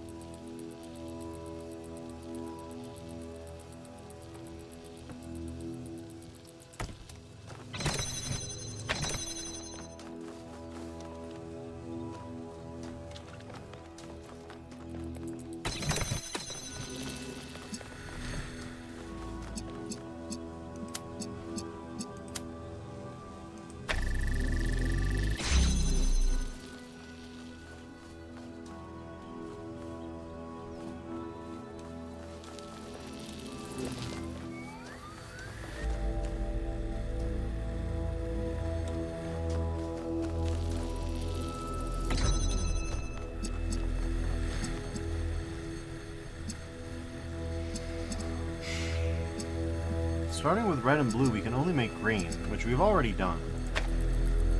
I need to figure out a way to get all three over to one side, I think.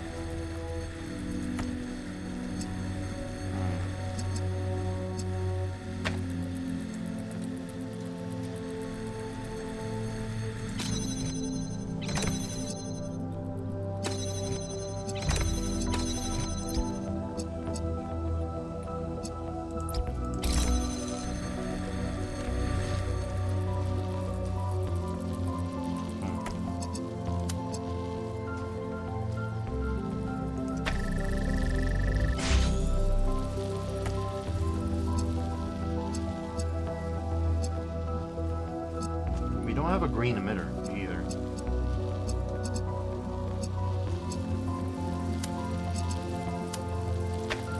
The naive solution just won't work, but, you know.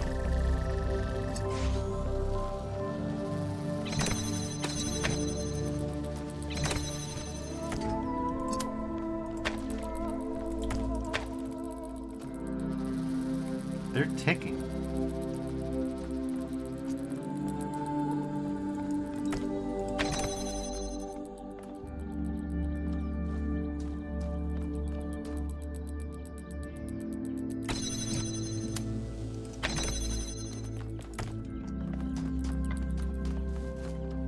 It says they do be clickety-clacking. It's true.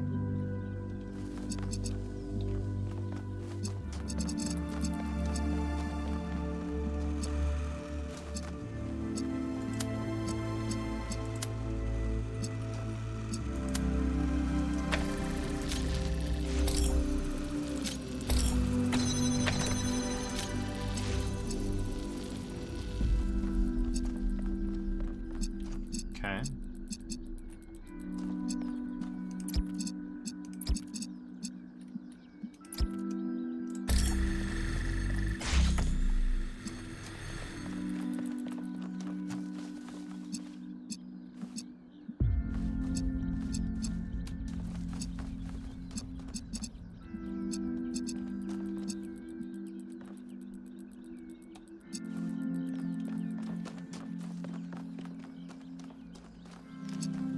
We need this blue source open.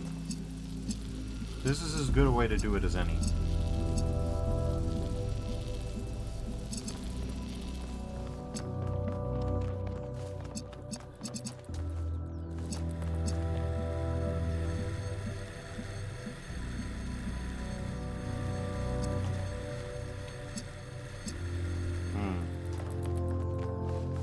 And connectors presumably can't still do the thing that, you know.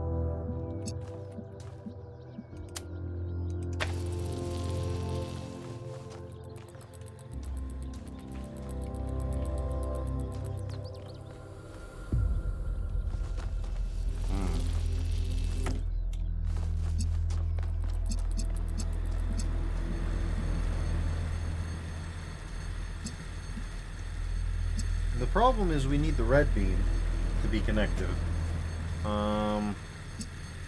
Which naturally means that no matter what, we basically have this angle to connect that green. Naturally, that would imply, logically, that we would want, you know, something there. But doing that would disrupt both the flow of the blue beam over to here, which would be problematic. Hypothetically, we could just route the blue beam all the way over. That could solve itself. So I guess we're gonna try that. But if we do that, yeah, we would need something like this.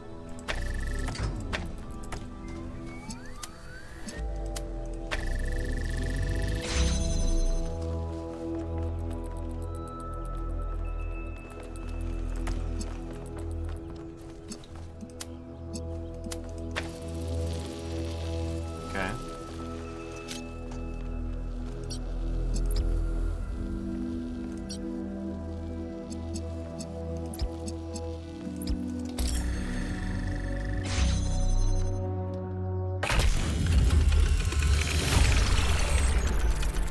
Good. Let's get some measurements from this particle cloud.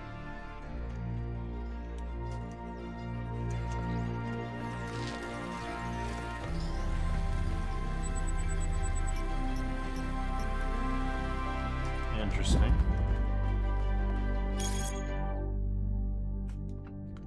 Alright, let's see. City News, I guess, is the new social media. Long-awaited birth of our 1000th and final citizen was interrupted today by an unknown projection in the skies. The projection, which identified itself as Prometheus, goaded New Jerusalem inhabitants and indecipherable incantations. The source of the projection was tracked to a remote, mysterious island.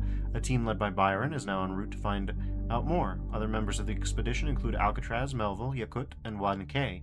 Mayor Hermanubis has once again called for calm and promises that New Jerusalem will be safe so long as its citizens do not forget the ideals of the goals set forth by the founder. Okay, we got new research, huh? Lost puzzles. I guess that's what we're using, huh?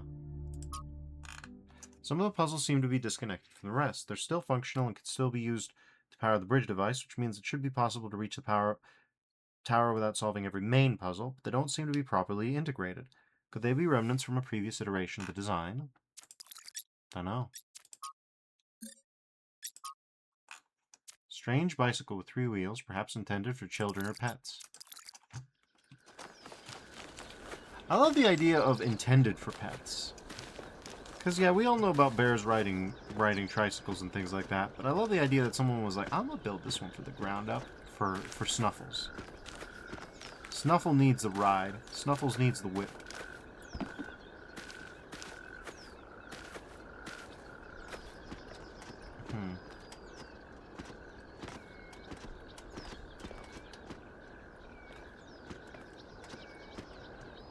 Sally says, "Oh, the UI has changed a lot." Hello, Sally.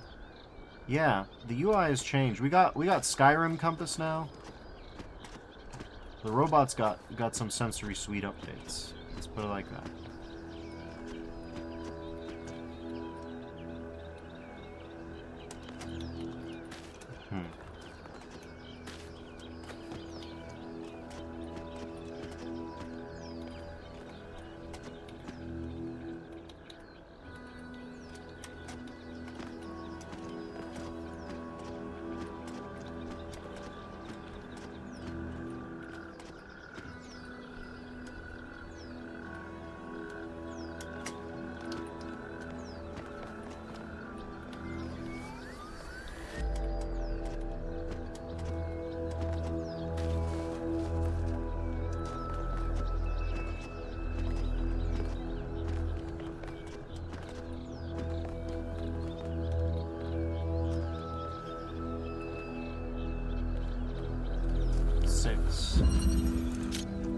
Alternatives.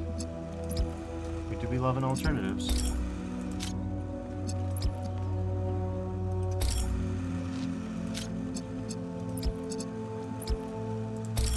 Oh, okay, hold on.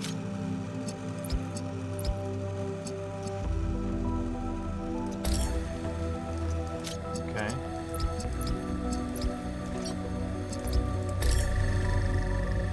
We've got perhaps the most fascinating theory of optics that I've ever seen.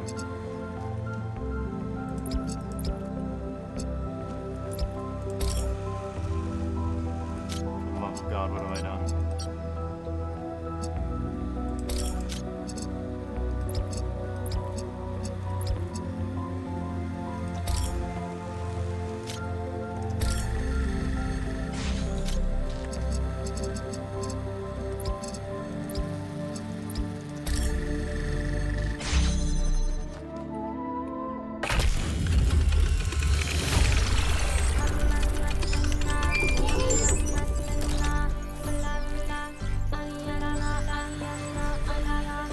Melville, what did you just upload? A photo? I mean, technically you're right, but... Is that? I can't tell what that is. How did you even manage? You're literally taking a picture with your eyes, Melville.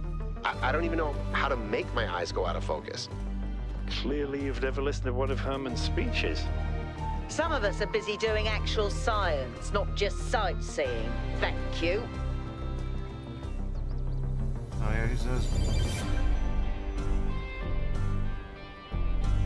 Oh well, hold on. Vino mentioned building wheels for hamsters, which is true. Vino says, "Oh, you're doing the Quake thing again." And Salmiaki says, "I think a closer example would be when people build tricycle-like things for pets that are missing their back legs or function for them. We do love that." And Salmiaki says, "Why are the subtitles so fast?" And Salmiaki says, "Also, the game audio could go down a bit." Let me introduce you to my pain. Let me show you what my pain is like. We are at 41% master volume, 60% music volume. The game's just loud as fuck.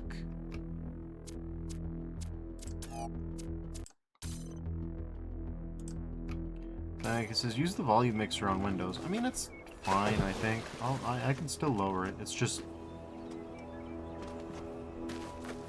To say nothing of the fact... Also, let's see what Melville did upload.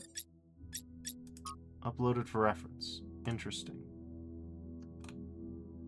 Huh. Okay. So he says it's really overpowering your voice, though. You think so? I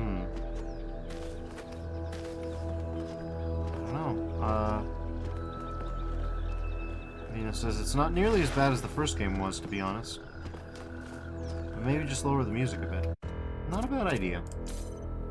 I tend to want not to talk over people, so let's lower the music volume to 50 and just take the edge off everybody. That ought to help, maybe. I don't know.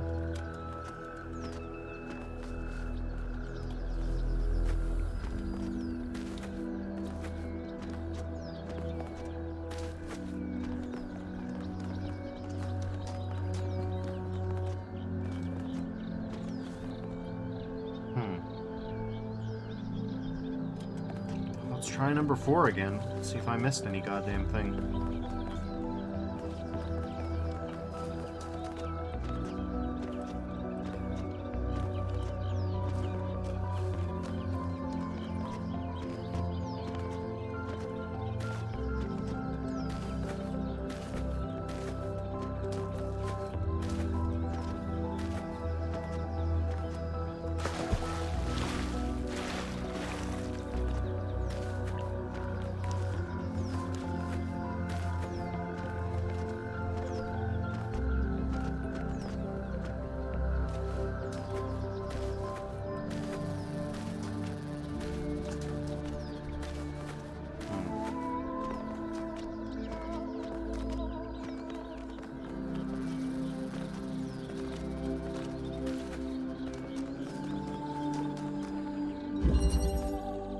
Elevation. Have we done elevation?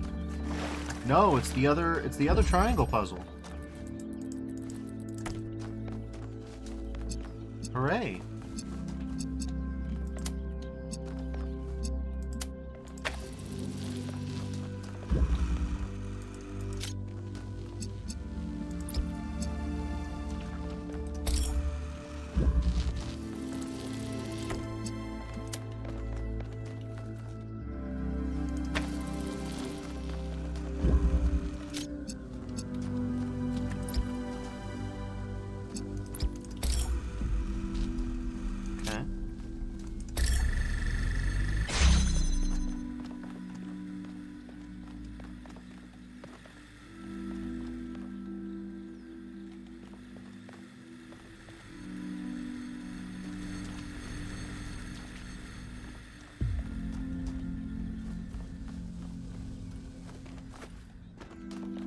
Elevation, oh.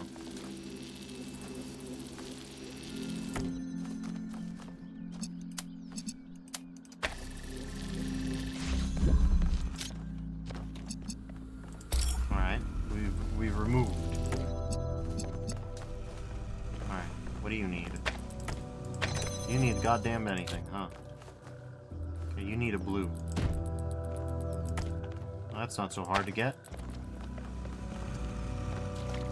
We just need a red and a green. Okay, well, in that case.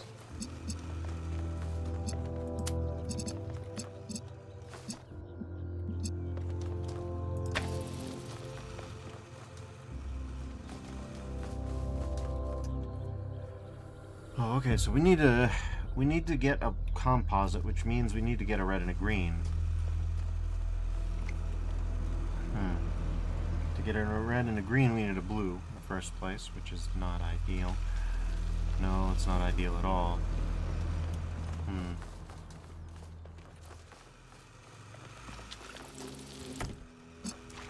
Elevation. Elevation. What does elevation mean?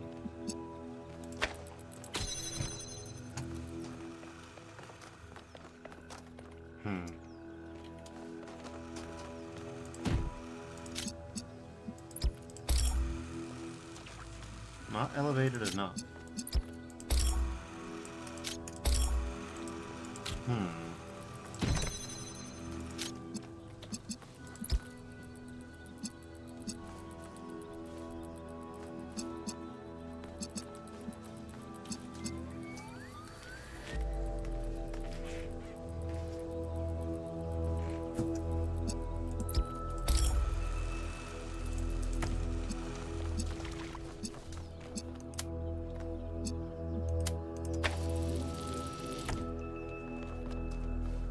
let's see.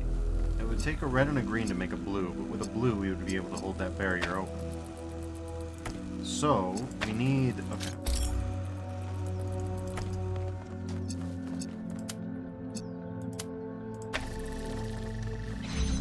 We've got the box.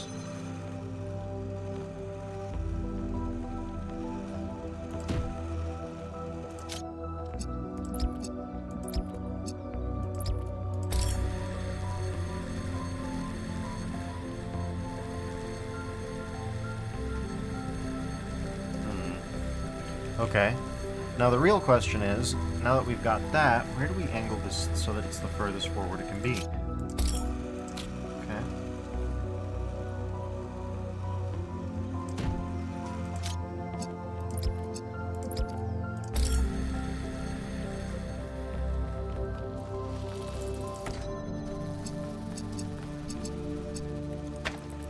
No. No, that was completely wrong. Completely effed it.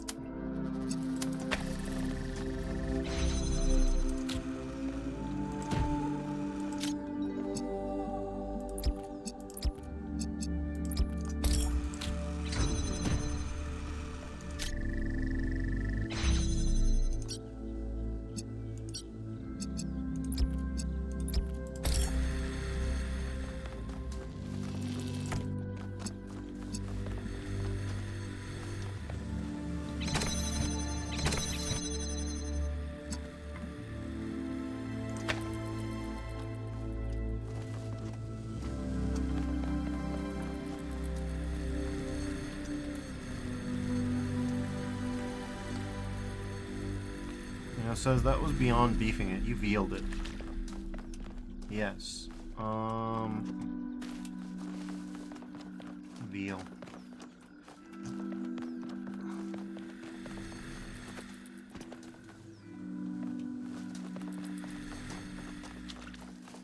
The weirdest thing. I have not been hungry for veal. My cravings are still raw fish, and I don't understand it. I still have whatever I got going on there. Okay, well, we need...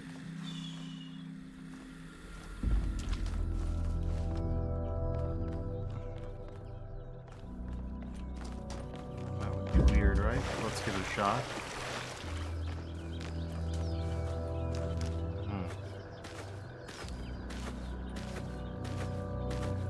Nothing that way.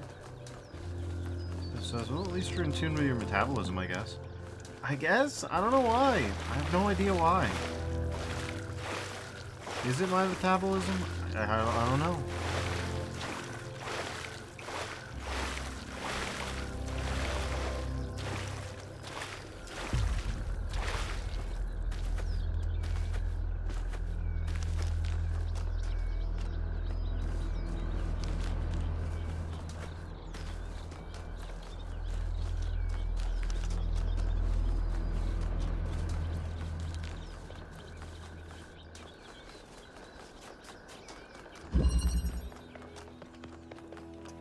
There's probably something in fish you're slightly deficient in. Potentially, I guess. I don't know. It's just like, what would that be? Okay, but for real though, what am I doing here?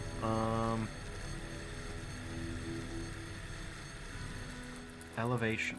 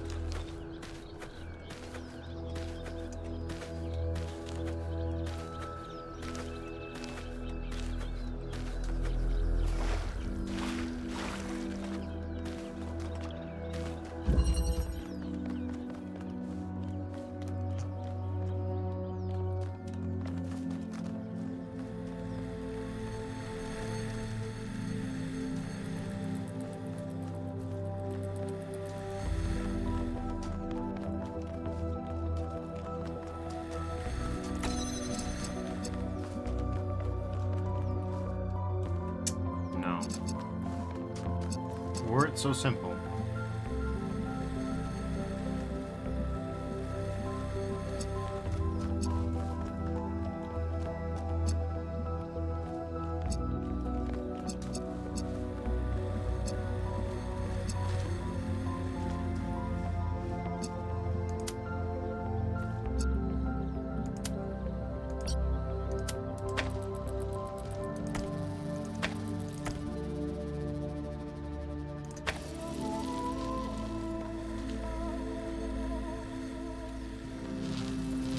Not quite. Basically, I'm at the dilemma where I need to... Right.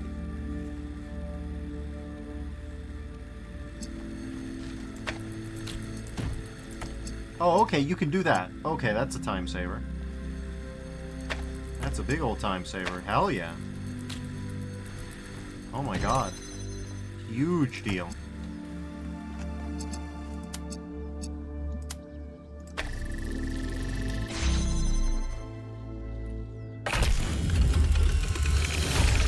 Seems to be fully charged now. Try accessing the tower, 1K.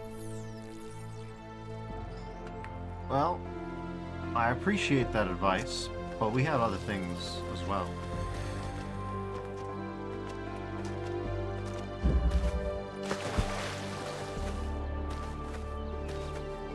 Yes, this could be many things. Maybe omega-3 fatty acids. Maybe. But it's specifically raw fish. You would think that I would crave cooked fish as well, if that were the case. At least I think cooked fish preserves the omega-3 fatty acids.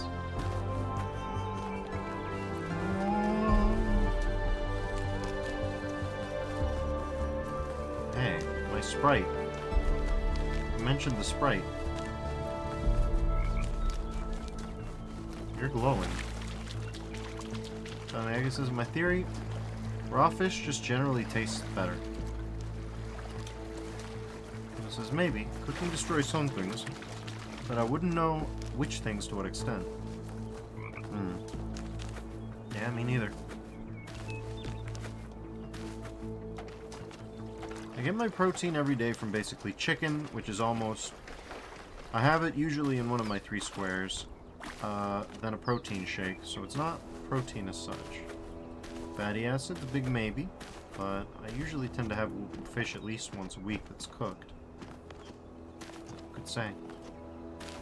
Some of my friends have joked that I'm craving that sweet, sweet mercury. So yeah, now that we know that we can pull boxes out from under things, maybe we can do things that we couldn't do before. Here's number 4. And 8. 8 is still seeking alternative option.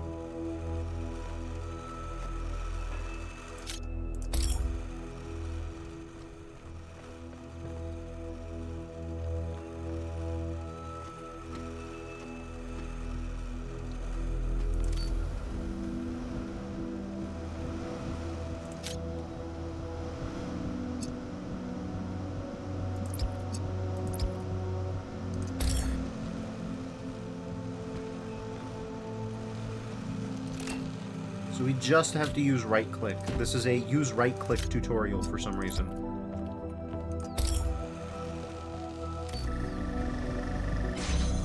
Strange, but whatever, it works.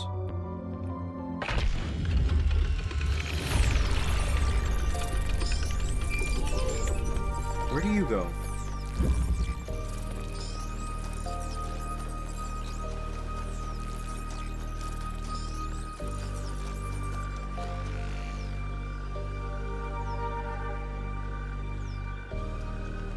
You need another one, huh?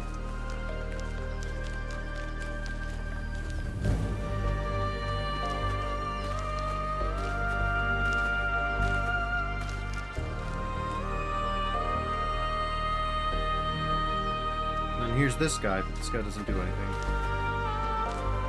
He says, "Oh, you solved it. I was Googling fish nutrients."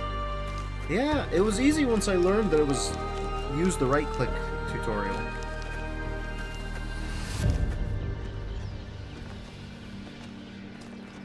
until I accepted that into my heart.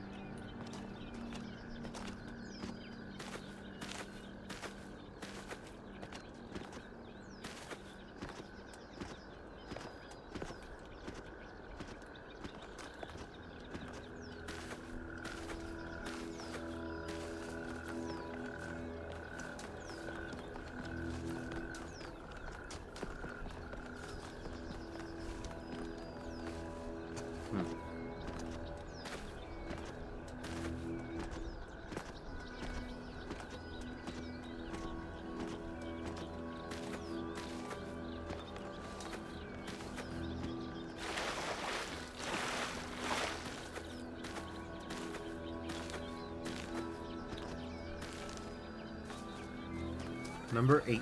Let's see. What do you got? Entanglement. Oh, I love entanglement.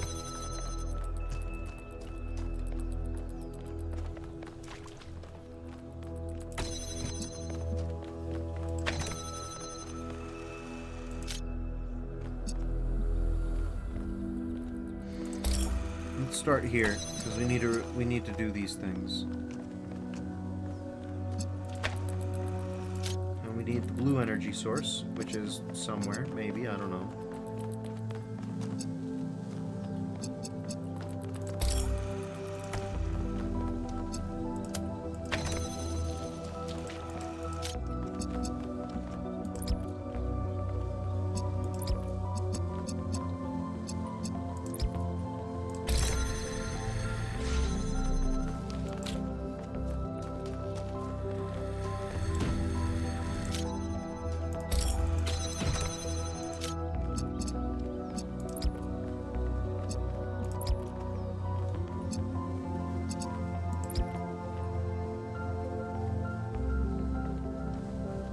I will say, it's kind of hard to read these.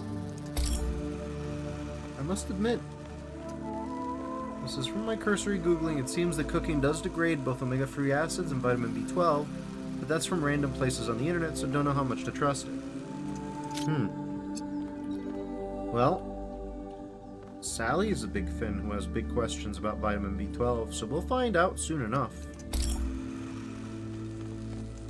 Finns like fish and seafood.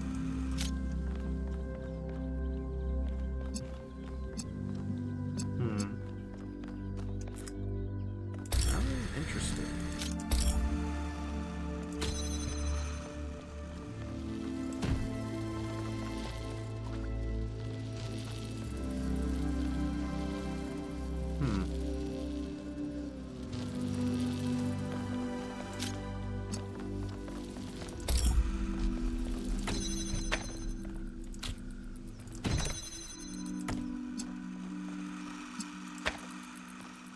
No, we need the box in here. God damn it.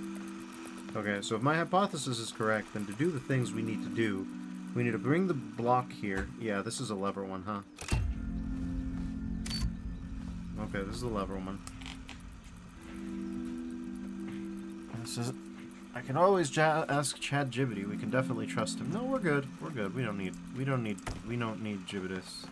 Jibbediah here. Jibbediah's he's not permitted on the premises. Lena says I was shitposting anyway. Oh, I knew. I just thought Jibbediah was good. I don't know if that's a good bit. It's got concepts.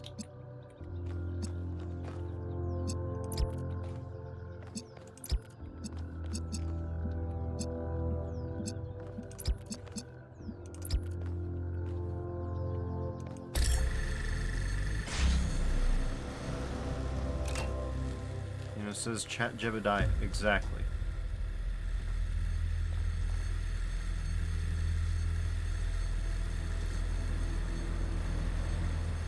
Okay, so this looks cool until you stop and think about it, and then it looks substantially less cool.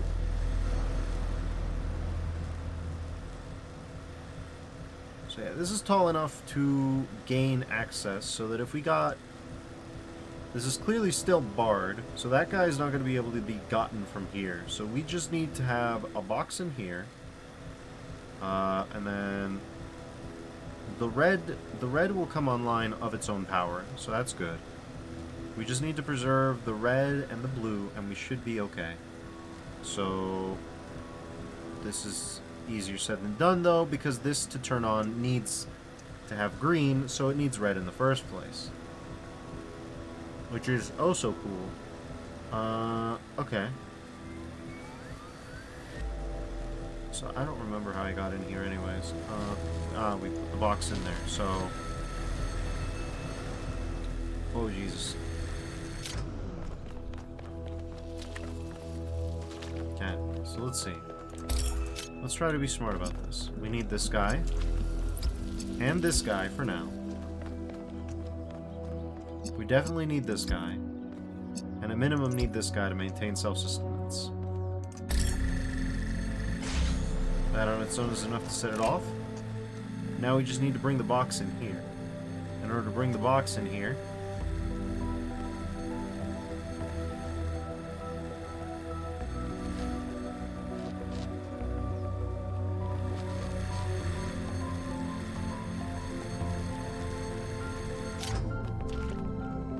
we just need that. Remember to hold right click. You can't not hold right click. Bring the box in here, okay.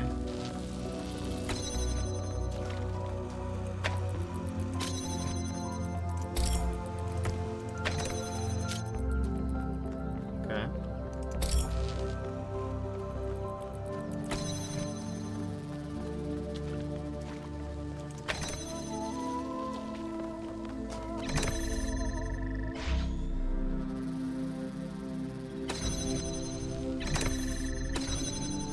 Oh, for God's sake. Okay, fine, whatever.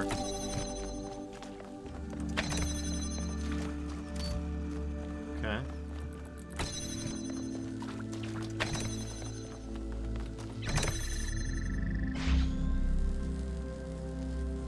This is fine. This is now self-sustaining. With its self-sustenance assured, we can do this. Then do this, and there we go. Oh yeah, we've done it. All right. Odd. 1K solved all the puzzles in this area, but nothing happened. There was a brief blip in the system, though. Maybe it'll do something later. There has to be some sort of point.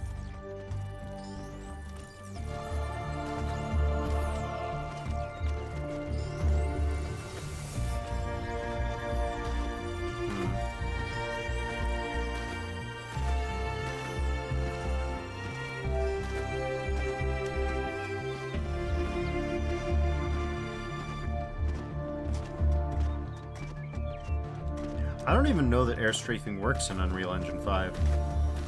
The movement controller that's by default, I think, has air strafing corrected. Oh, okay, we need no less than 16 of these. That's cool. And frankly, that's no less than 32 of them. My ass was being optimistic. Well, no, 4, 8, 12, so far as I can see. Interesting. We've got cat, terminal, eye, domes, Phoenix. Well, maybe not Phoenix. Phoenix is a name brand, but you get the idea. We got a tower inside a dome. Okay. Well, I think that's all we can do. I mean, there's 2 stars in here somewhere, but I don't think that we can even get to the stars yet. It might not be time.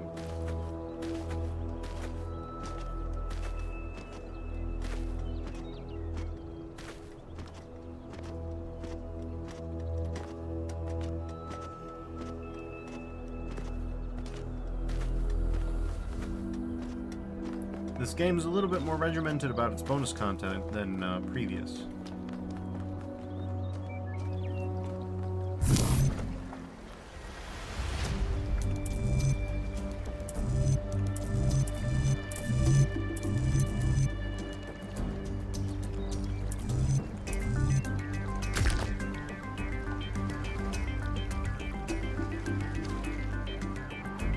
And it says bridge building song.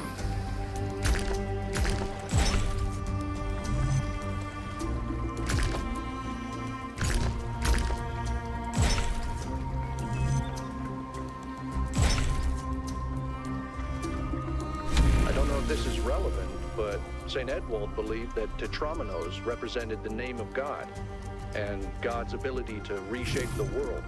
True, but he was also mad as a hatter. One man's madness is another man's genius.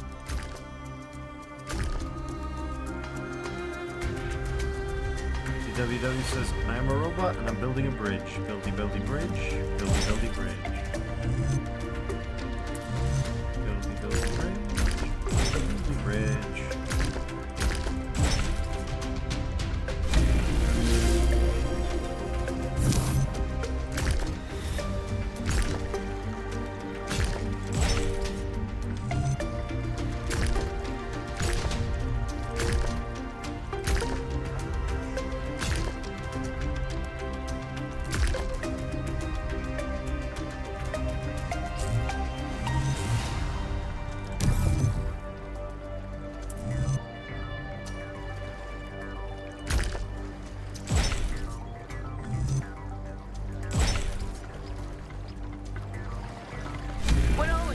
I was terrible at the tetromino arrangers. Those were actually the only ones I was good at. What? I'm just saying. Yakut is terrible at puzzles and barely managed to boot up properly.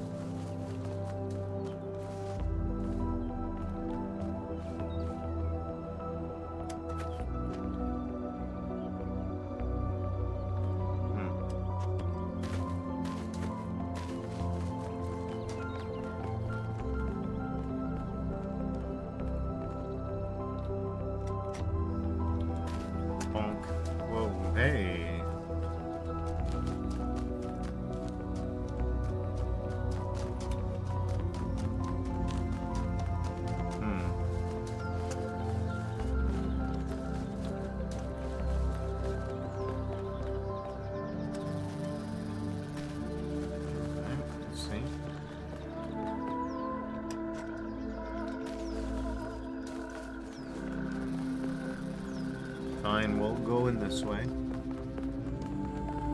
Oh, okay, that's normal. Yeah, that's fine. Is that some kind of anti-gravity? I'm not sure. Could be, I guess.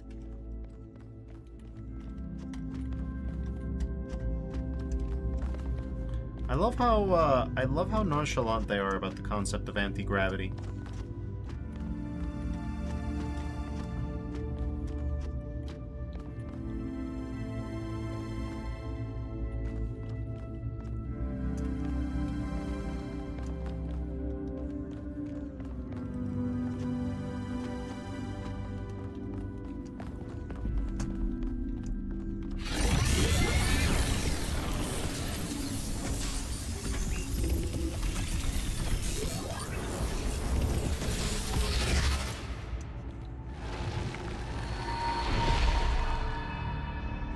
In the beginning, the gods shaped humankind out of the clay of the earth and gave them life with their own breath. But who is closer to perfection, the creator or the created?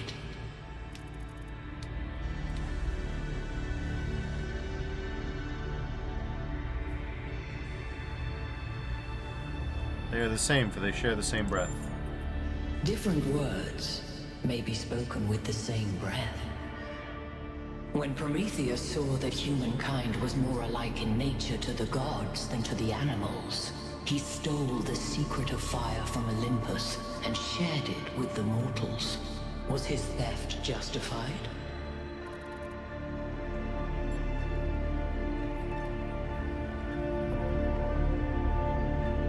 Zeus did not create fire, it was not his to own in the first place. If Zeus did not own fire, why should humankind? Angered by the betrayal of Prometheus, Zeus punished humankind by creating Pandora. He gave her a box, and when she opened it, from inside escaped sorrow and suffering. All that remained within was hope. What does this mean?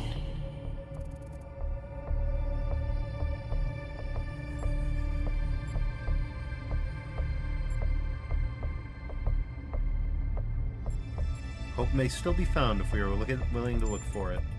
Those who seek hope should ask themselves why it was imprisoned with the world's evils. Creature of clay, you stand before the fire. Will it make you whole, or will it destroy you? Consider the shadows cast by the flame, but do not mistake them for truth.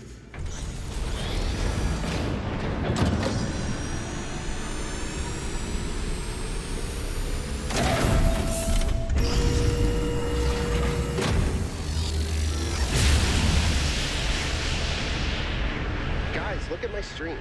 The beam 1K activated is connecting to the pyramid. That looks like a massive amount of power.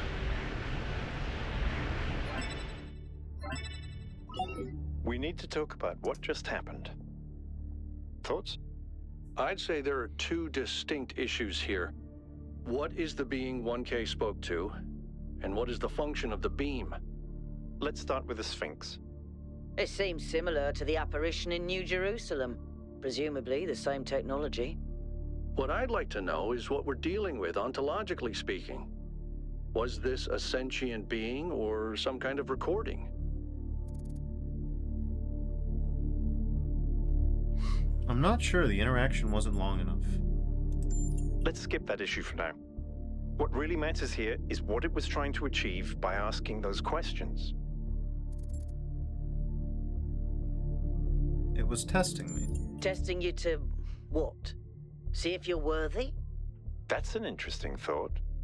You solve the puzzles, you get access to the towers, you enable a beam, and if you do it 3 times, you get access to the megastructure. Maybe, but why? I don't know. It's a mystery. Don't you like mysteries, Al? Everybody likes a good mystery.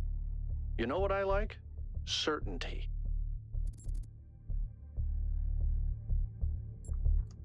Come on now, live a little. That's the spirit. 1K, keep solving puzzles. The rest of you, as you were. Alright. We've activated one of 3 towers.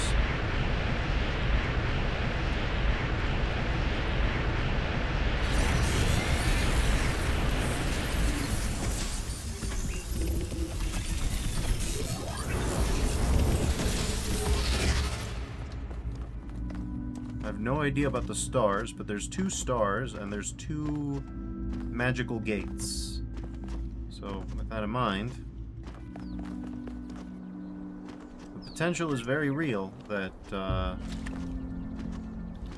situation is not yet done.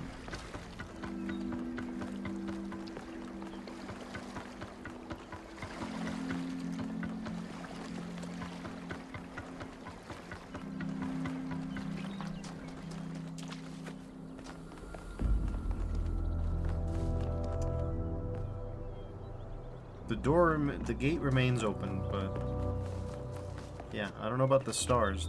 They could be literally goddamn anywhere. We're in a huge space, so finding them ought to be interesting.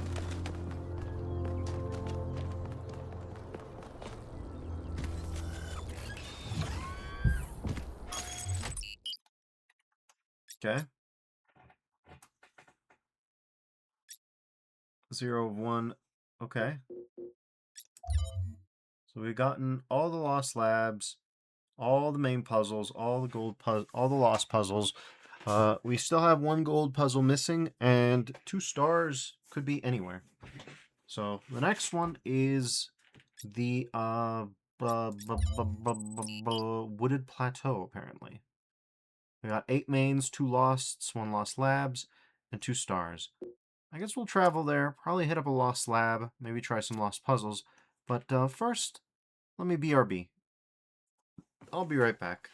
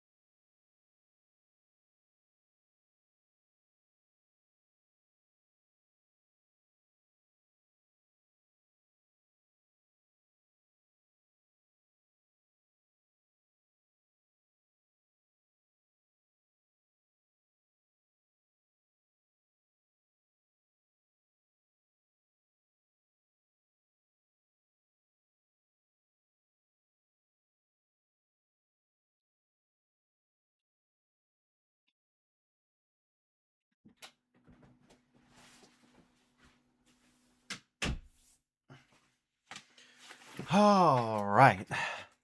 I've returned, everybody. Thank you all for your patience. And, yeah. Let's carry on with this wooded plateau.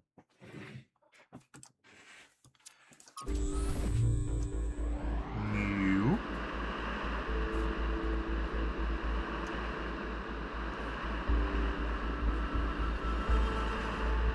Alright, everybody. I'm sure you're all excited to check out the next site. But while you're there, remember that I'm still trying to fix the rest of the transport system. Maybe there's another one of those labs that 1K found. If there is, look for more documentation, please. Absolutely, Melville.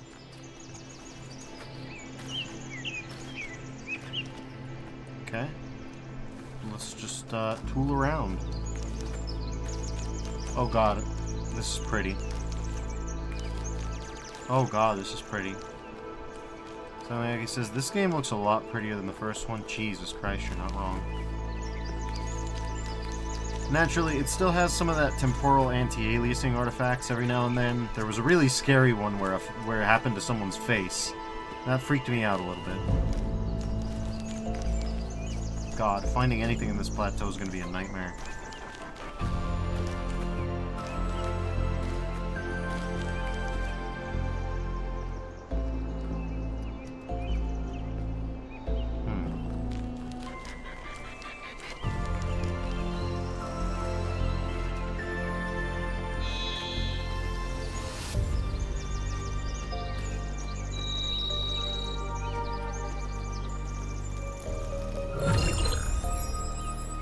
I think you just picked up some kind of decryption key.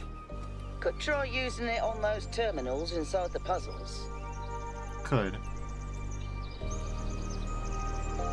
But there's no need to resort to that just yet.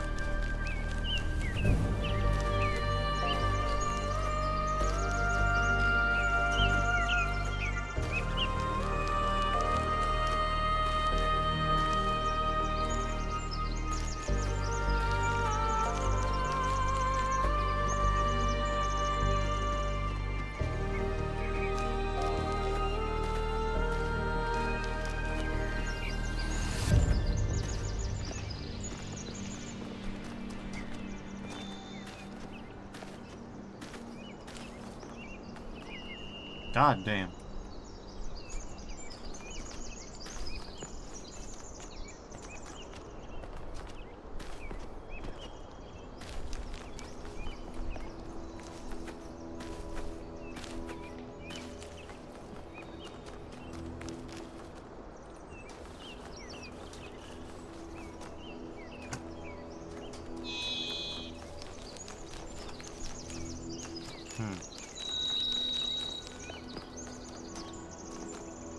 What you got, Byron?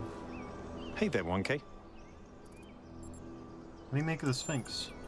I don't know what she is, ontologically speaking, but those questions she asked reinforce my belief that we're being tested, or perhaps analyzed. That's all. I think analyzed is probably a better term than tested for this one.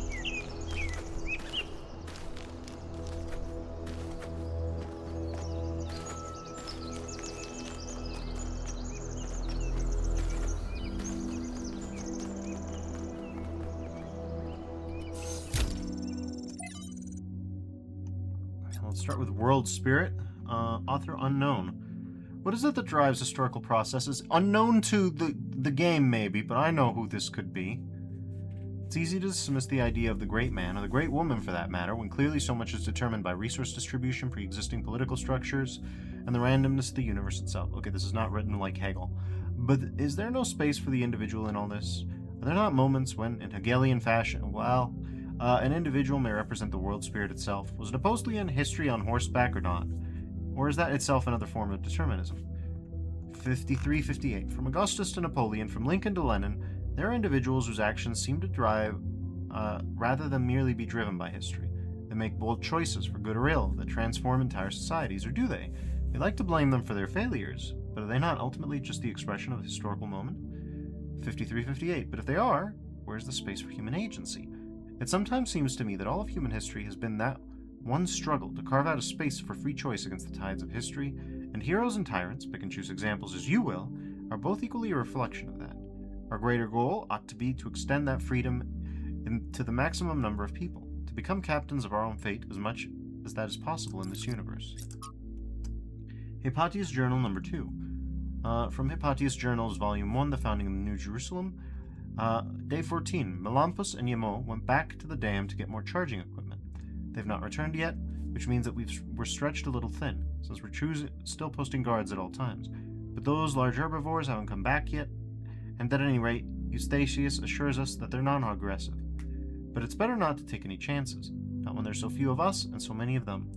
Athena and Cornelius and Eustathius spend most of their time drawing up plans and arguing, in a friendly manner, but arguing still. The rest of us are managing to tune them out pretty well. It's like background noise after a while, hex code. We have started construction on the first habitat. It's going to be a temporary structure for now, but we'll all be glad to get out of the rain.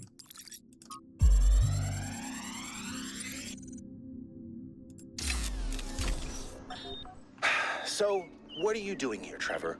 Why are you trying to save the world? Well, look, I think humanity is awesome. I love humanity. As a species, we're great. I mean, our track record is pretty mixed, but have you seen everyone else? I mean, what did you do today, animal? Oh, I ate some leaves, sniffed my own butt, crapped myself, and went extinct. Or, you know, I tore this other animal limb from limb, sniffed my friend's butt, crapped myself, and went extinct. They really don't do anything interesting. I mean, you don't see animals directing Big Trouble in Little China. Birds can go tweet, tweet, but it ain't exactly the White Album. I mean, they can't even make a good cheeseburger, for Christ's sakes. They have no art, no cuisine, no pleasure. Animals are nice to look at, but you wouldn't want to be one. Except maybe a cat. I could be a cat.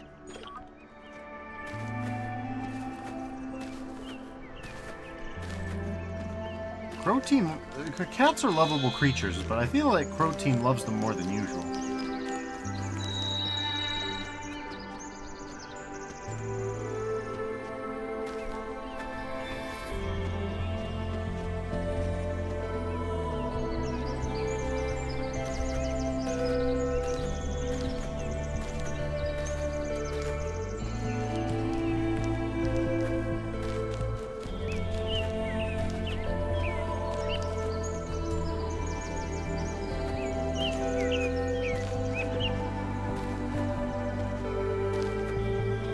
I see you up there. I see you up there. Here's what I'm looking for. Some weird shit that's gonna take me a while. Keeping connections. Oh, what in God's name are you?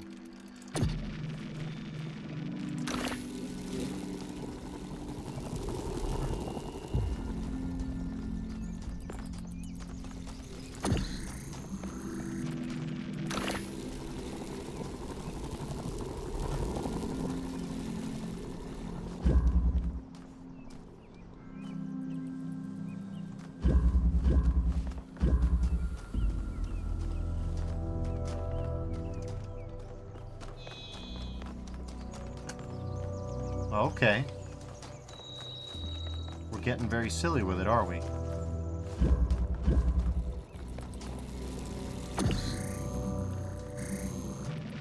So the driller can only drill through copper.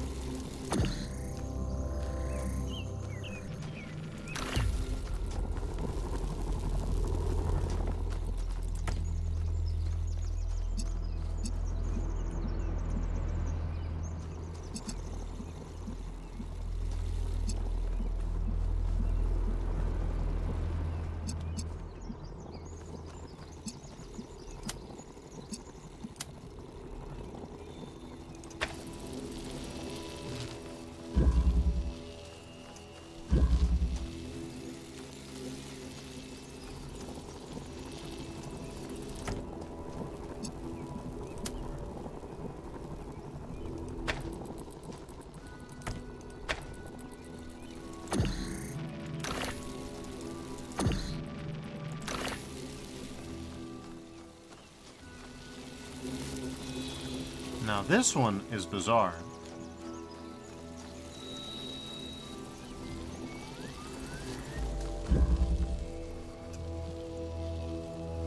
We're all about keeping connections, but what kind of connections are we keeping here exactly? We need, even just for a moment,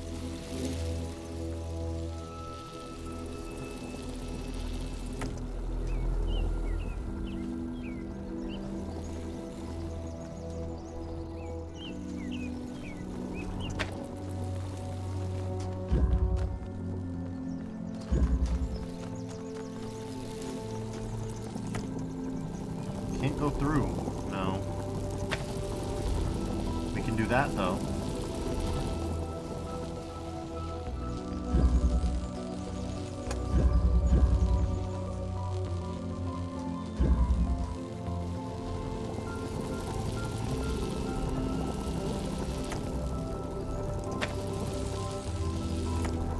So we could stick this through here, which is cool.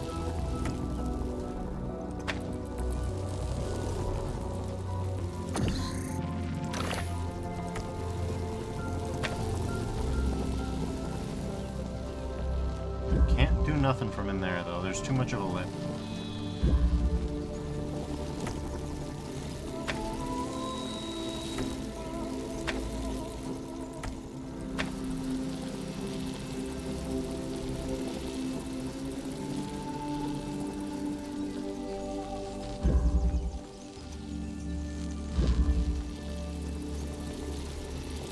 Keeping connections.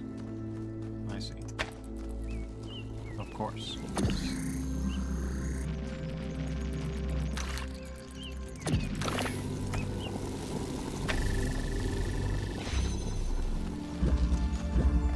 Sick. Alright, let's grab this bastard.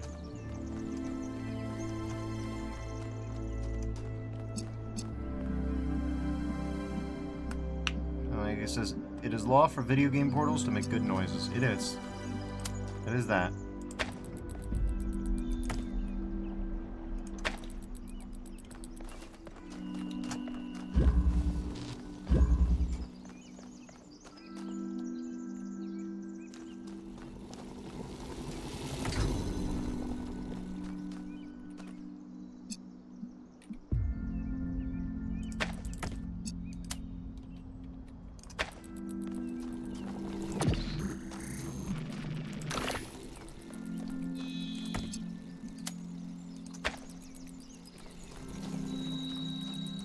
It says, it is law for Talos principal games to have good sound design. It's pretty good. I like this creature. Oh yeah, it says true, and we saw what happened when that wasn't the case.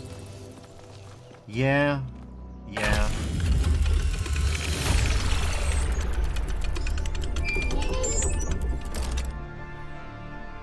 I can't help but notice that many of these structures are not strictly functional.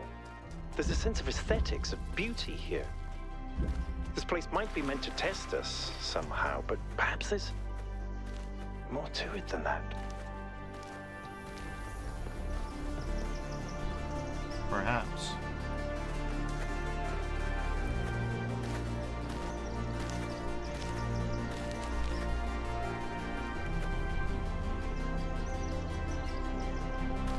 Okay. Alright, Crow Team. I see what you're saying.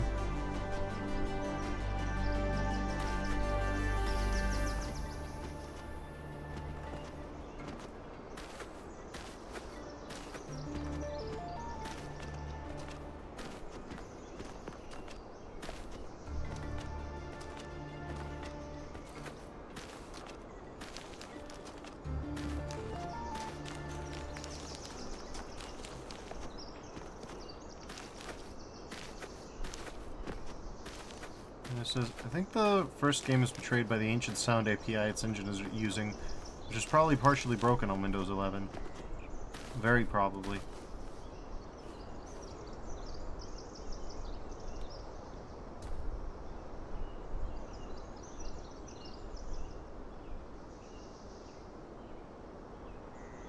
I think they're sad?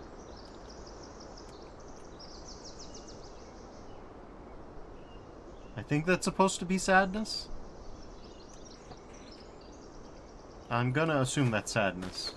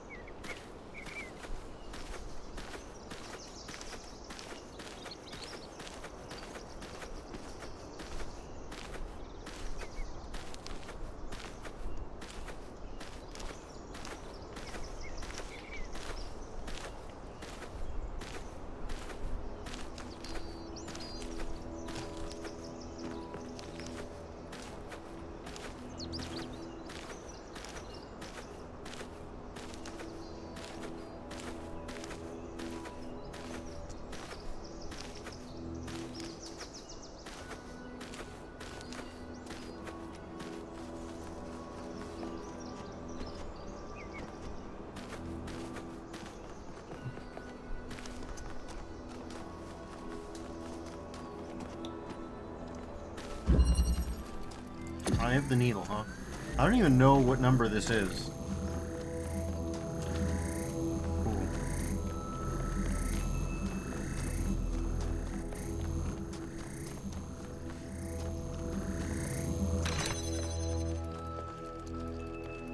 Okay, well, we need to bring that in there, so...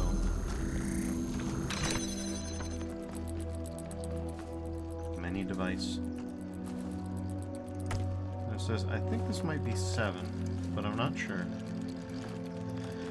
That seems like a good number. That seems like a number with energy to it. I'll believe you.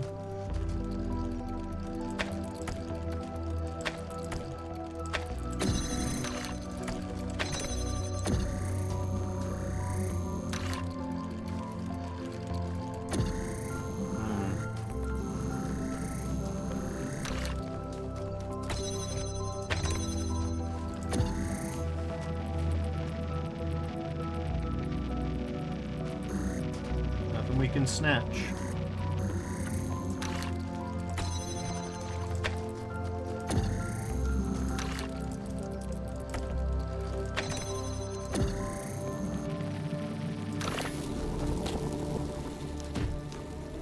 Get box jacked. We need that bastard in the middle. That much is undoubted.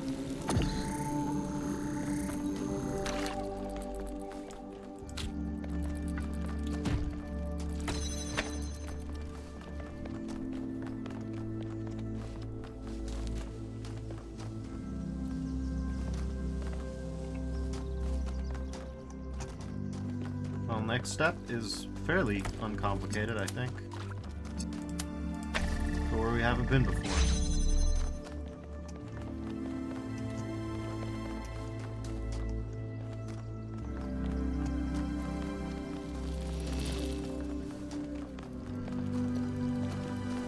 You know, sometimes the violin reminds me of Sea Power. I think I've mentioned that before.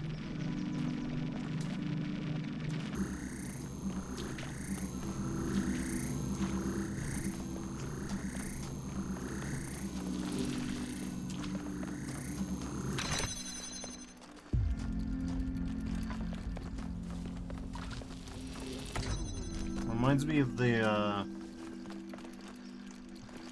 violin theme off of Tiger King.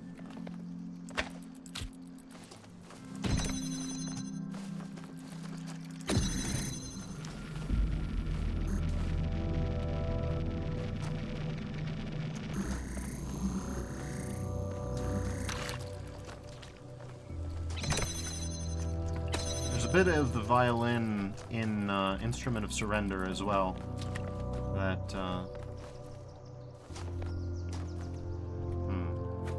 box.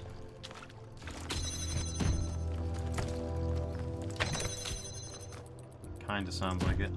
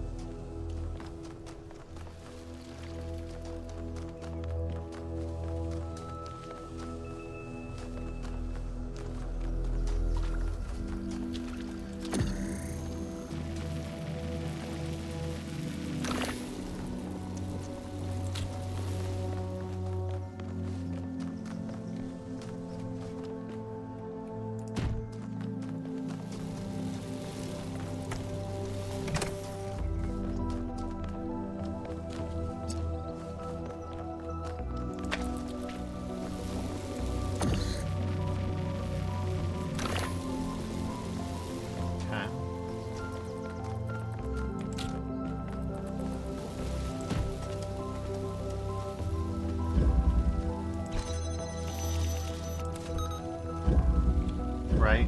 Except I need... No, I don't. Yes, I do, because of box. That's okay, because of box. Right.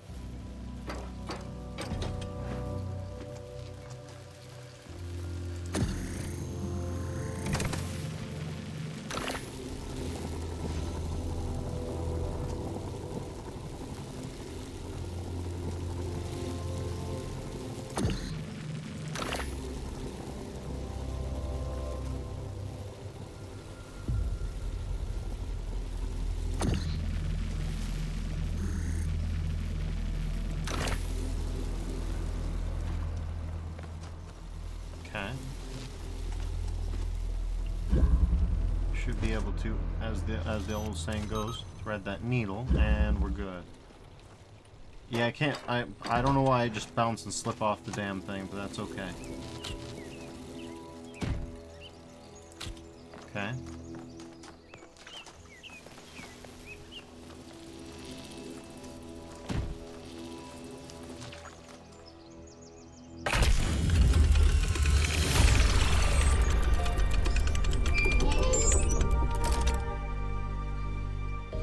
I keep thinking, why puzzles? Is it just their symbolic value because of our history? Because the thing about puzzles is they can be solved. But if this is about testing us, what are we being tested for? It can't just be about spatial reasoning. Our curiosity? Our persistence? You're assuming that this place follows a coherent logic. My impression is that it's full of contradictions. There's another one of those monuments. 1K, what's up? What do you think the towers are for? Maybe they're for powering up the megastructure? Or maybe they just open it, like keys. Why? No idea. But aren't they gorgeous?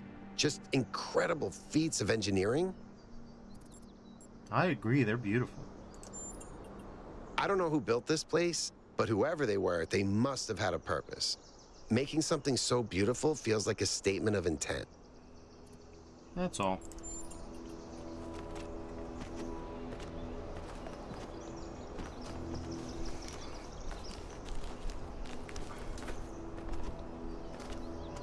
Hey, there it is.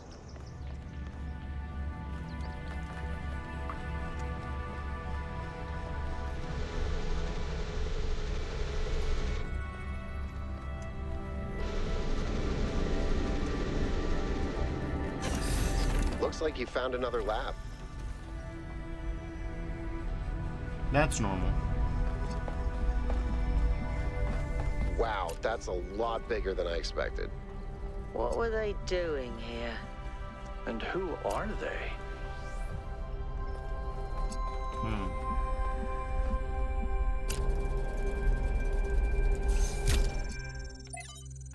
Let's read Stratton ideas.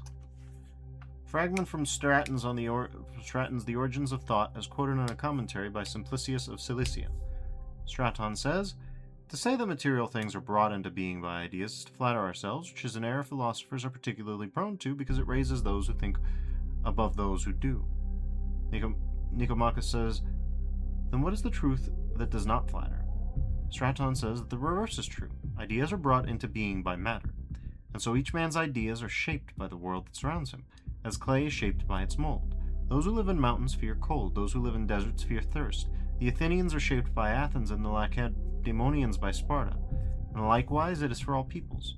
Nicomachus says, "But may ideas, if we take each man to be an idea, not by deliberate action alter the shape of the mold, as you put it?"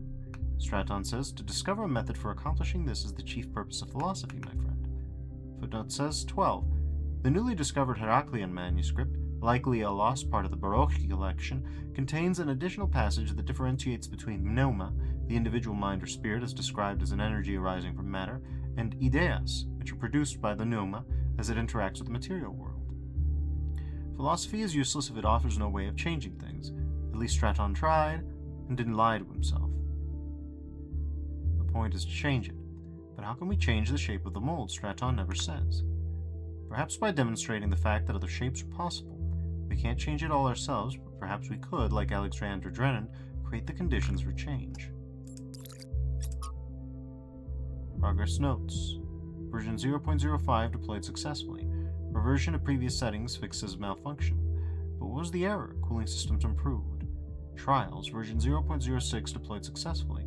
Significant improvement to disassembly. New lab space carved out. Easy to destroy, harder to create. So easy to optimize only one aspect. Trials version 0.07 deployed successfully. Improvements to version 0.08 halted. Insufficient energy for trials.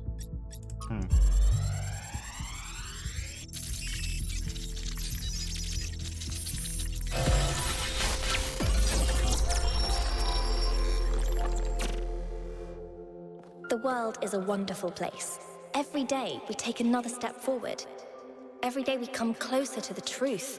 The closer we get, the more I can see the beauty of the universe, the intricate perfection of its mechanisms. I am a machine, and the universe is a machine. Every part of me serves a purpose, or I could not be myself. I could not be Miranda, because that specific person could not exist without those specific parts and their specific functions. In the same way, every part of the universe serves a purpose. I think that is what we were meant to discover here.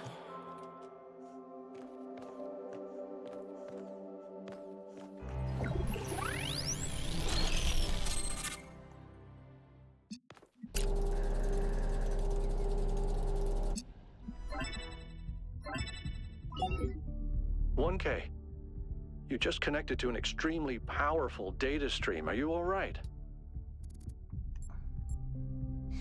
I think I had a vision. Yes, you were streaming. We all saw something. You're lucky it didn't fry your motherboard. Please, everyone, let's be careful with these terminals from now on. Yes, let's all try not to die. More importantly, who the hell is Miranda? There's no one by that name in New Jerusalem. I just searched the database. It must be one of the people who built this place. A new person? Someone we've never heard of before? Someone born outside the city? We have to find out more. But where did they come from? And how many people does it take to build something this huge? Like I said, we need to find out more. Well, you'll be happy to hear that I'm about to fix another part of the transport system. Thanks for the files, 1K. I hope they didn't fry your brain.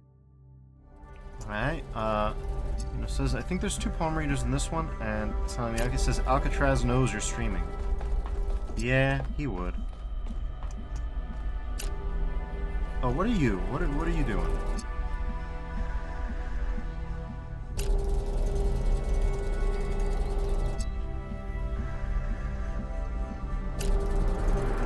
Inverter, okay. The inverting sphere.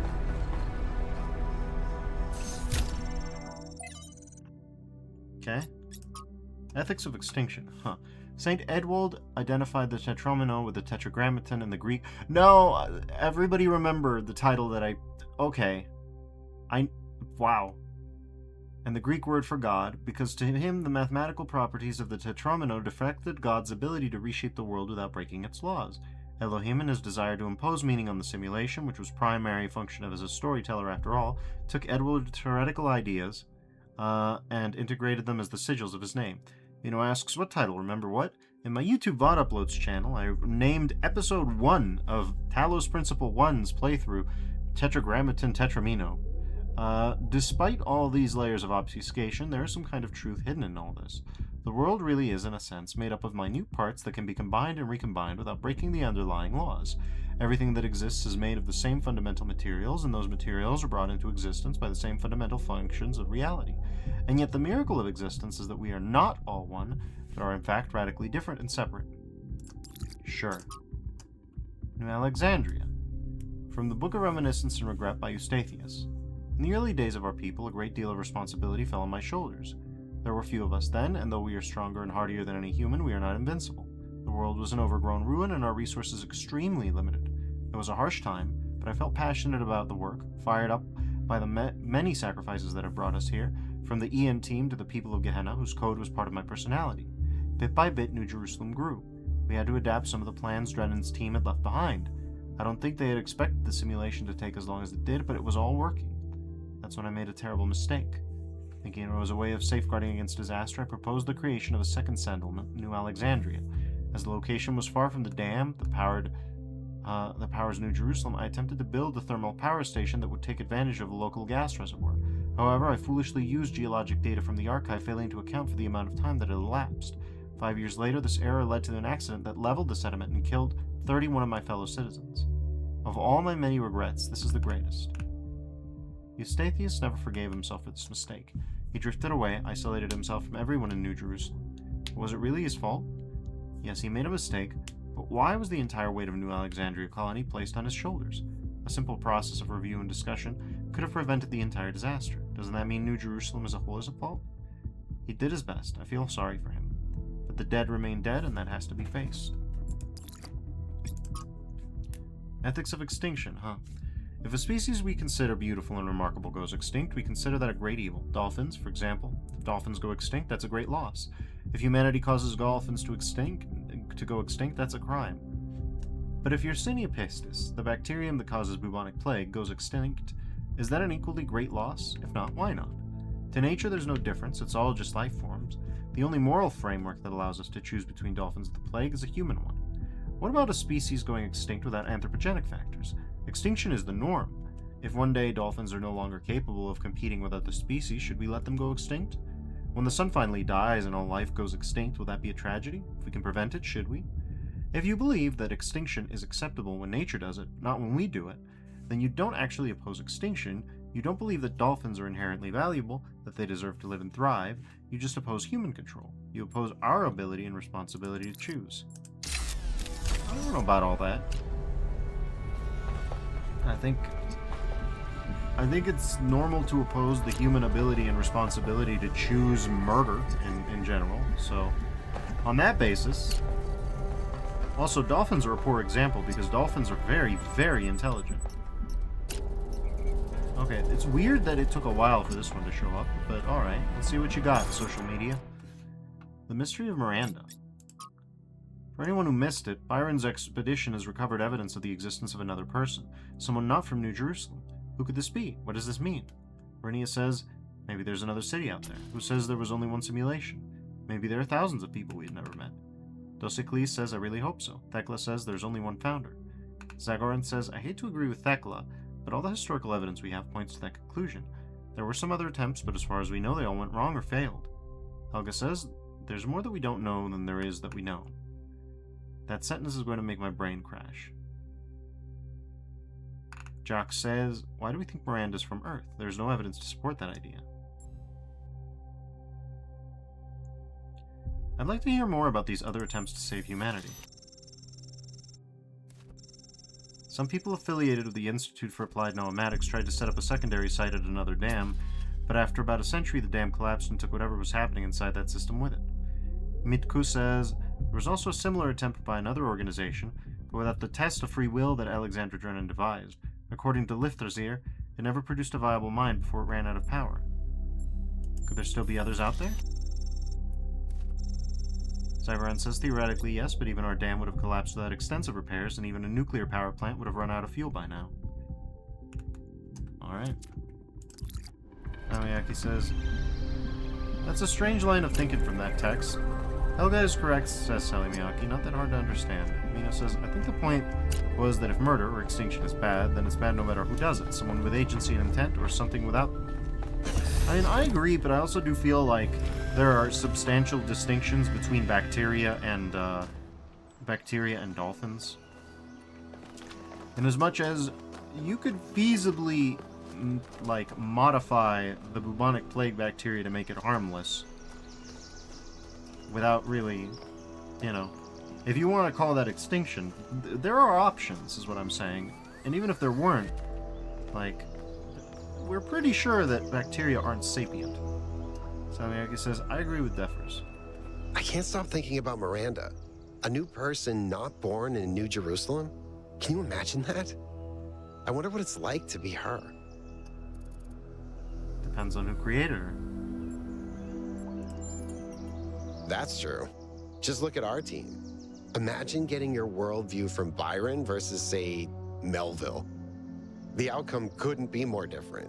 Which brings us back to the question of who built this place. Guess we'll have to wait and see. What make of these labs? They're very different from the rest of these structures in that they serve a clear purpose. Everything else is kind of surreal, but the labs are places where people lived and worked. I don't know what that means, but I think it means something. That's all. Mino says the text wasn't claiming that there are no differences between dolphins and bacteria. The text was claiming that who decides that there are differences and which differences matter and how are us, not nature. I think that's a valid thing to point out. Okay, we have the 4 watchtowers. Got it. Oh, hello. But, you know. It's interesting to try and bring to mindfulness the notion of extinction. I just think that as an ethical argument, it has its holes. I've been meaning to talk to you. This, vision you had, the data stream overload. How did it feel? It was strangely, it was unpleasant at first, then beautiful. Let's put it like that. Don't you worry that maybe your first impression was correct? And after that, your mind was basically being hijacked? It wasn't hijacked. I think I made contact with something. Just don't take this too lightly, okay? We're sturdier than our ancestors, but a mind is still a fragile thing. Yep. Go ahead. Sally Miyake says, I guess to me it would have been worded better than, we see it as bad because humans having control and free will is bad, and I feel like the better assessment is humans doing something out of malice on purpose is bad. Let's see, what do you make of the Sphinx? Whatever that being is, it told us that we stand before the fire. That can only be a warning, and I think we should take it seriously. We don't want another new Alexandria. That's all. Okay. Got a number 8. We're not looking for number 8, we're looking for number discontinued. Look at this thing. Okay, the New Theology 1. By George Bernard Shaw. The object of the whole evolutionary process is to realize God, that is to say, instead of the old notion that creation began with a God, a personal being, who being perfect created something lower than himself, the aim of the new theology is to turn that process the other way, to conceive of the force behind the universe as working up through the imperfection and mistake to a perfect organized being, having the power of fulfilling its highest purpose. In a sense, there is no God as yet achieved, but there is that force at work making God, struggling through us to become an actual organized existence, enjoying what to many of us is the greatest conceivable ecstasy, the ecstasy of a brain and intelligence actually conscious of the whole, and with executive force capable of guiding it to a perfectly benevolent and harmonious end. That is what we are working to. I thought Shaw didn't like Darwinism. I don't remember. Neve. From the Lives of the First Companions by Randolph, 777. After these events, Neve decided to consult the writings of the ancients, but while philosophy and religion interested her, it was art in all its forms that came as a revelation. To her delight, she discovered that the meaning was not something that constructed purely out of logic or will, but that it could also be found in stories. That even when the characters and events of a story were not factual, they had a validity and weight as if they somehow were real after all. She was astonished that such a profound experience was freely available to all humans, concerned that too few took advantage of it. So she set out to enrich the inner lives of her fellow citizens by promoting the arts, starting with the legacy of Gehenna. Neve sounds nice. I would love to meet her one day. She must know more about New Jerusalem than the art history than anyone. When we do, remind me to explain how to pronounce her name. The default settings in the language libraries are wrong. Ah, there's that joke. Leviathan. Hobbes, okay. Nature, the art whereby God is made and governs the world, is, by the art of man, as in many other things, so in this also imitated, that it can make an artificial animal, foreseeing life as but a motion of the limbs, the beginning of whereof is in some principle apart within. Why may we not say that all automata, engines that move themselves by springs and wheels as does a watch, have an artificial life? For what is the heart but a spring, and the nerves but so many strings, and the joints but so many wheels, giving motion to the whole body, such as was intended by the artificer? Art goes yet further, imitating that rational and most excellent work of nature, man. For by art is created that great Leviathan called a commonwealth or state in Latin civitas, which is but an artificial man, though of greater stature and strength than the natural, for whose protection and defense it was intended, and in which the sovereignty is as an artificial soul, as giving life and motion to the whole. Lastly, the pacts and covenants by which the parts of this body politic were at first made, set together and united, resemble that fiat, or let us make man, pronounced by God in the creation. It's obvious that Hobbes has read Straton, and is extrapolating the Talos principle to the level of the state. But unlike Straton, all he wishes for at the end of the day is a powerful ruler to control this machine, to tell him what to do. I'm not actually sure that he has read Straton, though I would imagine he might. I think that might be an extrapolation by the characters in-universe, rather than an extrapolation by the scholarship of the writers. It's hard to say, though.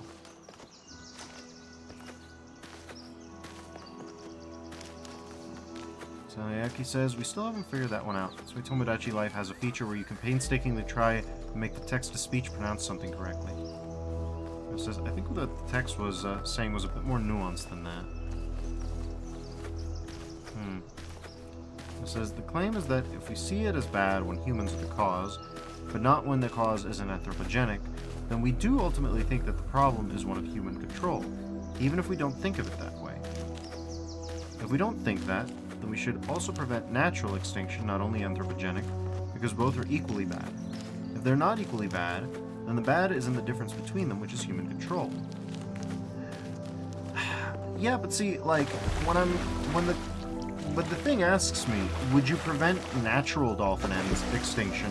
I would answer in the affirmative, right? I would try to preserve it. And even then, let's say that I did decide, okay, we need to stop the bubonic plague. We're going to drive this bacteria to total extinction, right? Well, it would probably be a good idea to preserve the genome of the bacteria we're trying to annihilate if we don't just modify it totally. Salmiaki says, I just think of it as nature isn't thinking of it consciously. When humans make animals extinct, they are doing it on purpose for selfish ends. It's not just control, it's malice and greed. Also negligence. Let's not forget negligence. We wiped out a few just by being like, yeah, no, it'll be fine, and then it wasn't fine. Here it is. Salmiaki says that too. Loop! Okay, let's loop. I like it when I loop.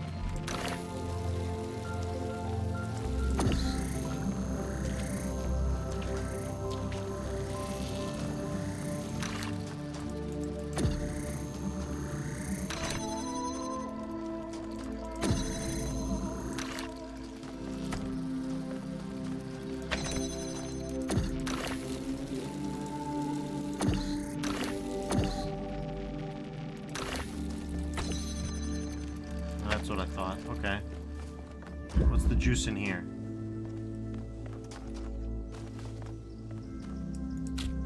There's much juice in here, but we need 2 guides. And in order for to need the 2 guide, we need the 1 guy. And then with the 1 guy, we can pass the guy. Carry the guy. Remove guy.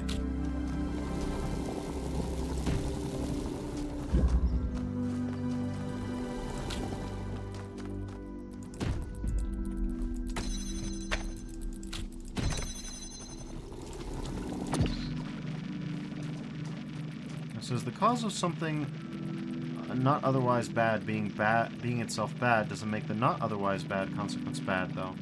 It is the consequence. If the consequence is bad, it is bad regardless of the cause.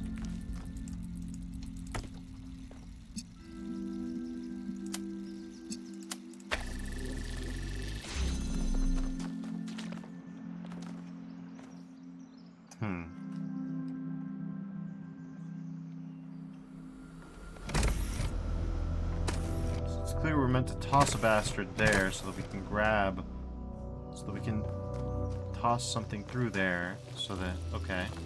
So in order to toss something through there, we have to keep that open. Unless...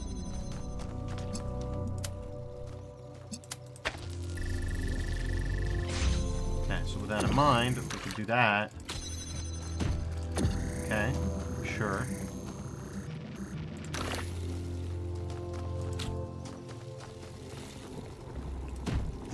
He says, I can agree with that, yeah, as there are plenty of examples of important life that became extinct beyond human control. I just wish people wouldn't do it on purpose, too.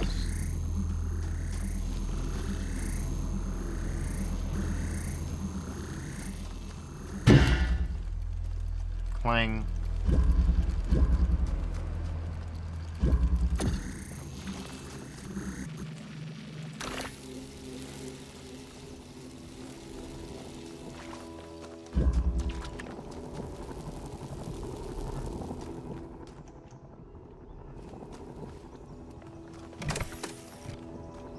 You know...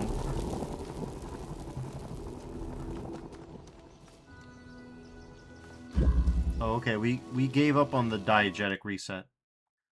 We just... That doesn't exist. Or maybe it does. Okay. But yeah, I don't know, because my intuition is that it would be okay to render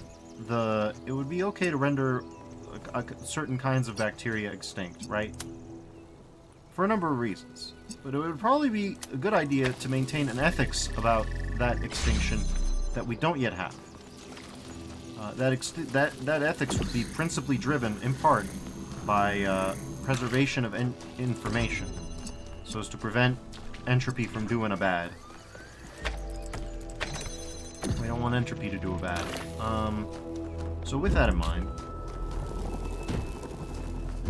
it would seem to me as though, you know, the extinction of certain pathogens could be morally justified or ethically justified on the basis of, I mean, the harm that they do to human and other animal life. Goodness knows hantavirus is kicking the asses of 2 species at this point in time.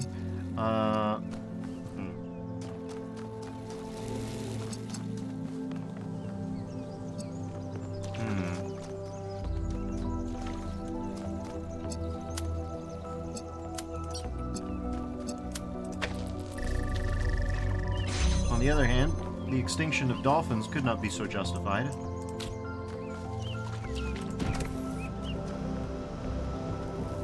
And there is an argument to be made for natural stewardship. Oh my god.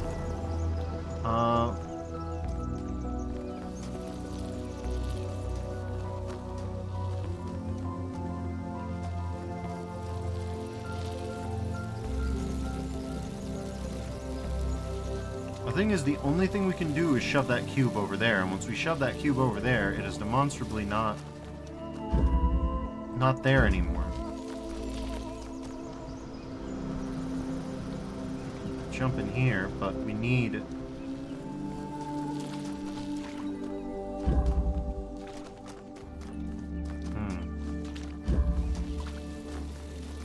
know, like, we didn't need to do all that.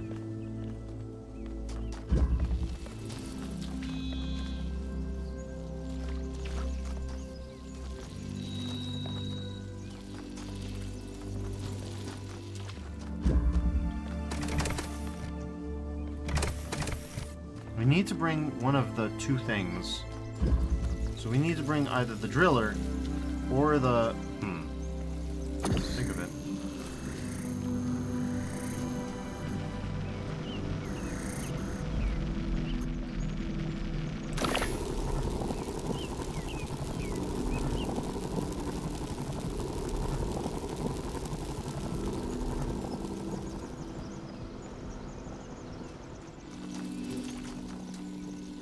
That's kind of cool, but it still stops.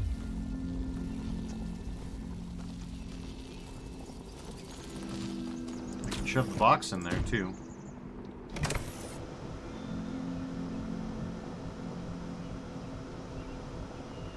Oh, I see the problem. I see the problem.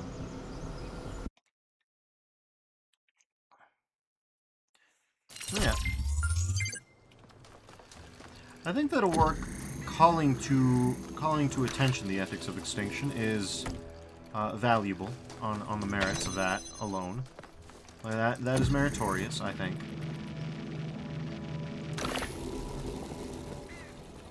Okay. Obviously, I'm not sure I agree with the fullness of its premises, but that doesn't necessarily mean that it's flawed of itself. For one, I'm definitely more eepy than I would like to be when doing philosophy at this moment. Not too eepy for puzzles, but eepy enough for philosophy to be daunting.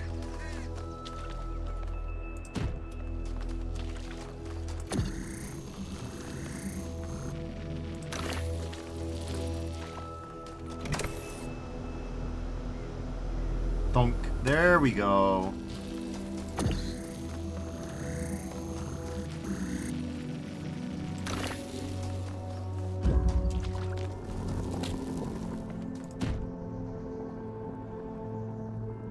Okay, but there's a problem, Defers.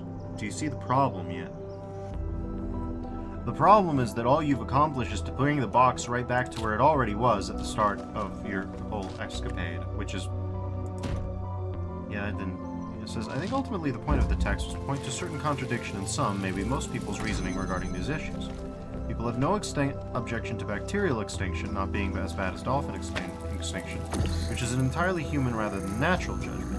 Yet people usually also consider natural extinction, but also death in general, not as bad as anthropogenic extinction and death. This is a contradiction.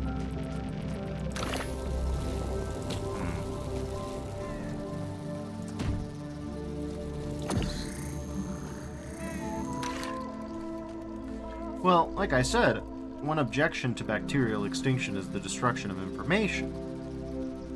Dolphins, basically being humans and intellectual capabilities, would produce the destruction of a lot of information if we let their species go exist. Naturally, natural extinction would be about as bad as anthropogenic extinction in the case of dolphins, but nobody would really shed a tear for the bubonic plague. And particularly because the bubonic plague tends to extinctify even more things. Okay, the problem I have here is... I have many problems here. I need to push this bastard through, but then I need to make a hole. I need to make a hole over here. I've only got one driller.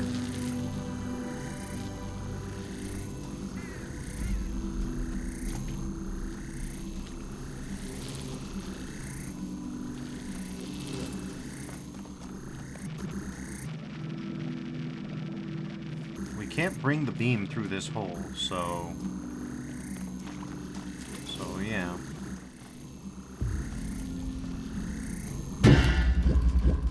That one kind of scared the shit out of me, I'm not gonna lie. So yeah, we cannot force ourselves through that hole. Even if we could, I think it would be pretty bad. Yeah.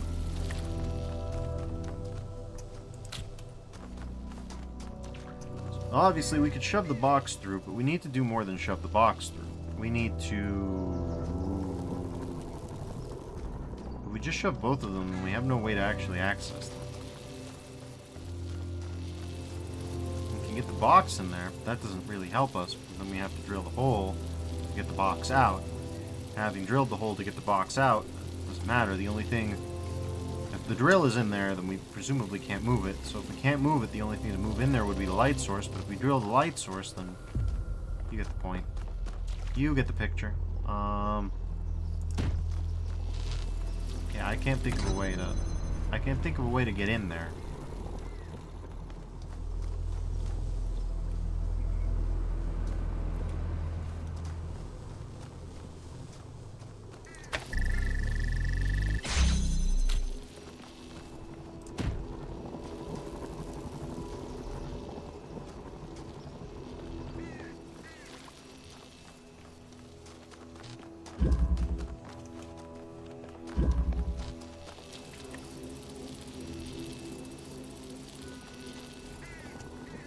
We need to keep that connected to get through there, and we only have one link.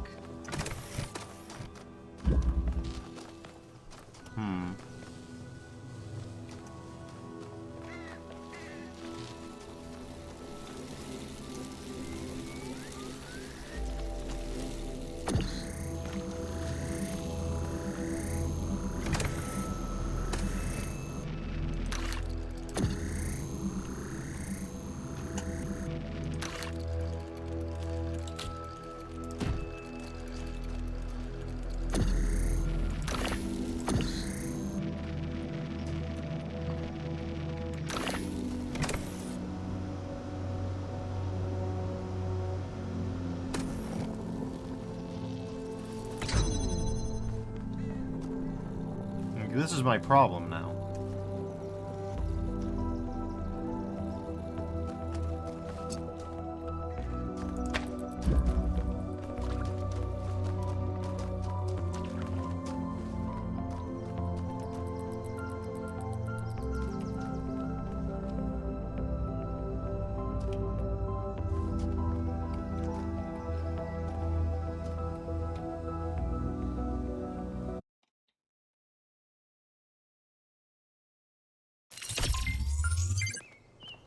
Okay, I have another idea.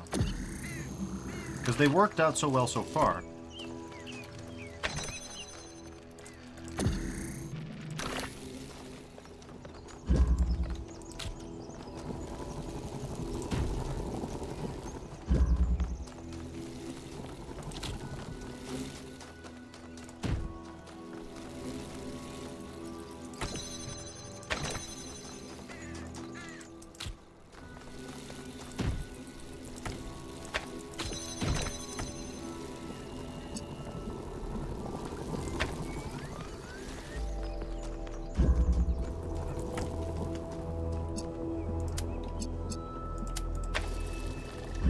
Of operations as usual.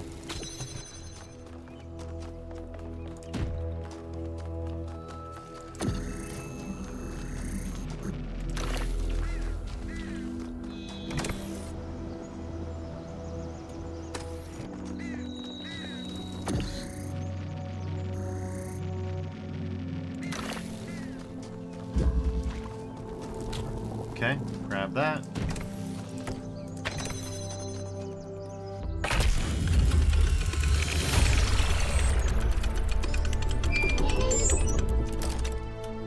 Yes. I've managed to extract an audio file from 1K's data stream incident. It's hard to be sure because it's just a fragment, but I think it's some kind of log or diary. We finished a new lab today. Some processes are still harder than others, but energy output was up 2,000%. It's incredible how each leap forward enables another. The next iteration of the machine will... So as we suspected, someone was experimenting here. But experimenting on what? What was this machine they were building? Maybe it's whatever powers the megastructure. Maybe it is. Hey, 1K. What do you make of this, Miranda? Going on what little we have, honestly, she reminds me of myself when I'd just been born. I came out from the dam at night. Why is Byron twitchy? And the sky was full of stars. I felt a reverence then, an almost ecstatic connection to the sublime. The universe seemed like a miracle. And to exist within it was the greatest possible honor. That view was tempered in time, but I've always tried to hold on to as much of it as I could. That's all. I think... What's the phenomenological difference between a bacteria living as an actual existing thing and a bacteria's genome being utterly sequenced? In terms of its phenomenology. I mean, obviously, if a bacteria is utterly eliminated, then that prevents its continuing reproduction and iteration through evolution. But that aside, from the perspective of the bacteria, has it ontologically been diminished in the way that any thinking creature, even a So these monuments non-sapient represent creature, each of might the be. entities. Pandora, the Sphinx, and Prometheus. Makes sense, I guess. For a given value of sense. Something to consider. Like if we had sequenced the entire genome of a dolphin, that would, of a bottlenose dolphin especially, though generally any kind of cetacean, that wouldn't really be the same as the dolphin existing, you know? Okay. Melville's got nothing. I wasn't expecting that. Some sort of glowy thing. It says it's the same as the difference between this game's executable sitting on your SSD and you playing it. Well, yes. I mean, even including the corollary that presumably, especially for a bacteria, you could at some point boot it up, as it were. We could all inoculate ourselves against the bubonic plague and then boot up, quote-unquote, the bubonic plague if we wanted to. Whereas, if you'd sequenced the human genome, you couldn't really boot up individual members of that genome in any meaningful sense. And you could argue that the same is true of bacteria in the sense that their mutations, the arbitrary mutations contained within, would not be preserved. But I do think that their process for growth is simple enough that it could be at least emulated or put on a sort of restart track, in a way that the individual consciousness of a dolphin or a human once terminated could not be resumed, and the extinction of dolphins or humans would preclude individual minds from generating individual and unique thoughts. I think I'm going to call it here for tonight. Oh, I'm jiggling. Oh god. Okay. So yeah, we've gotten both the secrets out. And it's like, you sure you don't want to do the first one? Venus says, bacteria don't have any non-genetically transferable knowledge that would be lost. Exactly. I agree with this thesis. I mean, there's epigenetic markers, potentially, but I don't know about bacterial epigenetics. But, saved 1 minute ago. Alright. To desktop. Oh, that's convenient. Alright. Thank you all for joining me. Tomorrow we'll continue with the Talos principle, and we'll see where it takes us. But till then, everybody, stay safe, and I'll see you around. Bye-bye now.